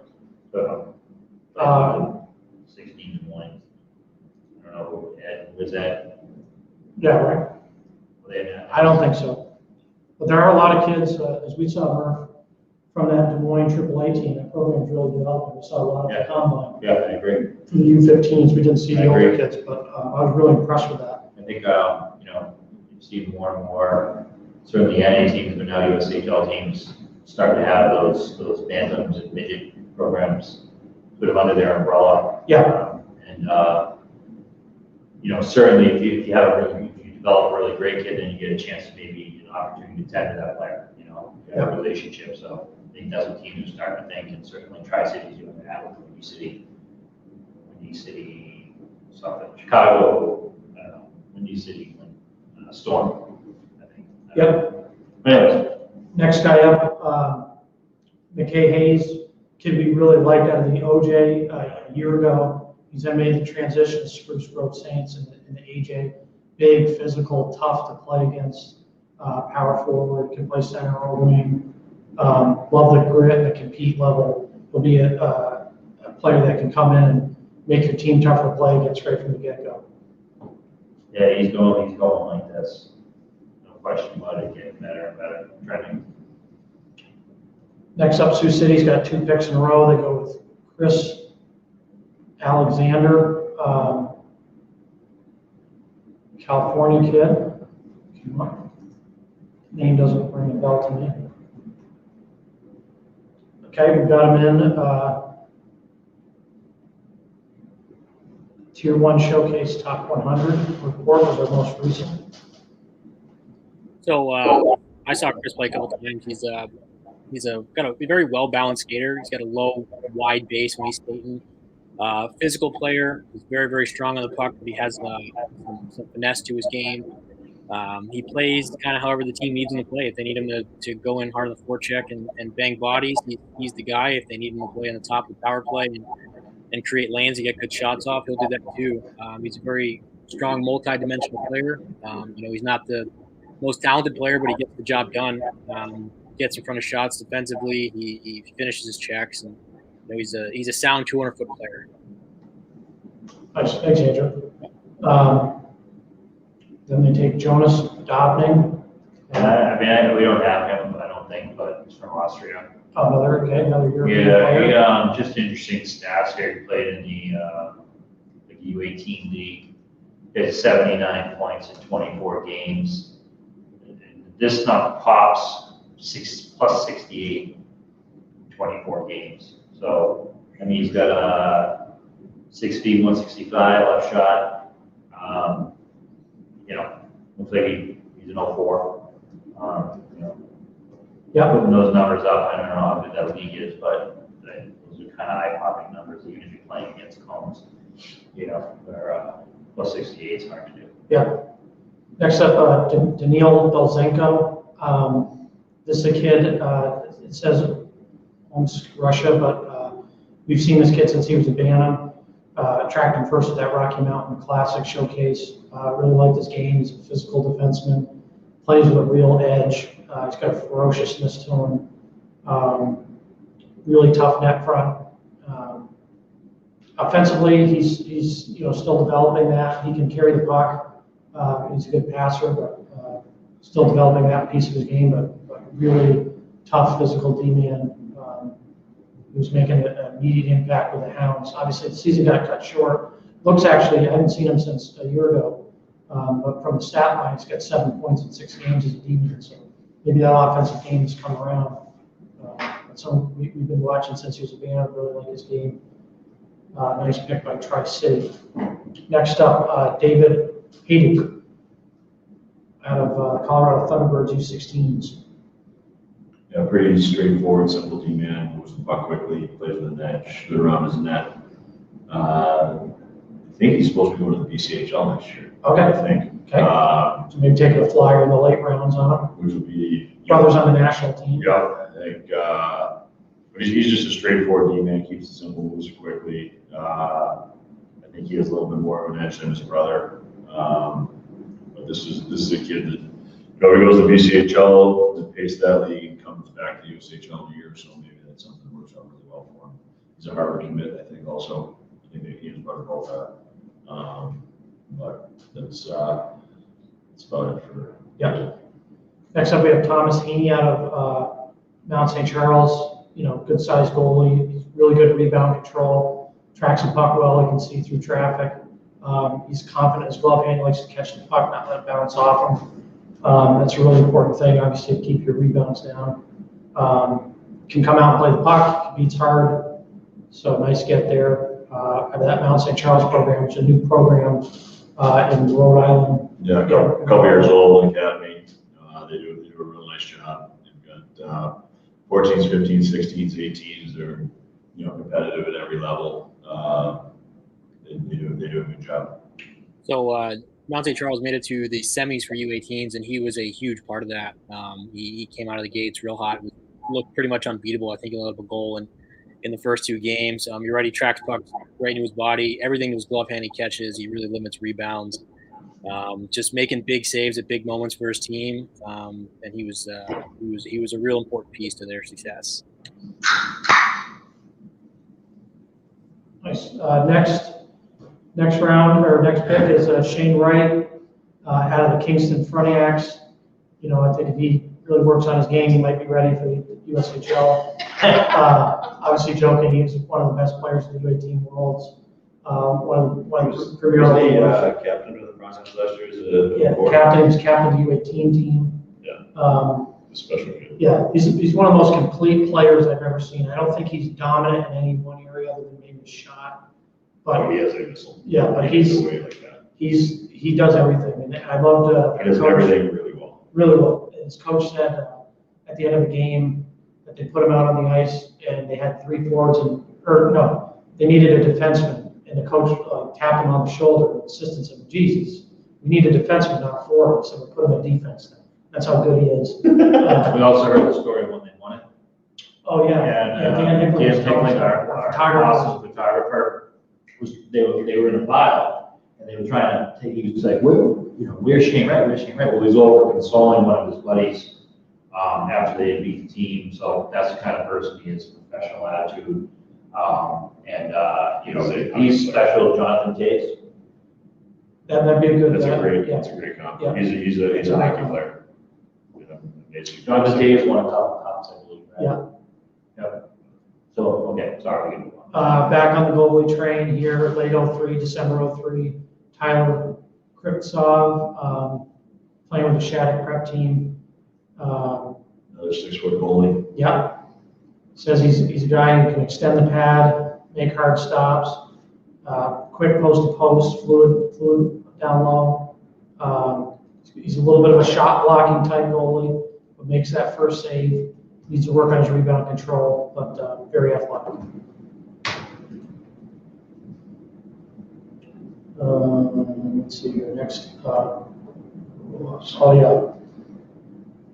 Always been a fan of Luke Roloff, I just want to make sure I'm thinking of the right kid again. I think he's a really skilled dude. I think we had him pretty high in Buffalo.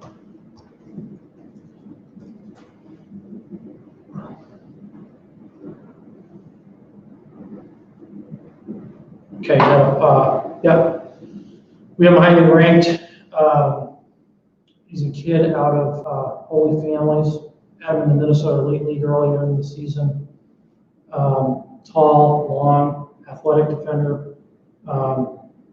Their site says he's 5'7", 140, but we have 5'11", 165 and growing. He's got a well-rounded game, snaps passes off, gets rid of it quick. He's someone that can, Ian, you talk about this with your skills stuff. He's a guy who can pick a puck off the wall, turn up ice and it's gone. Doesn't have to get it, handle it, mess around with it, and pass it. He can move it quick. He's got good positioning defensively, doesn't extend beyond the dots. Pretty good with the puck. Just liked his game. I think his game will translate well at this level. We got next thing you got. Dylan Wagner out of the Bishop Kearney selects. He's out of Brentwood, Tennessee. Yeah, bigger. Love that. Bigger body, long reach, doesn't dust it off, moves it quickly. Gets to the net. He'll battle, take the goalie's eyes away. Tracks in that program that just keeps getting better. Yeah, tracks rebounds, which is a real something with watch. Players that can track rebounds. And again, he has slick hands, but he moves it quickly. One of the things, just quickly, when I was up in Wisconsin, it was a great mom yell. A lot of times they yell skate, they were yelling, and one mom yelled, "Stop stick handling." And I was like, yes, you should be yelling. All parents should be yelling that more. Stop stick handling, less stick handling. Move the puck. And this kid Dylan Wagner, it was great. I almost went down and said, that was awesome. And but the woman next to her was yelling skate, so I didn't want to. If you combine those, you'd have a great player. If you stop stick handling and you skated, it would be awesome. It would be awesome. But Dylan Wagner is that player. And then a lot of times you stick handling, you stop skating. And he's got a high compete, and like you say, he's a player. Yeah. Next up, we got Owen Parker, a huge 6'6" goalie, very raw, but has some game to him. Our goalie scouts like that he moves pretty well laterally for his size. 6'6", 235. That's a big boy.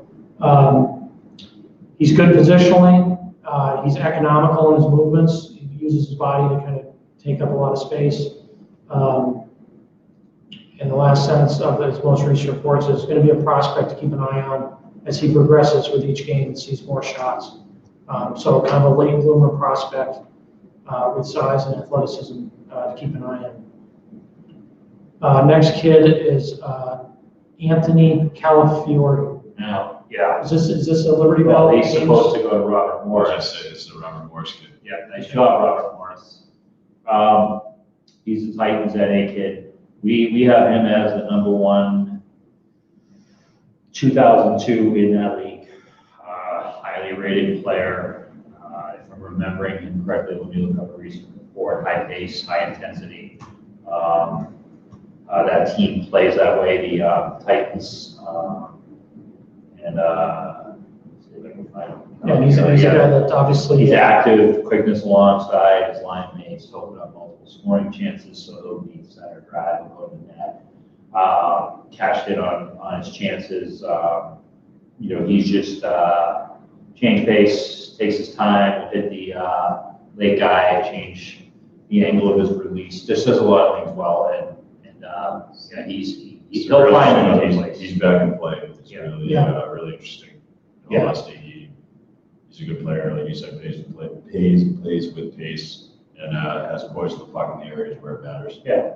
Anthony was starting at aptitude. He had to wake up and find out the school he wanted to go to, and just decided that they were going to focus on other things, cut sports. Thanks, Mark. but they will. He's a guy whose phone's going to be ringing because he's got a lot of talent. Highly competitive. Probably already is. If not, Mark's gonna be calling you later. Nah, it just makes me mad. I just don't get me started. Started with what?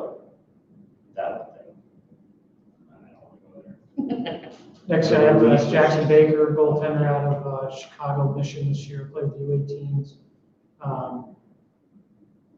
6-footer. I don't have a report on him. I did not see the 18s this year for Chicago.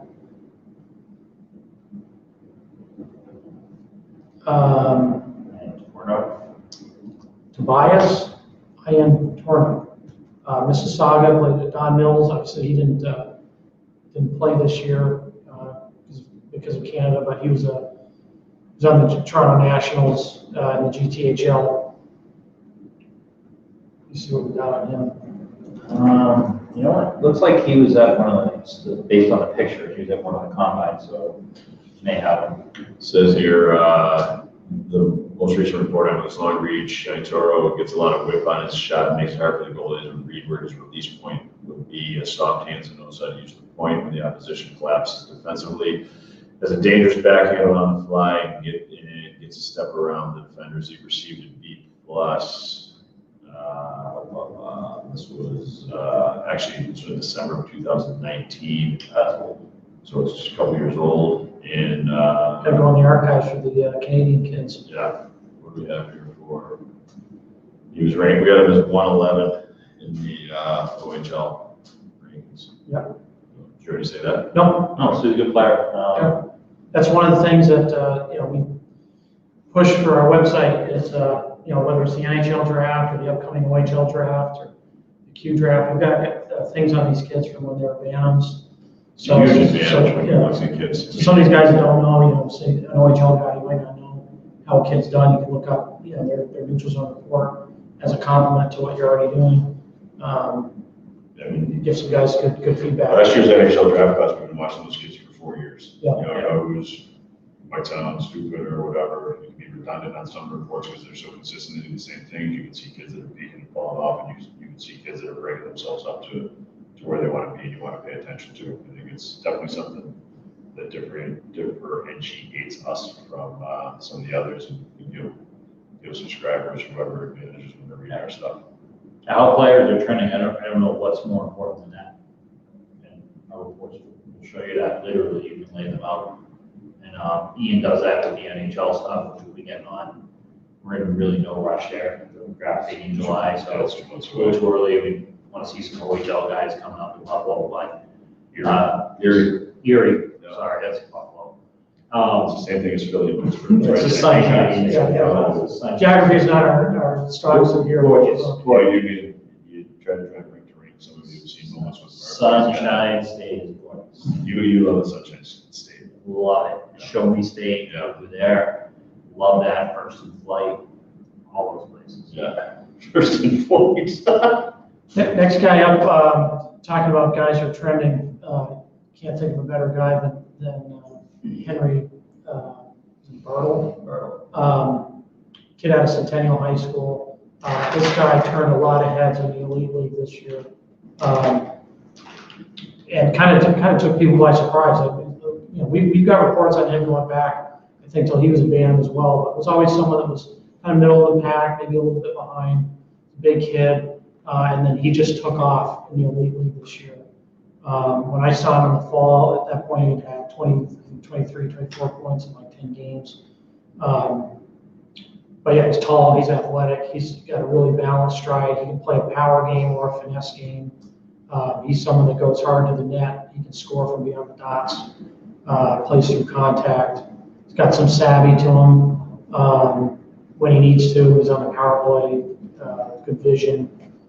He also can be that net front guy on the power play and just hunker down and block shots. And he's an uncommitted player. Again, Centennial High School probably didn't get a ton of eyes this year, just being honest. But for those that saw this kid in the Elite League, I think this kid's special. And I think this is a great value pick at this stage in the draft.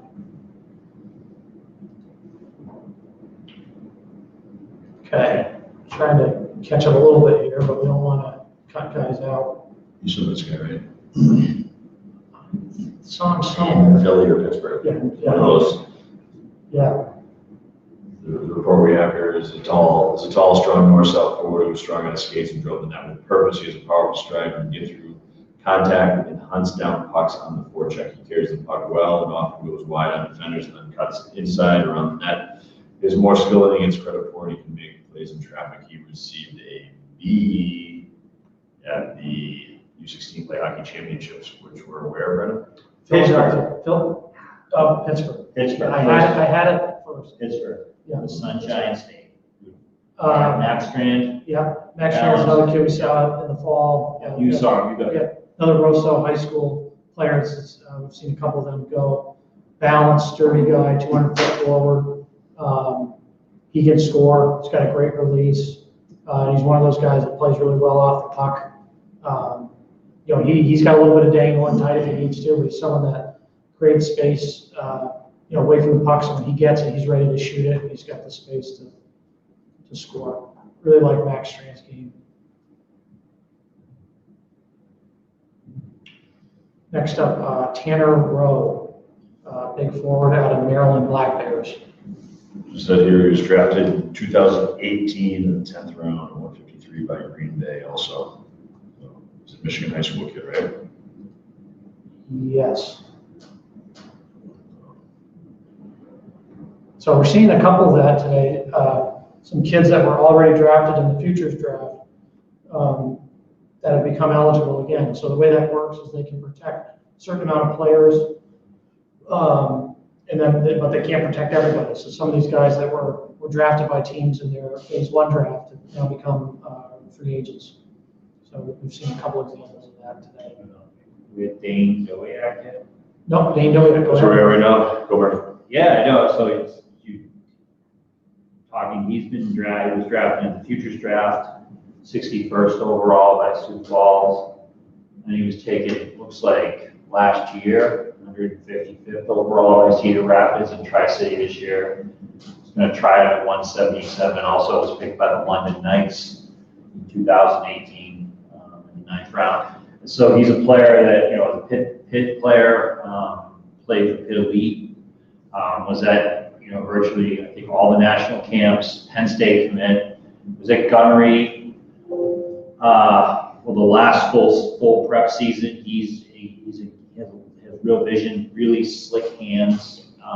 You've liked him for a long time. I've liked him. He's really good to hold the dots. He sees opportunities and knows when to go, when to wait, and let plays develop. He doesn't force the skill in the game. He has a ton of it. Skating is not perfect, but he's fast enough. He's balanced.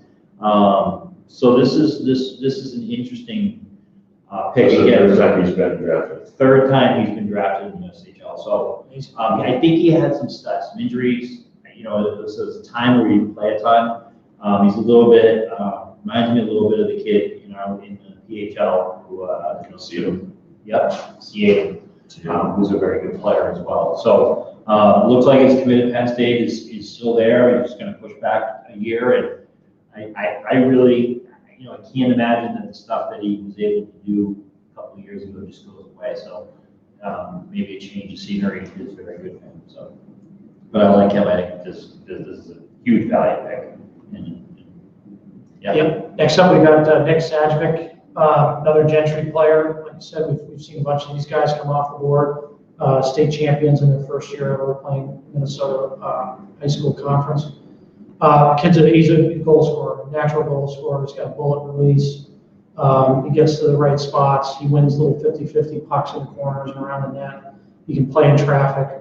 And you know, I always read the last sentence of the report. The Minnesota State tournament gave an A. Said on a highly skilled puck possession team, he was the right amount of finish, skill, power, and effort, and relied upon when they faced a stiffer competition. An 0-3 with NCAA D1 upside. So nice get there for Green Bay. Actually, George Boyd at Eldridge. Murphy. I was distracted by something else. On draft, not what's his name?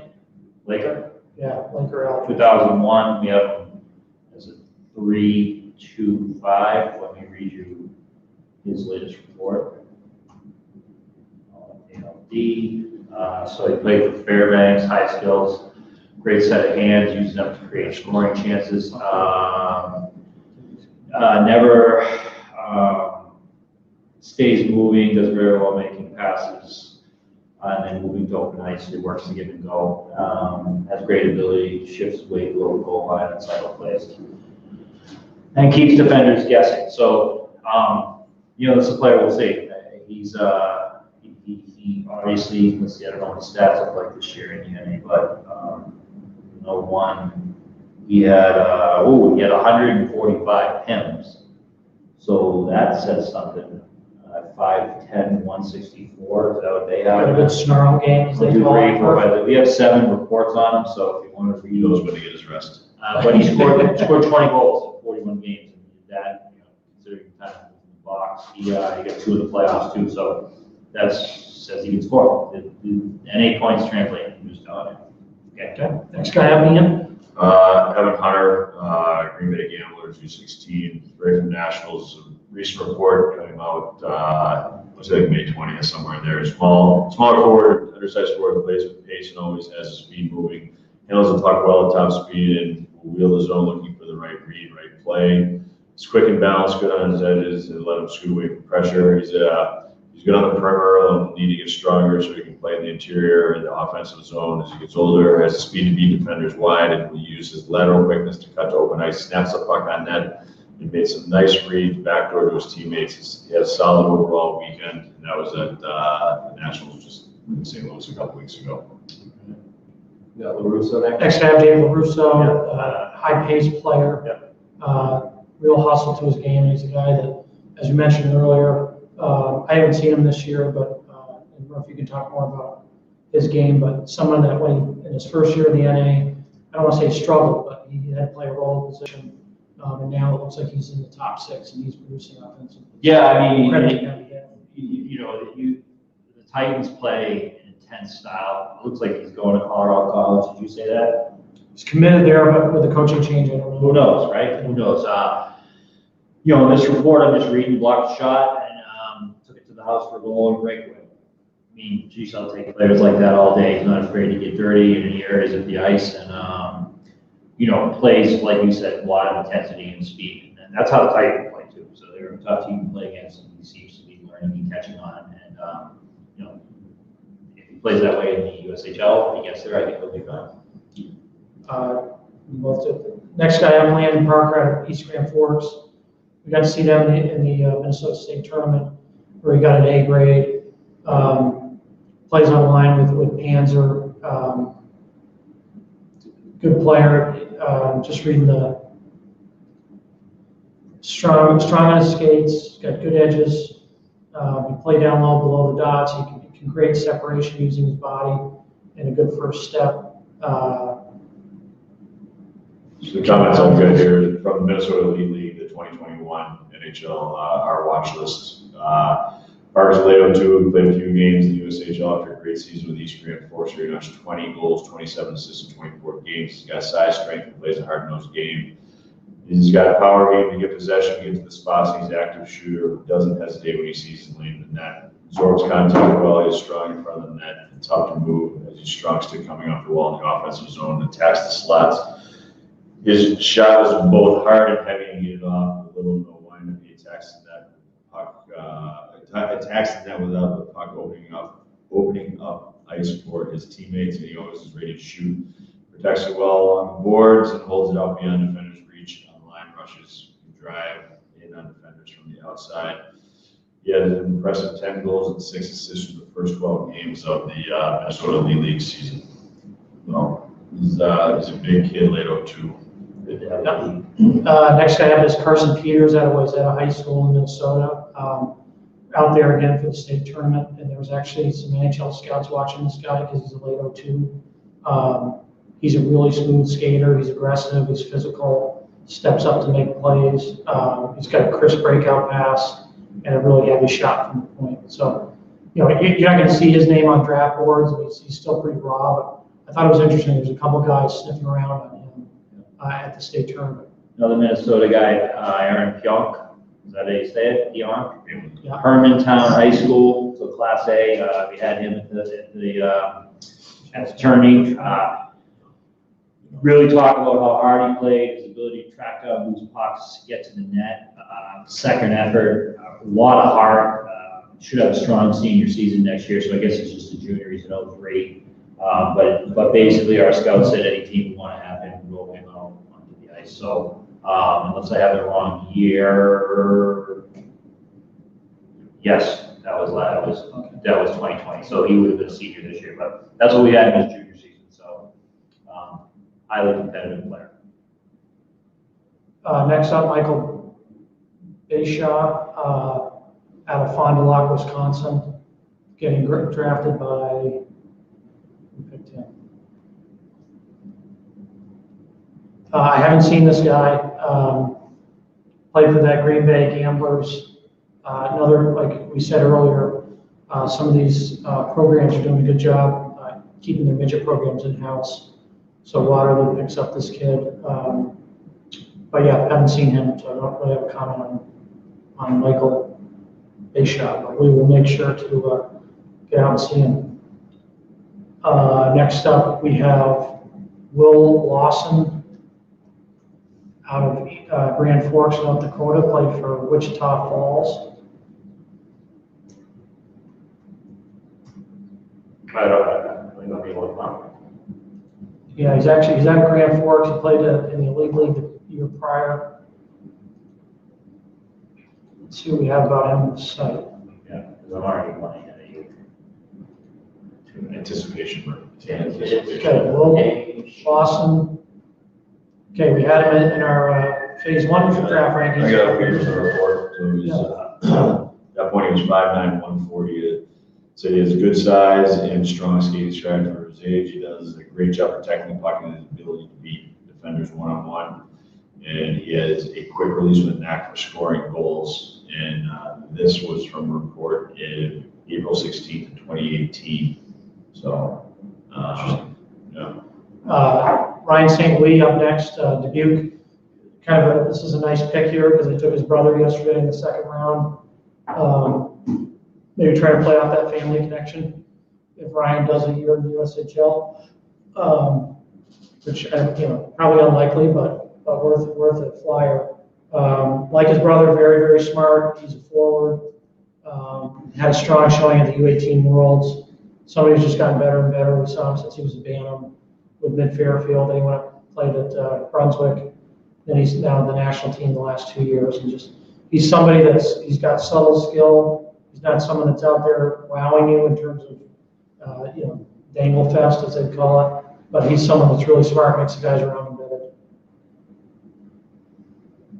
All right. Okay. Will Murphy out of Roxbury Latin, which I believe is in Boston. Yeah, I know Will. He's played for the Cape Cod Whalers or the Kings this past fall in split season.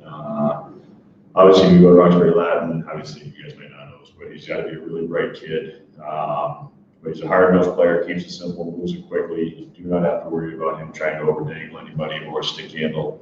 He just gets it and moves it quickly, defends well, boxes out well. Big, strong kid they have here at 6 feet, 200 pounds. I would think he's all of 6 feet and 200 pounds, if not more.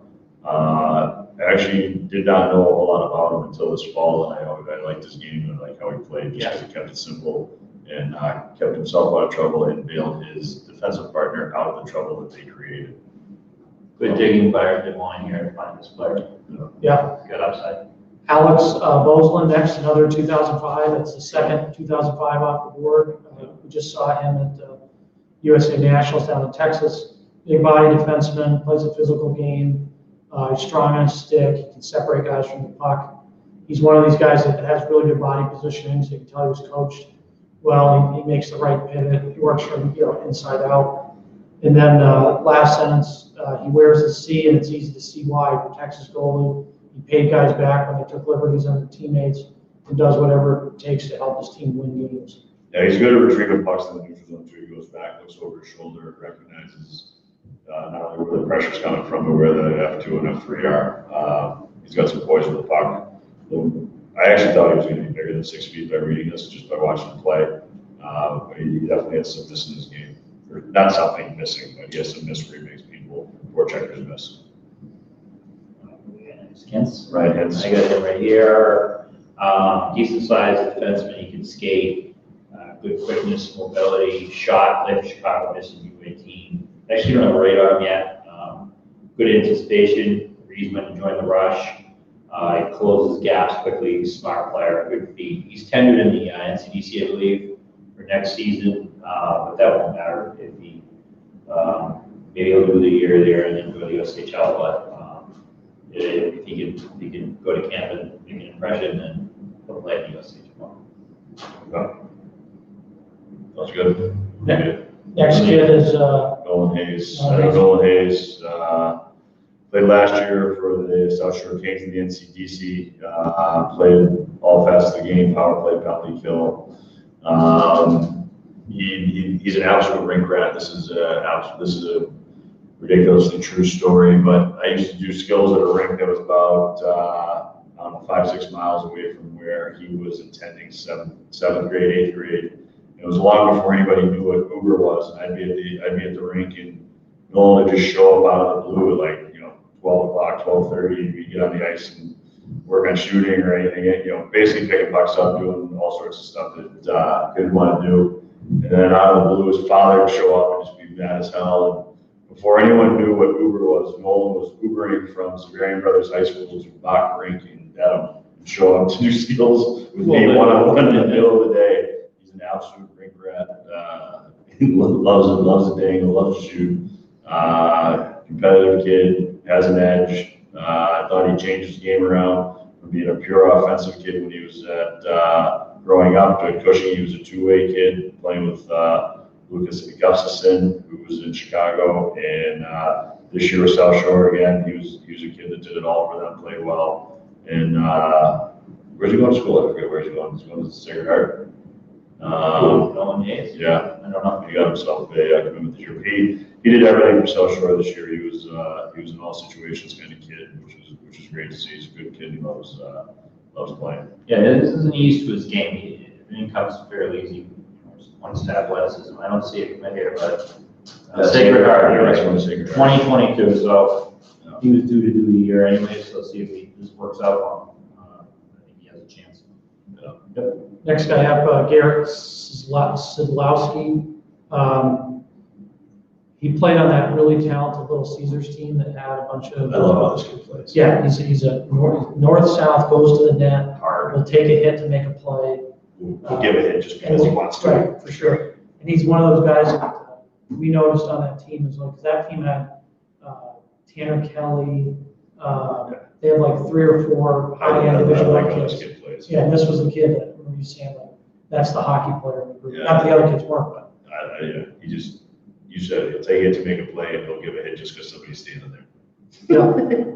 We had him as a few years ago, 2 years ago now, when he was on that Caesars team, so he's the best all-around forward at Nationals, which is a hell of a compliment for the team he was on. He's a Western Michigan commit. He was drafted earlier than this. He was drafted in the 6th round of the Futures draft 2 years ago, but finds himself back on the board. So that's a really nice pick, I think, for. He can impact the game. He can make defensemen look over their shoulders on the forecheck. Yeah. Consistently.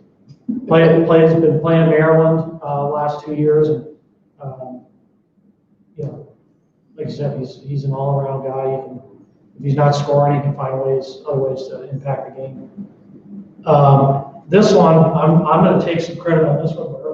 My boy in the USHL Combine, Alex Xander Perot, kid's incredibly raw. And I was joking, we joked last night, whenever you compliment somebody, they make a mistake. Yes. So I told us, Murph, I like this kid, he's pretty good. And then no one was on him and just threw a blind pass up the boards to nobody. And Murph looks at me like, what? Yeah, I did that. I was like, So what? we kind of joked about it, but we obviously are really broad, really athletic. He's the 305 off the board. He's got a long way to go, but for a 6'7", player at that age to get around the ice the way he does, he's got some snarl. Green Bay, we talked about, Green Bay was very active scouting that event. They had guys in every rink, and he's got something. He's got long, his reach is extraordinary. He's not afraid of contact at all. Real 6'7". Oh, yeah. 05 is 6'7", 212 means he's going to be. Yeah. He's just, his body isn't completely connected to his brain yet. Right. When that happens, his puck play is gonna improve. That was one of the plays that it just was like, wow. The stick must be incredibly. It's incredibly long. He is, if you get past that, if you get around that stick, he's got problems. So his feet will improve. He'll get better, Alex. I think you have a real chance, man, and it's gonna just take some time. So don't give up. Keep working. Don't be afraid. If you make a mistake, it's not a big deal. Right? Yeah, that was, like I said, another 2005 out of that that combine. I don't know if you should take credit. It's obvious to see him. Here we go with another 2005 Bauer Berry. Another big It's got to kid. be Coach Berry's kid, right? Right, Barry. Out of North Dakota. I would imagine. Played double A. know this. Looks like, so we may not have seen him late 2005, 6'3", 190. Yeah, probably. Ran force North Dakota. I don't remember that name. Actually, I think I did see Bauer Berry, now I think about it. He was at that, yes, I did. He was at the Minnesota Blue Ox tournament at the beginning of the year. And I liked him. He was tough. He's big, physical, I remember they played, I think they played that Woodbury team that was stacked, and he was just a monster. He is Barry's son, because the guy was telling me he plays a lot like his dad. So yeah, saw him briefly, at one tournament early in the year, but big tough kid. Next up, Jason Marcella out of the Connecticut Junior Rangers. I think he was an Avon. Yeah, no, he's a Before that.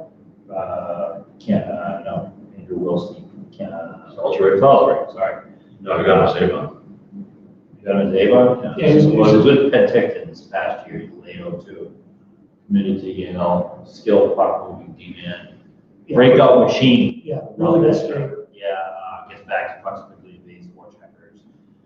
Says here you could try the Michigan move, which put that one away. Everybody put that in your back pocket. It's been done. He's running around a little bit, it says here, but he'll learn. A- grade, in 02, late 02 in the BCHL. There's the Yale getting a player this late. Not sure if, knowing if he's going to be pushed back at Yale or just wondering or thinking that he may be because of the 5-year rule. So, yeah, I think they get him in camp. That's a good pick, really good pick. Madison takes Ryan Ginger, Ohio kid, big power forward, really tough. We have a report, he loves the physical game, makes defensemen turn over pucks. He's got a great work ethic, but they say it's managed well. He doesn't take bad penalties, and he opens up space for. I wonder if he's Ed, I think it's Ginger's son, probably is. Ed's very involved in that area in hockey. From Dublin, Ohio. Yeah, which it probably is, so it's a hockey family as well. If not, I'm guessing he's related somehow, so that's a unique name. David Posma. Yeah. From West Point, New York. Titans kid. Where the West Point Army is from. Yeah, I think everybody knew that. Posma is high speed, high pace, plays really hard, he's tough. He grew up in that Jersey Avalanche program. This past year, he played in the NA, I believe.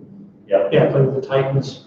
I just like his game. He's somebody that he's a worker that's also got some skill. He's somebody that you put on your third line, kill penalties, play a rugged game, but then he's going to pop a couple goals and he doesn't have a stat line that blows you away, but this is a guy who can play up and down the roster. I think this is actually a pretty good pick. What are we on? Michael Young from Exeter. This is from the fall. Michael Young's a player we noted during the summer. We were intrigued to see what we could do in the scrimmage situation against other prep teams. Obviously, scrimmage situation because of what was going on with COVID in the fall. He has a solid frame, and you can see opposing players bouncing off him when he possessed the puck. He always found his way back to the net. No matter what was happening offensively, he was around the net. That's how he found success during summer hockey, and that's how he found success here. Nothing seemed to phase him during the scrimmage, which was interesting considering that many of the other players were testing and trying things out, but he seemed to be game ready right from the start, right from the jump. That may be because his style of play doesn't take shifts off. 3 yards in a cloud of dust is a good way to describe for sure, is a way to describe his mantra. A lot of those are big words, man. A lot of hyphens in there. I need a dictionary. But Bilotta's writing is actually unbelievable. If you see a report What that's a got big really number. good His ratings. first prep season last year, matching 50 points at nearly a goal per game. Expected to really take off this coming season. Garner interest from colleges. Dickie Dunn. That is some good writing. It is until Exeter shut everything down. Who did? Exeter. Next up, we have Cole Miller out of Ohio Blue Jackets. We liked him a lot last year. It's not a little bit this year, but last year at Nationals, that Blue Jackets team made it.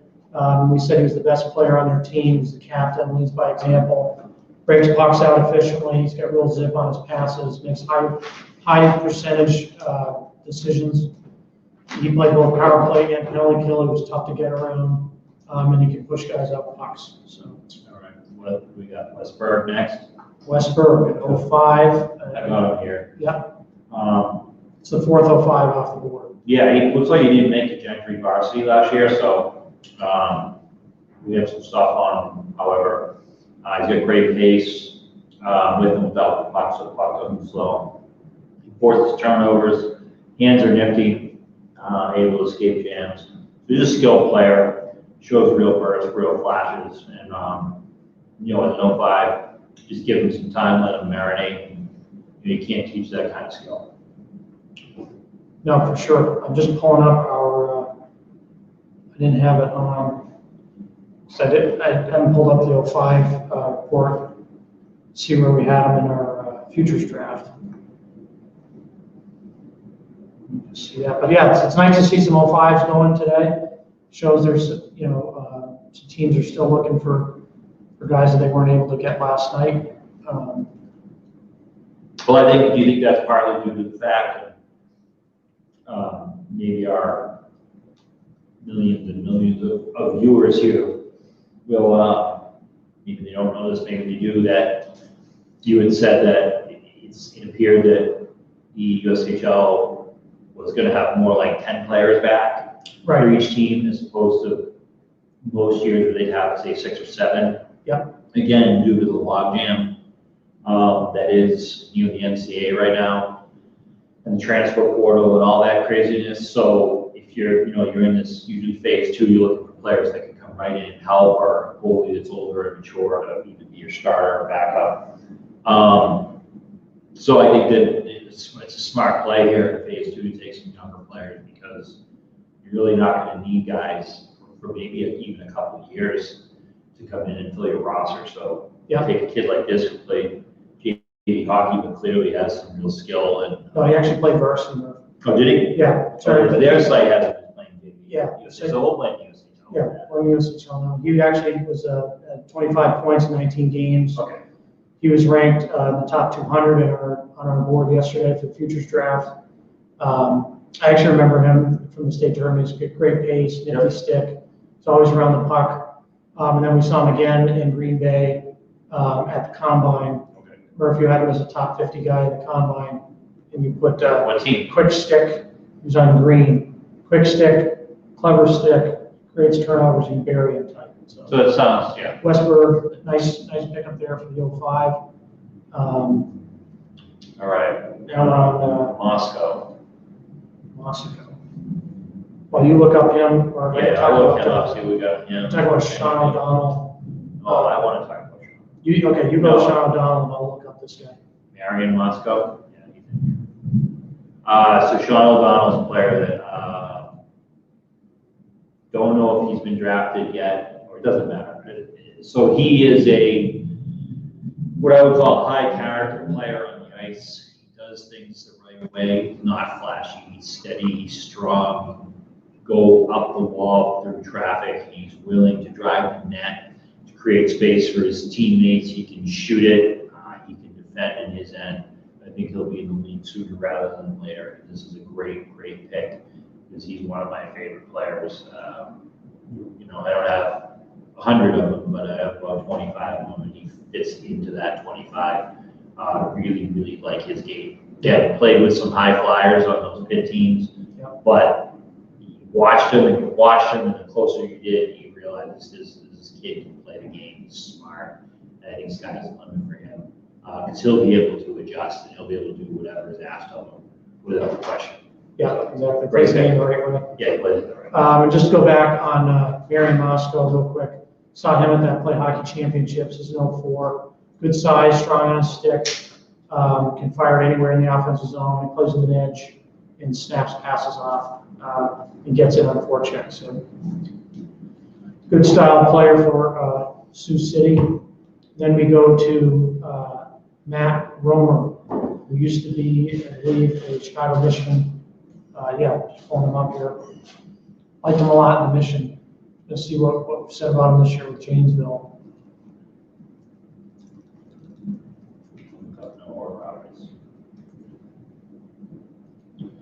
Okay, Matt Romer, we have a 3.75. He's committed to Arizona State.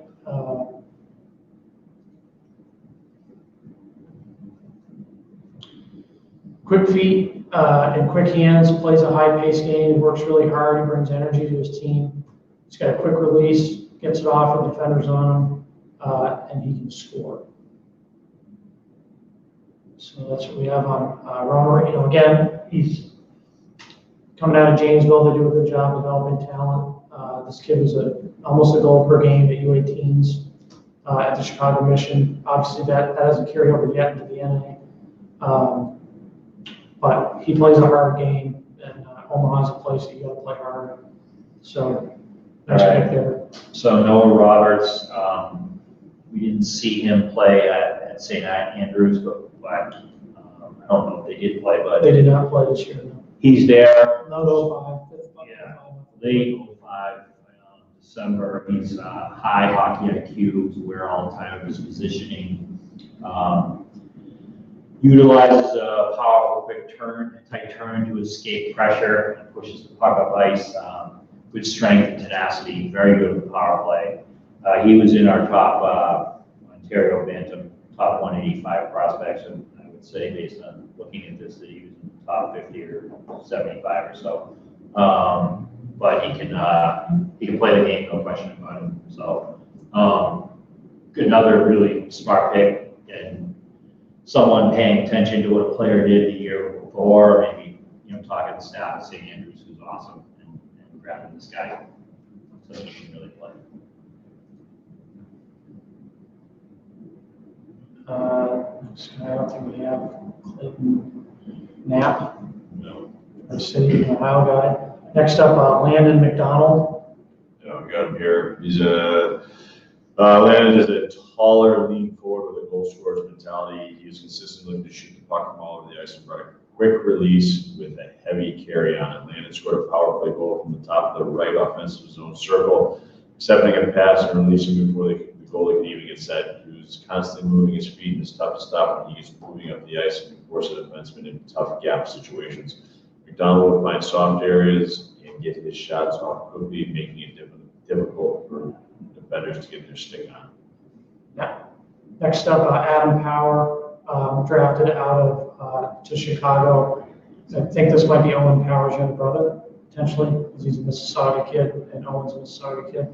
Anyways, Adam's physical, tough defenseman, played for the North York Rangers in his minor midget year. We had him flirted with having him on our OHL draft board. He's just a little raw at this point. Haven't seen him this year, obviously, because they didn't have hockey. But big, tough, physical guy for Chicago. All right, well, Calvin Hansen, another North Star Christian kid. That's what, 4? They definitely had a bunch. Yeah, at least 3, maybe 4. He's real quick, has mobility, has good acceleration, good speed, patience, to allow plays to develop. We talk about that a lot. He anticipates plays, picks pucks off, and he's a kind of a terror on the forecheck. So getting to the net, getting in good spots. He's not a big player, but he can rattle your cage a little bit. And we saw him in March, so this is a pretty recent report. I'm going to get a B+ in for that team. Late 2000 and 2? Sound right? Yep. Late 2002. So. Next kid we got is Scogan Trott out of the Florida Alliance U15s. We like this kid a lot. He and Cooper Conway were our 2 highest rated 2005s that didn't get picked up last night. So nice to see Scogan go off here. He might be the fastest 05 in the country. He got a B+ at Nationals. He got a B+ at the Triple Crown. Just a really explosive skater. He can score. He's someone that can handle the puck at speed. He's not someone that has to slow down and can play. I like that pick a lot for a future kid. He's small. He's got a little bit of ways to go, but you can't teach that kind of speed. Next up, Nicholas Peluso from Bishop Kearney. Yeah, we both saw him play a number of times this year. He brings it every shift. Plays like a leader, very emotional. He can be annoying. He can be skilled. He can make plays off the rush. He reads the defender's gap really well. He's a kid. I didn't know much about him until national camp a couple years ago. I was impressed with how he played, and then he just keeps getting better. Like I said, to me, he brings it every shift and plays like a leader, approaches the game like a leader. We have Tommy Aitken. No, we're at Mason McCormick. Yeah, Mason McCormick is ranks as a top 150 player in the NHL this past year. Big power forward type, strong on the puck, throws weight around in the corners. Another 0-1 here that's going, so obviously Waterloo, must think he can come and play. Last year's with Shreveport, and from Verona, Wisconsin. So for our Wisconsin fans, Verona area high school won the state championship for Division I. So, proud alumni. All right, now where are we? William Renfrew. Oh, we have Nicholas Wolfenberg. Yeah, I think I've seen him, but I don't. Let's see here. Yep, other guy we're gonna pull from that Rocky Mountain Classic, saw this kid as a Bantam. Active defender off the rush, showed good outlets coming out of his end. Was the team's best, most reliable defenseman.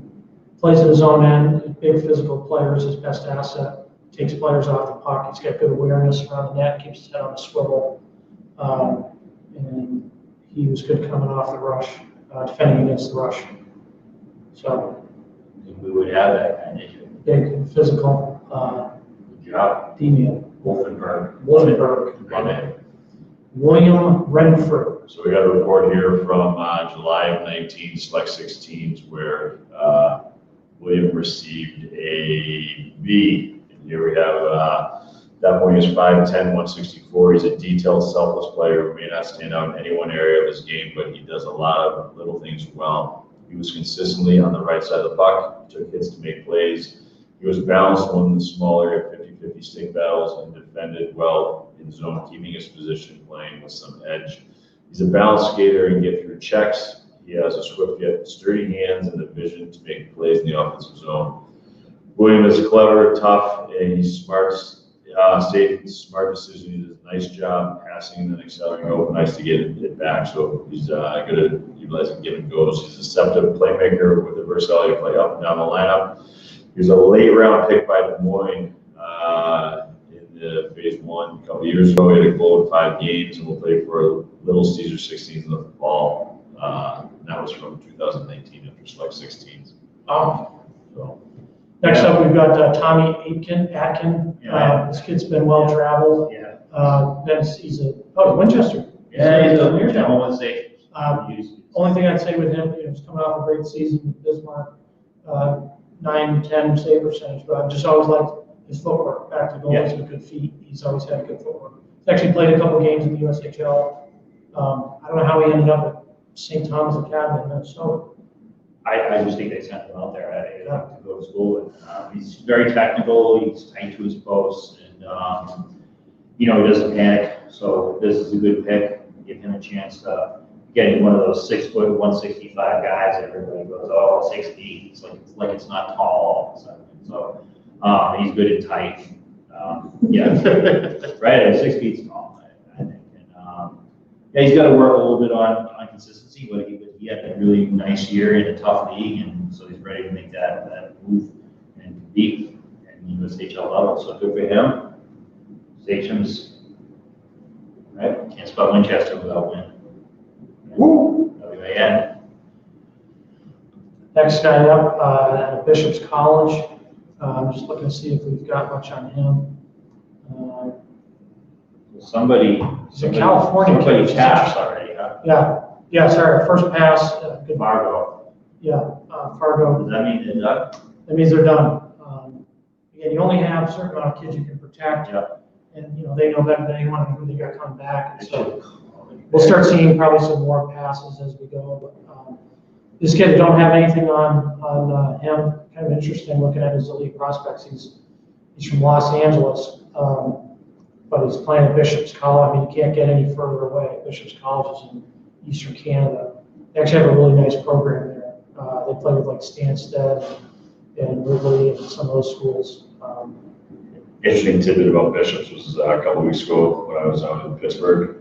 Bishops was there watching the younger kids, trying to get a feel for who would come along to go up there. Right? They just played a U18 program, but they were. I don't know if active is the right way to put it, but they were in the rinks watching the kids, watching to see how they interact with each other, watching to see how they carry themselves out in the parking lot, how they respected mom and dad, all the stuff that you want kids doing when they're going to go to boarding school. Yeah, interesting. Good tidbit. So yeah, we're getting to the point now in the draft where the teams. Are you guys surprised that we haven't seen more kids out of the CHL? I thought there'd be a lot more swings. I thought this is where we'd start seeing them. I didn't expect to see it pass right now. Yep. Even though they're coming. But I thought this was the area where you're going to start seeing the 2022 draft eligibles getting popped. Yep. Next kid up, Luke Arnold, big body defenseman out of Pittsburgh Penn's U18 team. He's going to Omaha, physical defenseman, tough to play against. This is from the Nationals just a couple weeks ago. Big, tall, powerful defender that loves to make big hits and plays simple. There's no flash whatsoever. What you see is what you get. And he just gets the puck out of the zone by any means necessary. He is not the type of guy to lead the rush or break out on his own, but he keeps it simple and will put pucks out of harm's way. Luke is not a possession defenseman with the puck. He's more of a stay-at-home guy, making life difficult for the opposition. All right. Yeah, yeah. Who's next? Next up, Felix Trudeau was a top 200, 2002, out of Northwood School, late 02. Yeah. Yeah, he's electric, he's quick, he's fast, he's skilled. Goes to the net. He's a kid I saw a couple years ago at the Christmas tournament at St. Sebastian's. Yeah, that's it. Northwood kid. Yeah, I made, in the video, I made a comment about watching him in warm-ups because he was ready to go from the start. He was buzzing in warm-ups and ready to play, and he carried right over to the game. I forget who it was at St. Sebastian's, took a hard run at him, and he took a real hard hit, shook it off the plate. I remember they had a 5-on-3. He was working the mid wall. He was the guy who controlled the puck. Boys kid, but as I remember him strictly because of warm-ups, he came on the ice and he was ready to go from the second he stepped on the ice. Yeah, it's professional approach, and that's what they teach at Northwood School. Most kids are always prepared, ready to go. Next up, we're back into the 05. We're taking another kid out of Warroad High School. Warroad, Minnesota is obviously, if you guys ever seen a documentary on I don't know what channel it was on, but you can get it on YouTube. It's an awesome documentary about how every Olympic team in the U.S. that has won a gold medal has had a player on it from Warroad, Minnesota. And Warroad, Minnesota is a tiny town in northern Minnesota, so yeah, pretty cool. It's got can't think who's the guy who's the Christian brothers. Yeah, I'm thinking who's the dangler that had all the shootout goals for Team USA in the NHL. Oshie. He's a Warroad, Minnesota guy. So anyways, Eric Comstock's a puck-moving defenseman. He's nifty, skilled with the puck. He had 15 points in 20 games as an 05 D-man, Minnesota High School. That's a slick pick. By them to take I like take that. Comstock. Green Bay again. As we Green Bay's said, paying attention. Green Bay's paying attention. Next guy was Luke Ashton. I've got a report right here. Another guy that didn't play this year. Yeah, I got it from April of 2020. Luke, left D-man 6'4", Burnaby Winter Club, 121.05. He's tall, slender build, athletic, mobile defender with a high ceiling. He's patient and intelligent at the breakout and working the puck around on the power play. He has a heavy shot from the point, but knows when to use it, when to fire a quick wrister through traffic to create a rebound. He has good range for his size, long reach, and great gap control. He relies on his feet and stick to defend, as he hasn't grown into his long frame yet, but he stays tight on coverage and will pin and hold opponents along boards. He plays safe at this stage and lacks the confidence with the puck, especially when pressured, but he has a lot of raw tools. Obvious WHL prospect given his size, athleticism, and upside, compiling 1 goal, 4 assists in 6 games. He received a B. Nice. Next up, you got Judd Suter, local kid from Madison. I think I don't know what the family connection is there, but Suter owns the Madison Capitals. So you get a local kid in that pick. And then the next one up is Andy Moore out of the Boston Junior Rangers, 2002. Boston Junior Rangers, is that an EHL team? Yeah. That's the first EHL kid to come off the board here. Maybe ever drafted by the USHL. Well, Matt Brown. Oh yeah, Matt Brown. Right. He was a special. Yeah, but he was a young kid. This kid's in 02. Yeah. What you got in him? Not a ton. He can score a little bit. That's a good team, well coached. Was in Twin City the year before and played only 4 games. Not sure what happened there. So it's kind of interesting. We have him as 275, which I feel is accurate. So it's a great shot. Forward, average size, and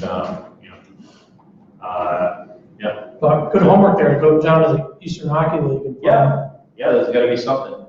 find some talent there. Yep. I'll go back to Murph on this guy. I know you like him a lot. Ryan Sanborn. Out of Red Beard, another 2005. The goalie. The first 2005 goalie that's been taken today? Yeah, I mean, he's part of that, if you want to call it, juggernaut. Just doesn't waste a ton of energy. Moves out, challenges shooters. Again, he's very poised. High ceiling. Was he at national camp? Yes. Yes, he should He have was been. very good. He was right there in the hunt. Yeah. There's a lot of good goalies actually in that 05 group here. Yeah. He could have gone either way. Yeah, I mean, he's a kid that's how I would view him as top, no question, 05 goalie. Again, smart here by Youngstown to collect. It's always good to collect goalies. And you won't need him most likely for a couple of years. He can go about playing for wherever he plays. I'm not sure what prep school he goes to or high school, but Probably, I don't know, but I'm guessing most of those mid-Fairfield kids go to either Brunswick or Avon or Yeah. whatever. So it'll be interesting to watch most likely in prep and watch him develop because he's a kid that I think could just pop all of a sudden right away in prep school. And they'll be very glad they have his rights. Next guy up is Fox Motors, Ryland Brady.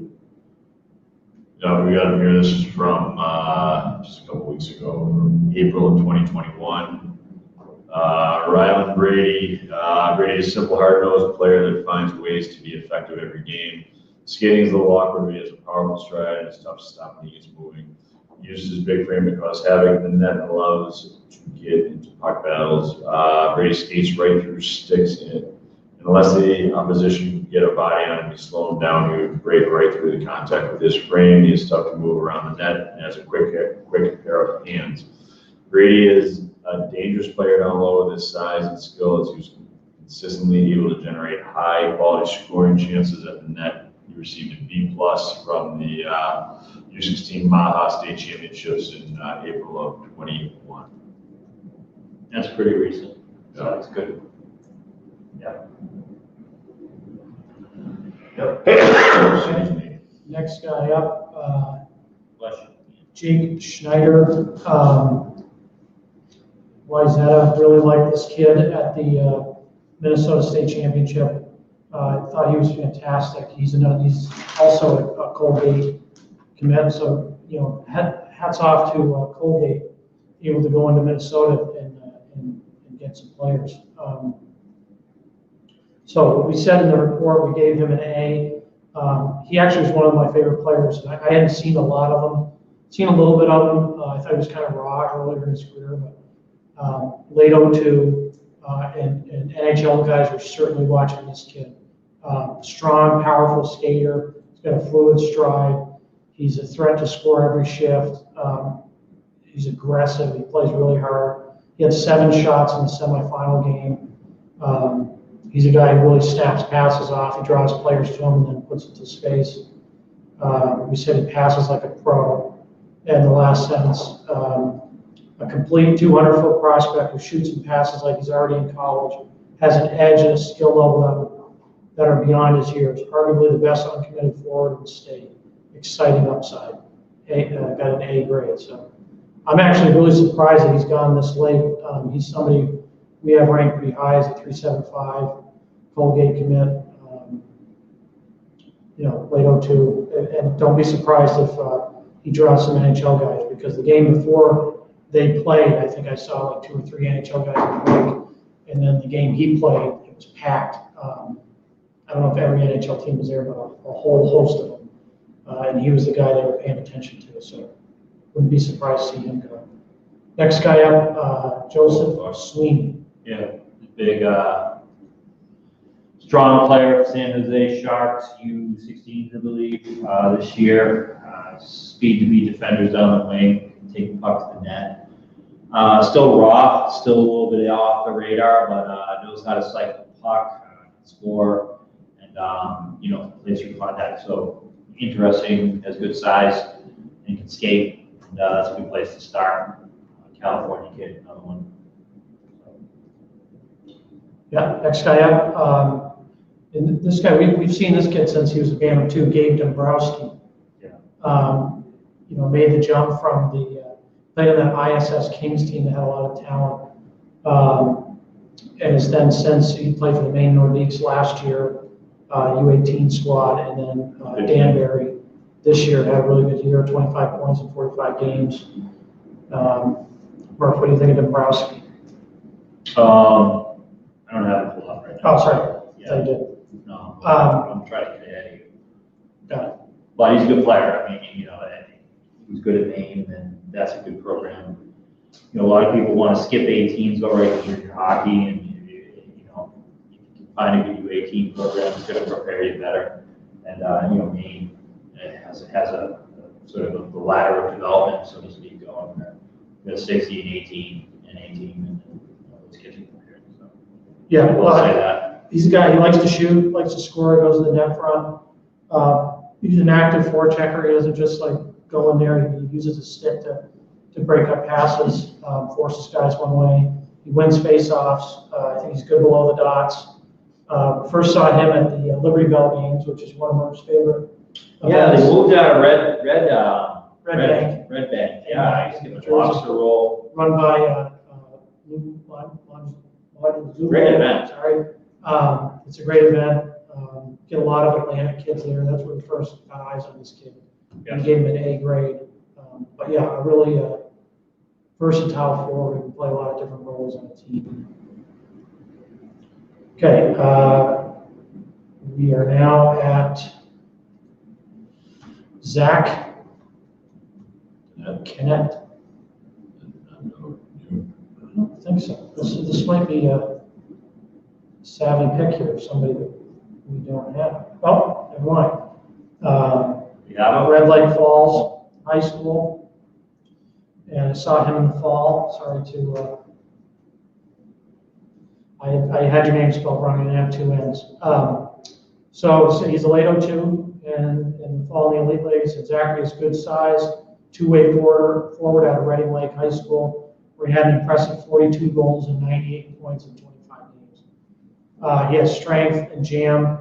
Gets through body checks, maintains his stride, puck possession in high traffic areas. Back checks as hard as he forward checks. He stops on pucks and gets his body in front of shots. Sturdy hands and edges around the net. His high school stats have translated in the Elite League. He's solid in his role as a depth forward, playing complementary offense, tough to play against. So another guy, we talked about this a couple times, with versatility. That player down the next level. Fargo passes again, and then the next kid up is Dylan Finley. Yeah, I got something on him here. I think he's a UVM. Yeah, he's a UVM commit, good size, long reach, angling players off of a rush. He's an 01.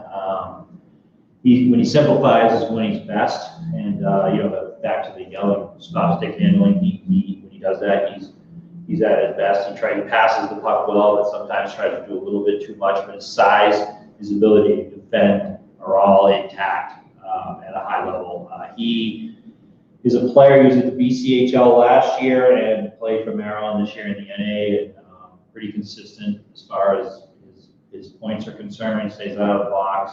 One of those players Brendan was talking about, looks like he played U18 up in Quebec, kind of a forgotten group of players up there. So he's kind of come through the system and done well. And he's obviously going to UVM with that new staff. He's got to be able to play, but he's not. Well, maybe he'll be there next year. I don't know. So again, this is another one of those. Is there something somebody knows from Sioux City, or is this just kind of well, let's take this guy because he may not fit in right away next year. So, who knows? Next we have Cole Semeniuk. He was on our OHL draft board last year. He's a top 300 prospect in the region. Played for the Reps, Mississauga Reps. Big right shot D. He's tough. Plays a hard game. Says one of the better shutdown defenders in the league. Continues to show well in zone quarter battles, protecting the net front. Uses his size and length to maintain good body positioning. So good shutdown D. He was supposed to play in the OJ this year, but with the Mississauga Chargers, but they didn't have their season. So next up, back into the 05s, Nathan Mozzie out of Charlottetown, PEI. We love our Charlottetown Islanders in the queue. They send us swag. Played for Mount Academy, but they didn't have a season either. So again, tough on the Canadian guys this year. We're not seeing as many of them, at least so far. We didn't see many of them last night because they just didn't have a season, so guys couldn't see them. Then after that, we go to Bishop Kearney with a Nova Scotia kid, Jack Plendowski, out of Bishop Kearney. He was at the end of the last USHL showcase. Do you remember? I saw him at the play hockey. We saw. I just let me pull out my notes. Yep.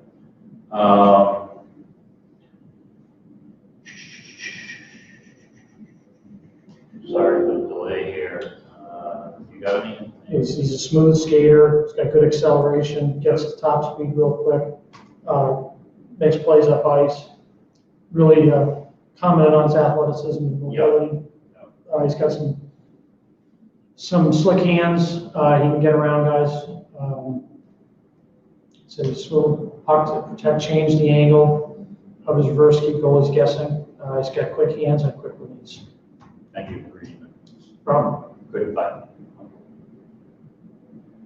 And that's another thing, just to mention, that Nova Scotia area is starting to really pump out some talent. I shouldn't say started as if they hadn't before.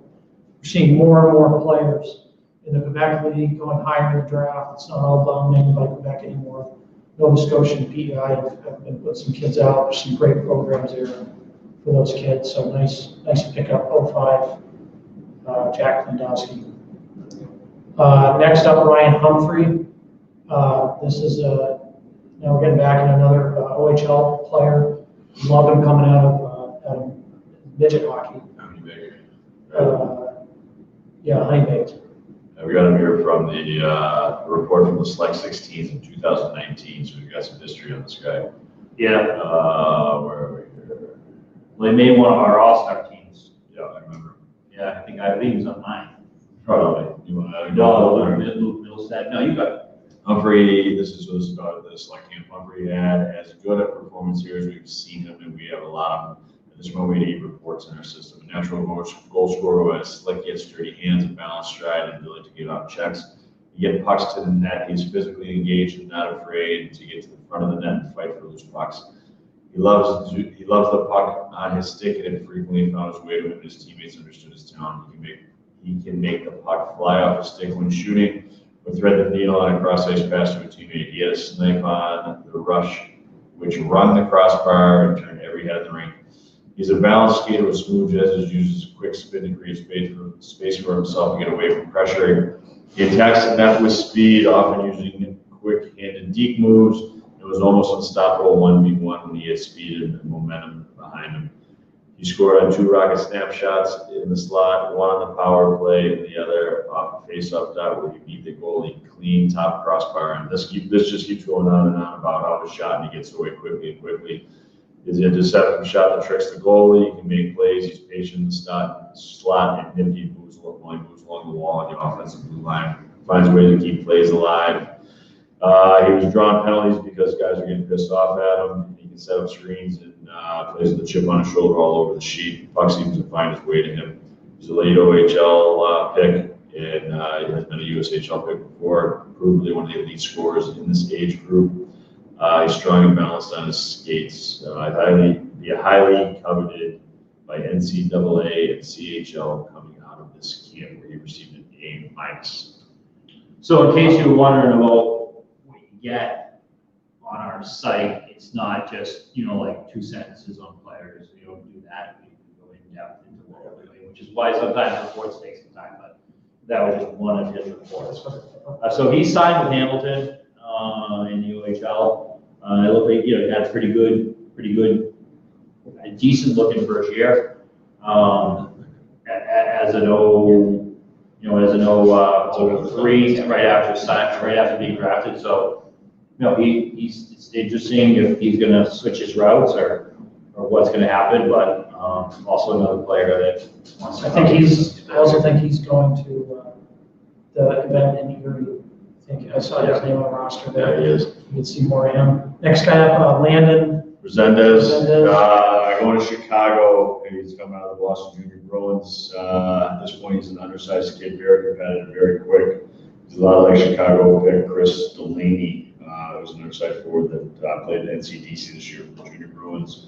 Landon he's competitive as hell. He's quick. Watched him last weekend at the Mass Festival. The game I saw when he was playing, he was arguably the best kid on the ice. I thought he was phenomenal. He was a difference maker every shift, scored a couple of nice goals, set up his teammates.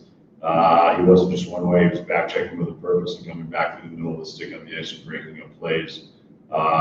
He's a kid that I just like how he plays because he's competitive. And I'm not sure if you remember last summer when we were in New Hampshire watching him, he was yapping. He's an irritating, and I mean that as a compliment. Yeah, I'm a fan of the yapping. And You love the yapping. Yeah, you love the yapping. You gotta be good at it though. You can't just talk. Keeps you engaged. For some people it works, but for other people it doesn't. The key to yapping is you're getting the other person off their game, not getting yourself off your game. Right. Well, you've got to do research before you yap, right? Or you just have to be incredibly quick. Right. Yeah. Like witty, right? Witty. You would be a person who has to do research to yap.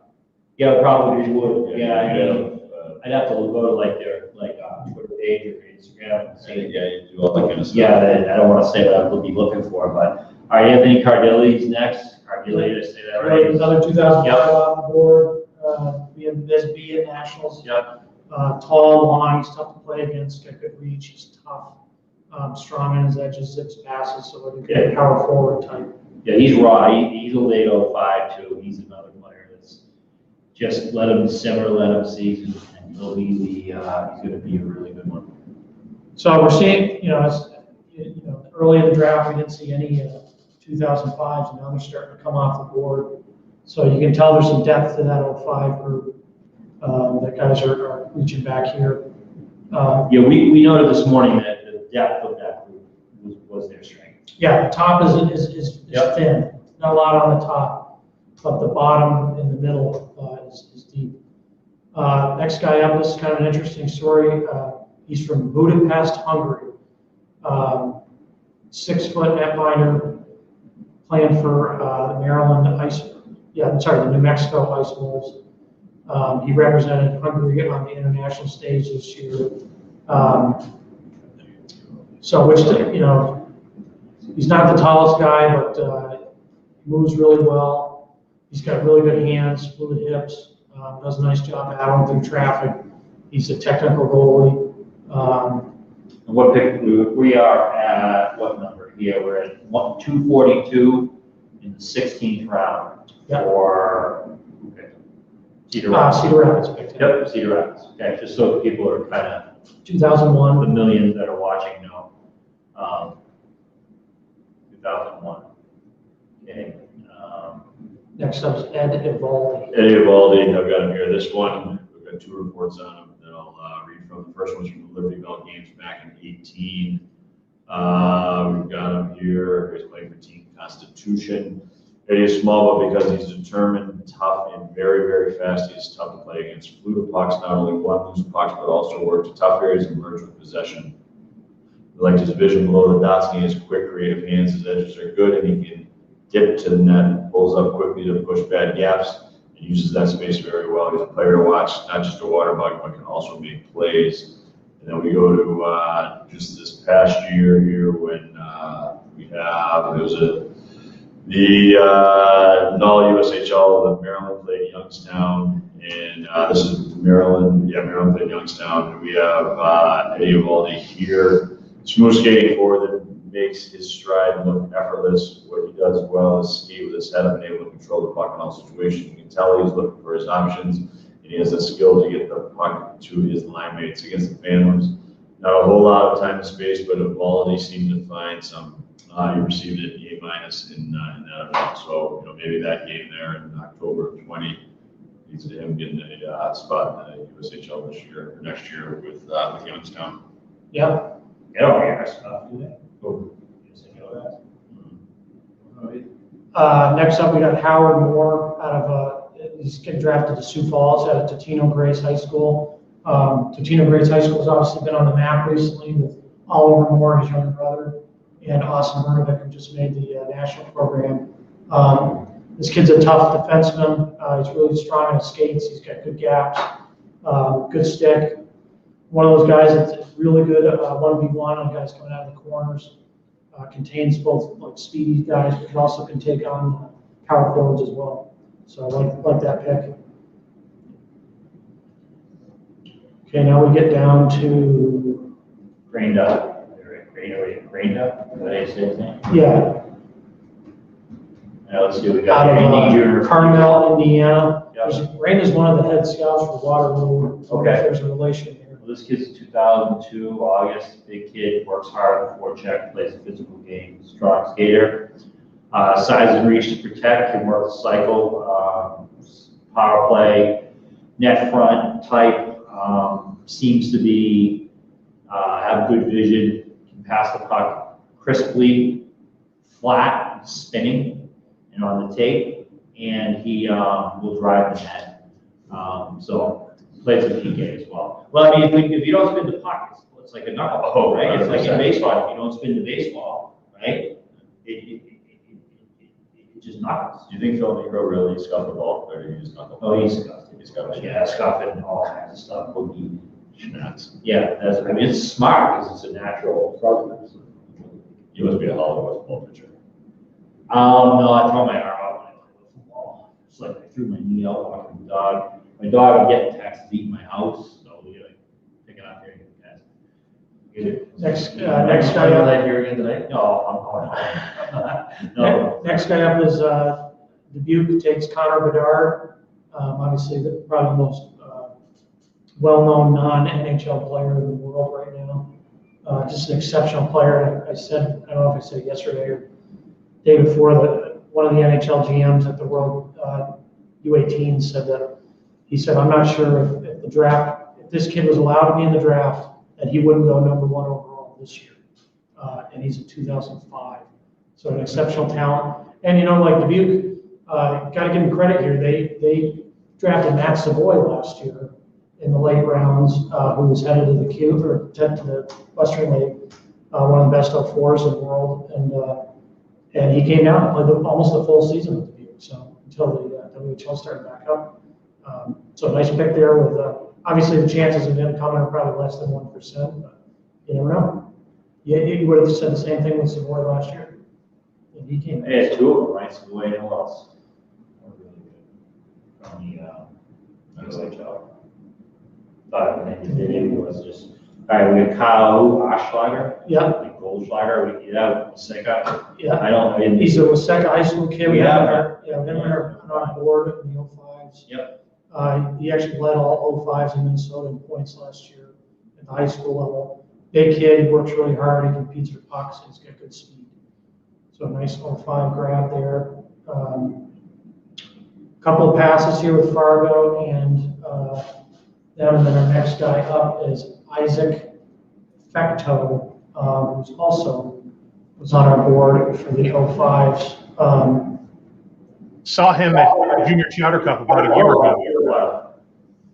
He was, so with him, he was playing a year up against 2004s at Junior Chowder, and he was pretty effective there. He was largely playing a shutdown role. He was only around 5'8" at that time, so he's obviously grown in the past year and a half, but pretty impressive work by him in that couple of games.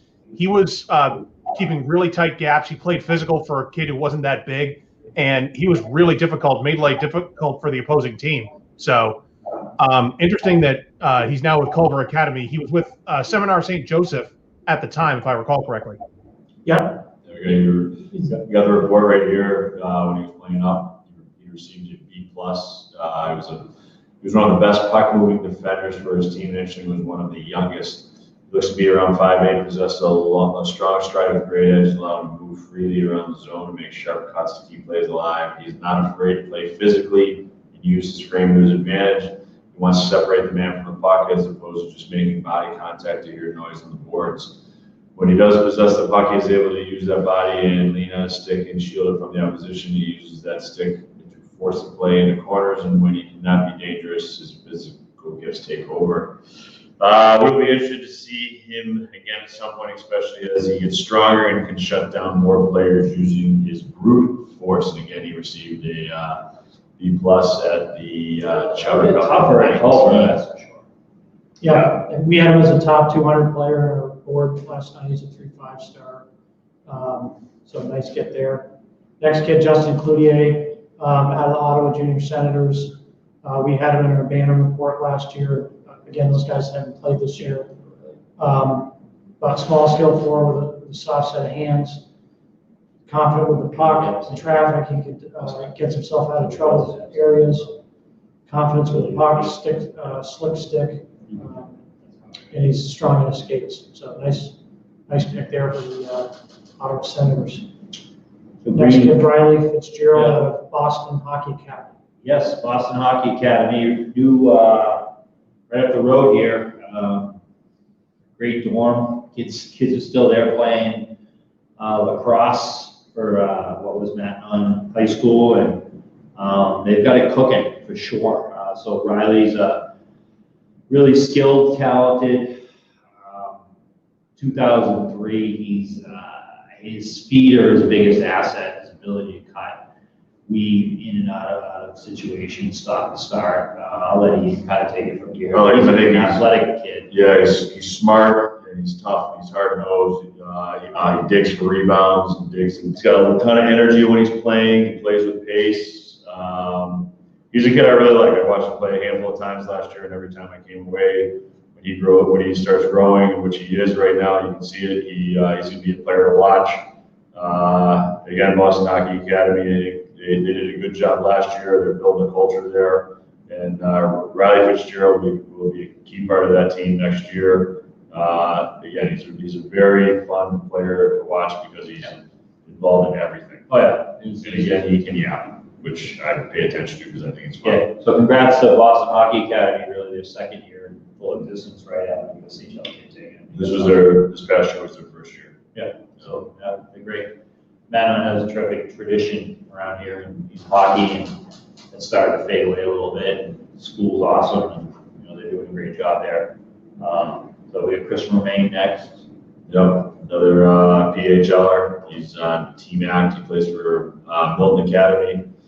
My opinion of Chris is that he was younger. Things came so easily to him because he's such a great skater. He's just an effortless skater. He's smart. He's a good passer. He's a kid that I think as he plays at higher levels, he's going to be better and better. I think, and I'm not just saying it, I think he'd be a top 4 kid at any college, and I think he can play after college. He's strong. He's smart. He's a great passer. Like I said, I think he's going to be better and better when he's playing against higher competition because he's not going to try to get away with stuff that you can get away with. Yeah, did he play varsity as an 8th grader somewhere? He's. Do I remember that? I know he played. He was another kid that was on that Kings team you were talking about before, with Grayson Badger and Cameron. BC High. He's 8th grader BC High probably. He's a really smart, smooth skater. Honestly, his skating is so effortless that allows him to get away with crap that he won't when he's playing against better. Yeah, when I watched him, he seems to run. He's starting to run. Oh yeah, he's strong. A talented kid. Yeah. He's strong and he's figuring it out. He's going to go with Milton, going back to Milton. I think he's going to go back to Milton. He's one of the kids that I was talking about at the beginning with the PHL. We were talking about practice and accountability and how it matters. And I think it was like the second or third practice, he'd throw a muffin to somebody who was bouncing, probably had no spin on him, or if I gave him shit, told him. Right, I would have too. He's too good a player to give a crappy pass. He's got to bear down. And honestly, since that moment, he's been unbelievably fun to work with. He's detailed. He's accountable. He's holding other kids accountable. Coachable. He's very coachable. And great. And Coach Bilotta at Milton, the way he handled his players this year, I thought was great. You could see the writing on the wall, and he kind of told them, hey, we're not going to play this year. And whereas other schools didn't do that, quite frankly, they had their kids there, and then all of a sudden, no, we're not playing hockey. And then said, oh, well, you can't leave campus. But Coach Bilotta, whose son was drafted earlier yesterday, I respect that. I respect people that are honest with their players. And so hopefully Chris goes back there and Milton has a good team this year because they will if he goes back. It'll be a good start to them, getting their boys back on track. All right. right, we got next. Next Michael up, Higgins. Michael Higgins, a really smooth skating defenseman, forward out of Mount St. Charles. He got one of our highest He ranked can play 25s. forward, and he's Yeah. been a forward growing up and moved back this year, I believe, because of injuries. But he is a smart player. We have him as a 375. He's our 80th ranked player in the 05 group. Really surprised we didn't hear him last night. He's a B+ at Nationals, a B+ at Eastern Exposure Tournament, and we have him down as one of the best pure skaters in the 05 age group. Oh, Agile, smooth, quick. he's I say beautiful. They're gonna make fun of me, but he's a beautiful skater. Who is? Higgins. Higgins. Oh, right, yeah. Next up, Be ready for his brother. yeah, his brother's stud.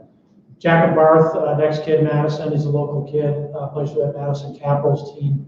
Don't have much on him, but again, we see some guys trying to get some hometown favorites. After that, we have Aiden Emerson out of Prior Lake High School. See what we got on him.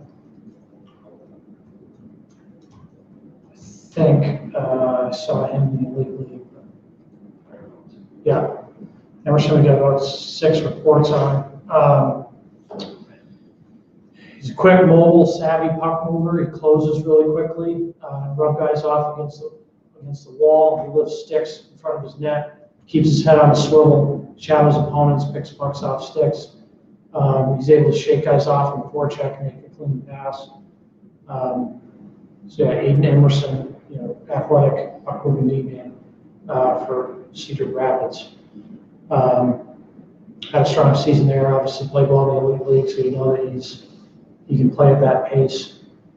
Now we're in the phase of the draft where a lot of teams are passing.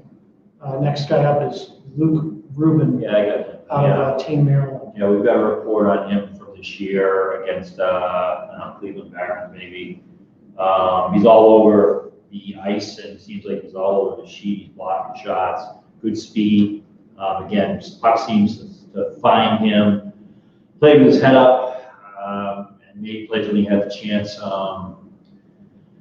Understands how to create time and space. Kind of disappears, reappears in good spots. Cut hard across the ice. Showed jump in his stride. I got an A- in this report. So quick, hard snapshot and slap shot. Not selfish to play hits to make plays. So take kids like that all day. Yeah. Next 5 kids, they passed on the next 5, and then we have Chase Ramsey, really athletic kid, good skater out of Avon Old Farms in Connecticut. So what we have on him is he's quick to defend. He's got an active stick. He's got a strong base, good size. You can really hit. Yeah, he knocks guys off pucks. Yeah. He was supposed to be one of the guys originally picked in the PHL, but Avon had stuff, Avon Old Farms and stuff going on this spring, so he stayed on campus to graduate. But we still watched him play in the fall and over winter break a couple times. He's a real hard-nosed kid. He can definitely lay some pop on you if you're not paying attention. Next year, we go up to the OHL. Again, I'm a little surprised. I would have thought there'd be more kids taken out of the CHL. Obviously, it's hard to move those guys, but I thought with everything going on with the border and whatnot. But anyways, Mass is a really good player. I think he's with, is it Saginaw? No, Sarnia. They have a great shot D, 6'4", 215. Pretty mobile for his size. He's got a snarl to him. He's tough. Gaps up really well. He's hard to play against. He's got a really long reach. Uses it well. When I saw him before the OHL, he was a little bit raw. So I haven't seen him this year. It'll be interesting to see how he's developed. I think he's another kid who's committed to that showcase in Erie. I believe I saw his name on there. So NHL teams will get a chance to see where he's at. But always was a high upside guy. Our next guy up, and this will complete our guys from the 2005 list. This was, I think, our highest rated 05 that was not picked last night. Cooper Conway at Andover High School. Really fast, slick skater. We gave him a B at the AA state tournament. playing for Andover. They only got one game, but really like the way this kid plays. A lot of pace and really smart. Can separate. 16 points in 22 games. We had him 69th ranked overall.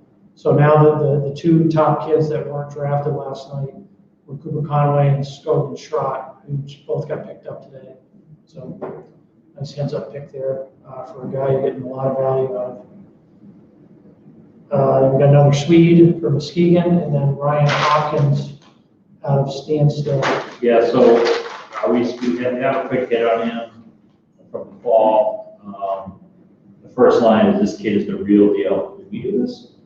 I wouldn't think we could say that. No, not me. Second round pick by Moncton in the queue. Tools in another year or two in him. Speed is lethal. He rushes up ice like a linebacker with good hands. So he's a D, 6'1", 170. He's able to take chances because of his speed. Up ice, rarely misses the net. His own end, he uses his body well to block out again, engage those forwards before they reach the front of the net. And uses the wall when he needs to. Gets off it, knows he can always go back, and gets an A+ here. So, this, obviously somebody, I don't know who did this, but this must be someone up north. This was versus Bishop College. Yeah. Next guy up, Youngstown takes a kid out of Washington, D.C. No, Lee Parks. Oh, I'm sorry. So we got him. He's another kid in the PHL, came down from Ottawa about 5 weeks ago. He was drafted by Guelph last year in the USHL, and he's about 5'8". Right now, he's about 6'1". He's going to Salisbury next year. Hadn't played a game in about 14 months. Came down, hadn't been on the ice in 7 weeks, and jumped right in and started skating. The kid loves hockey. Each team gets an hour practice 3 times a week. He skates all 4 practices, wheels around, participates in everything. Loves the game. He's actually living at Boston Hockey Academy's dorm right now. I think he's having a pretty good time in finishing his schoolwork. But he's a really nice kid, good kid. Really happy that he was able to come down from Ottawa to participate in the league and opportunity to play. Salisbury's got themselves a player. He's the Lato for who NHL teams will definitely be watching for the 23 draft. Nice. Sorry for trying to skip you there. I didn't mean to. Jacques Oliver. Oh, did we do Ryan Hopkins? Yes, we did. Yes, yeah. Good deal. Jacques Oliver's a 6'1" forward out of Washington, D.C. for Team Maryland. Got a little bit in the system, but not a ton. I don't know him that well. He was on our board for last night. But Late 05, got some size. Dad played at UMaine.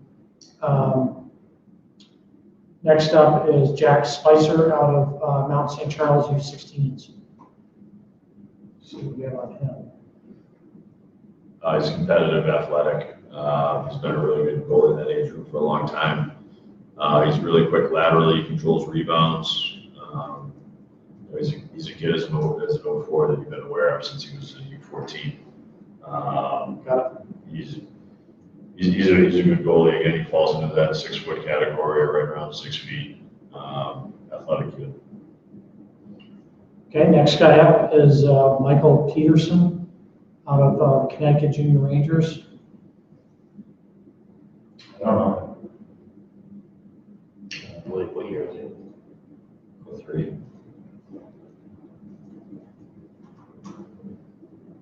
They do a nice job at the Junior Rangers. That's Vinny Montemano. He's another guy who's everywhere. Vinny's everywhere. And scouts these kids from an early age. I'm not familiar with this kid though, Michael Peterson. Oh, McHale. Okay. We might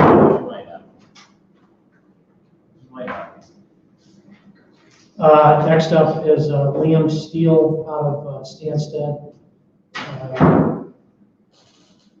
We have, I think we have. They just took Ryan Hopkins out of Stansted, so obviously. Hold up, we've got McHale. Okay, sorry. I was spelling it as Michael. McHale. I need to get a name. Quick. Can carry the puck up ice. He's a right shot D, effective on the power play, control the puck, find the open player twice. He's obviously had a swivel, active along the blue lines. He moves and swivels and gets pucks through, finds a player on the back door. It's all defensively, limits time and space. So there you go, athletic puck mover, 2003, late 2003. Yeah, Okay. Next guy we got is Liam Steele. We're going back. Chicago Steele's going back again to Stansted. Taking this kid, 6'4", big defenseman, comes out of Nova Scotia. I think actually, let's see. Yeah, I played with Kate Breton growing up. We don't have much on him in the system, but he's got a lot of size, and they're seem to be targeting St. Andrews, which if you haven't seen St. Andrews, that's a scouting trip worth going to. That's a beautiful rink. It's a beautiful school. They really produce a lot of talent out of that program.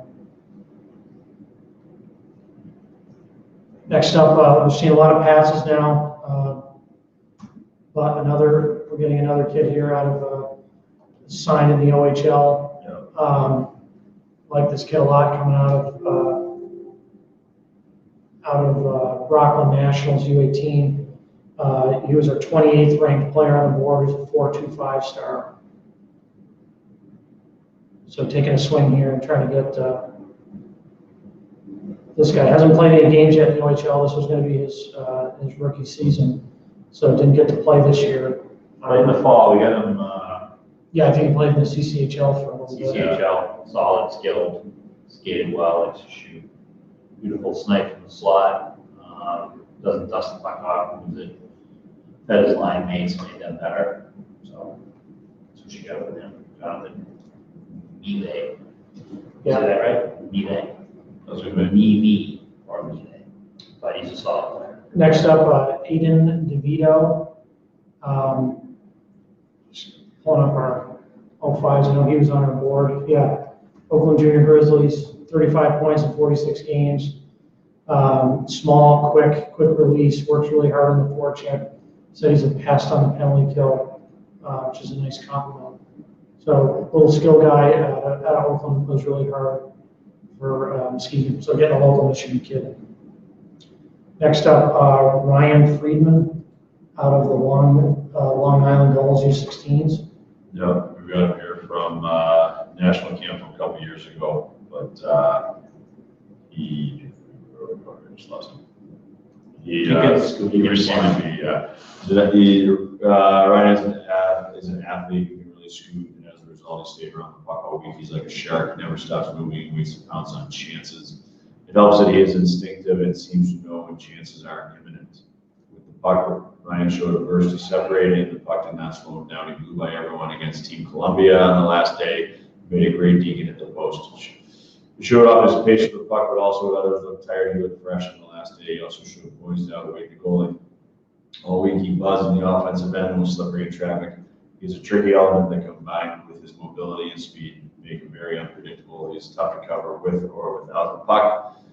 He was around and made a lot of plays. We also really liked his play on the penalty kill where he scored a shorthanded goal and created turnovers, even winning faceoffs. Finished with a goal and 2 assists at the national camp a couple years ago. Yeah, awesome.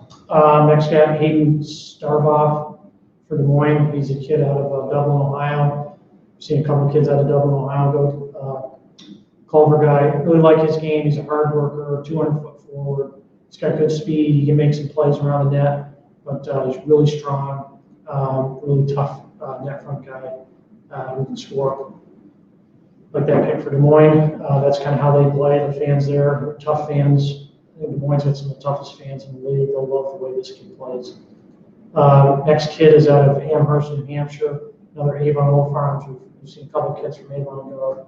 Joe Connor. Yeah. You know Joe, right? Yeah. He's I do. No, I know. I mean, Yeah. I don't mean it in a negative way. I like him. just like saying you know Joe. Yeah. Thought it would sound funny. Yeah, Joe, he's a skilled kid. He's an 05 who always played 2004 as a New England growing up. He's got a great shot, quick release in the slot, competitive, good feet, ton of poise for the puck. He's good off the rush coming in and manipulating the gap. He loves to come down the offside and then cut to the middle and let it rip while Chaco's going in the net. Yeah, he buzzes, he forces opponents to make bad decisions with the puck. And he's got an active stick, so he impacts the game at both ends. And, direct, tough, with some skill. So he's a solid 05 at this point. And he'll get better at A1 for sure. Next kid up is Landon Fandel out of Sioux Falls. An 05 here. We saw him at the combine. He's a 3.5 in our system. He played up with the U16s. He was a B- at their nationals, which is really tough to do this when you're playing up. But he got a B+ at the combine. He got down. He's a strong skater. He's got real zip on his passes. He can make nice fakes at the offensive blue line to buy extra time to get pucks through. So a nice game. He's a mature player, strong ice skates, tough defensively, one-on-one. So nice late pick there. And then we've got now we're almost caught up now. We're only 3 picks back. We've got Luke Drury for Des Moines. I actually like this pick. We talked last night a lot about some of these kids playing on teams that are stacked and being a little overshadowed. Luke Drury is a kid. He's going to go to Brunswick, but he played on that mid-Fairfield team that was very strong. A lot of kids on that team have been drafted. And Drury he's still developing the pace of his play, but he's really smart. He gets to the right areas. He's always ready to shoot. He's got some grit to his game. Not afraid to go into the corners and battle for a puck. Not afraid to go to the net front and take a hit to make a play. And I really liked his IQ. I think he's underrated prospect. So nice to see Des Moines taking him here. Next up, Camden Bowman, the grandson of famous Scotty Bowman. I should say Luke Drury's the son of Rangers new GM Chris Drury. Hobie Baker winner at Boston University. I think he won the Hobie. Yeah. And Stanley Cup. Stanley Cup. The goal. Right. Chris Drury is my favorite player. No Olympic gold. 1980 was the last one. In the World Championship, maybe? Whatever that one was. Yeah. No, it wasn't a world champion. But yeah, love Chris Drury. He's my favorite player growing up. BU guy. He was sophomore when my cousin Travis was a freshman at BU. He's maintained a great relationship all the way through. We mentioned him in his Hall of Fame speech. I don't think there's a classier guy in hockey than Chris Drury. So it's been a pleasure watching his son play. Camden Bowman, we saw him at the USHL Combine. We saw him at Nationals. Big body kid. He plays the game the right way. His stick's always in the right position. He bodies up guys. A little bit raw at this point, but got some jam. But he's got some jam. He plays hard. You can tell he's a coach's son because he's got a detailed approach to the game.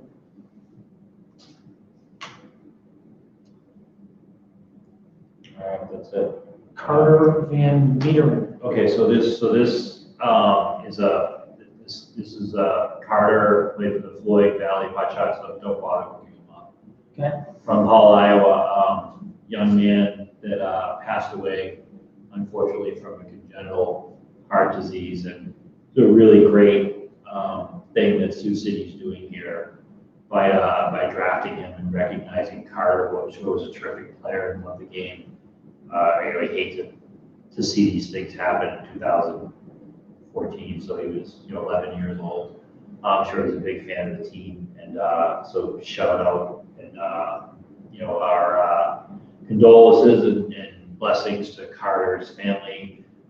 Sioux City, classy move, and to the Floyd Valley Hotshots and any of you kids that are watching, always be thinking about Carter and how much he loved it. That's really it. I didn't know him. I don't know the whole story, but that's the basic story. So I had to Sioux City for that, and for the USHL, let them figure out a way to have him go last. Have Sioux City go last.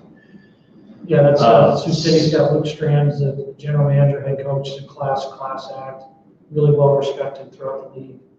He's coached at the college level, he coached at Wisconsin. So yeah, not surprised to see him do something like this. class act move for an Iowa, local Iowa kid. I didn't know that. Well, somebody let me know. Someone tweeted it out. No, somebody let me know. We have people. But that wraps it up. Still another round, but it looks like we're not. No, I think Mark said it's over. Mark's is on. Okay. He's Mark would know. usually- he would Mark's know. the brain trust on Lucius. And, Most of the teams look like they passed, and I think they might have chosen to end it on that note. They say the draft's ended based on the site, so I'm assuming that all the other picks are passes. So Yeah. I could be wrong, but yeah, that was, Yeah, thanks everybody for tuning in. yeah. Really appreciate, we got a whole host of subscriptions last night and throughout, this morning. Like I said, we have reports on almost all the guys that were drafted. That doesn't happen on accident. We've got to pay a lot of money to, travel to these different places and hire scouts. And, we don't do intern scouts. We pay all of our scouts. We hire professionals. So those subscriptions you go really to help support what we're able to do here and to put, highlight these kids in their amateur careers. So thanks for the people that subscribed. I hope more people will subscribe today. Obviously, you can see we've got reports on almost every kid who's been drafted. If you're a fan, if you're a scout. And thanks to Ian and Murph and Mark, some of the other guys that were on, Andrew, Ed Besinger, Cully that popped on for a little bit. All the work that everyone's done to put this together has been really awesome. Thank you, Brandon. excellent work by everybody across the board. And thank you, Winnebago. Yeah, Winnebago, we're still waiting. Our phones are still waiting. Yeah, right. I'll keep looking for that email. And thank you, Easter Bunny. Thank you, Lisa. Yeah, that's it. I don't think we have any more. Any thoughts on anything? Just, you start to think about, who maybe should have gone and didn't, but I don't know. I thought, I was surprised that not more CHL kids went, Yeah, which so would what- tell you that they're confident that they're gonna have a season next year, or at least the agents and the team. So that was interesting. Yeah, that was actually very interesting. I thought we were gonna see around. Pretty good amount of 05s, more than you'd see in a normal year. Yeah, I think that's because Yeah. That was interesting. A couple local picks that I thought were interesting. Dubuque got a local kid, Madison got a couple local kids. couple local kids that I think should have gone. Couple local. When you say Mass local, kids what do you or mean by local? local? I think Jaden Greer, So local Massachusetts. just throw one name out there, would have been a player that maybe because he is a little bit away from that level, so maybe next year is his year, but it's a player that's made tremendous strides in the last year. Tremendous. Yep. Big, strong, fast, starting to look like that. So I would say I didn't see a ton of, I think it's just a function of the league this year with the Canadian leagues, but you didn't see a ton of junior players out of Canada. Yeah. We usually see a lot of BCHL, AJ guys. We didn't see a ton of those. We saw some, We see any OJ? like one or two. yeah, a couple. The NA is always well represented in this draft, and they were again this year. Saw a lot of Europeans this year. I don't know. Like more Europeans than normally? Yeah, I think so. I don't know if some of those are slings, like if they're trying to connect on a kid or if they feel good about it. My guess would be the early round picks are kids that, they're in touch with their advisors, and the later round picks might be swings, but No. geographically, I think it was all over the place. So Yeah. kids from Ohio, we saw kids from Colorado, Texas. We saw some Nova Scotia kids, Minnesota, Massachusetts, Illinois, Tennessee, Vermont, which we love our Vermont kids, Iowa, Ontario, Russia, New Jersey. It was really well represented. New Hampshire. New Hampshire, thanks, Mark.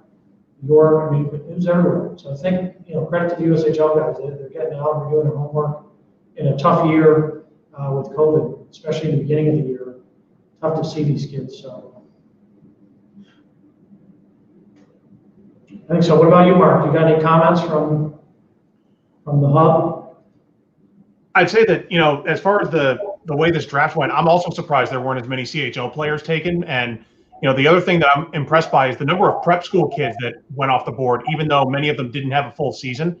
I think the advanced scouting being done by a lot of the folks across the USHL ended up paying dividends this year, especially in the Phase 2 draft, where a lot of those players that aren't 05s went off the board. So I thought there was a lot of great work done there, even though there was no full season across the board for prep.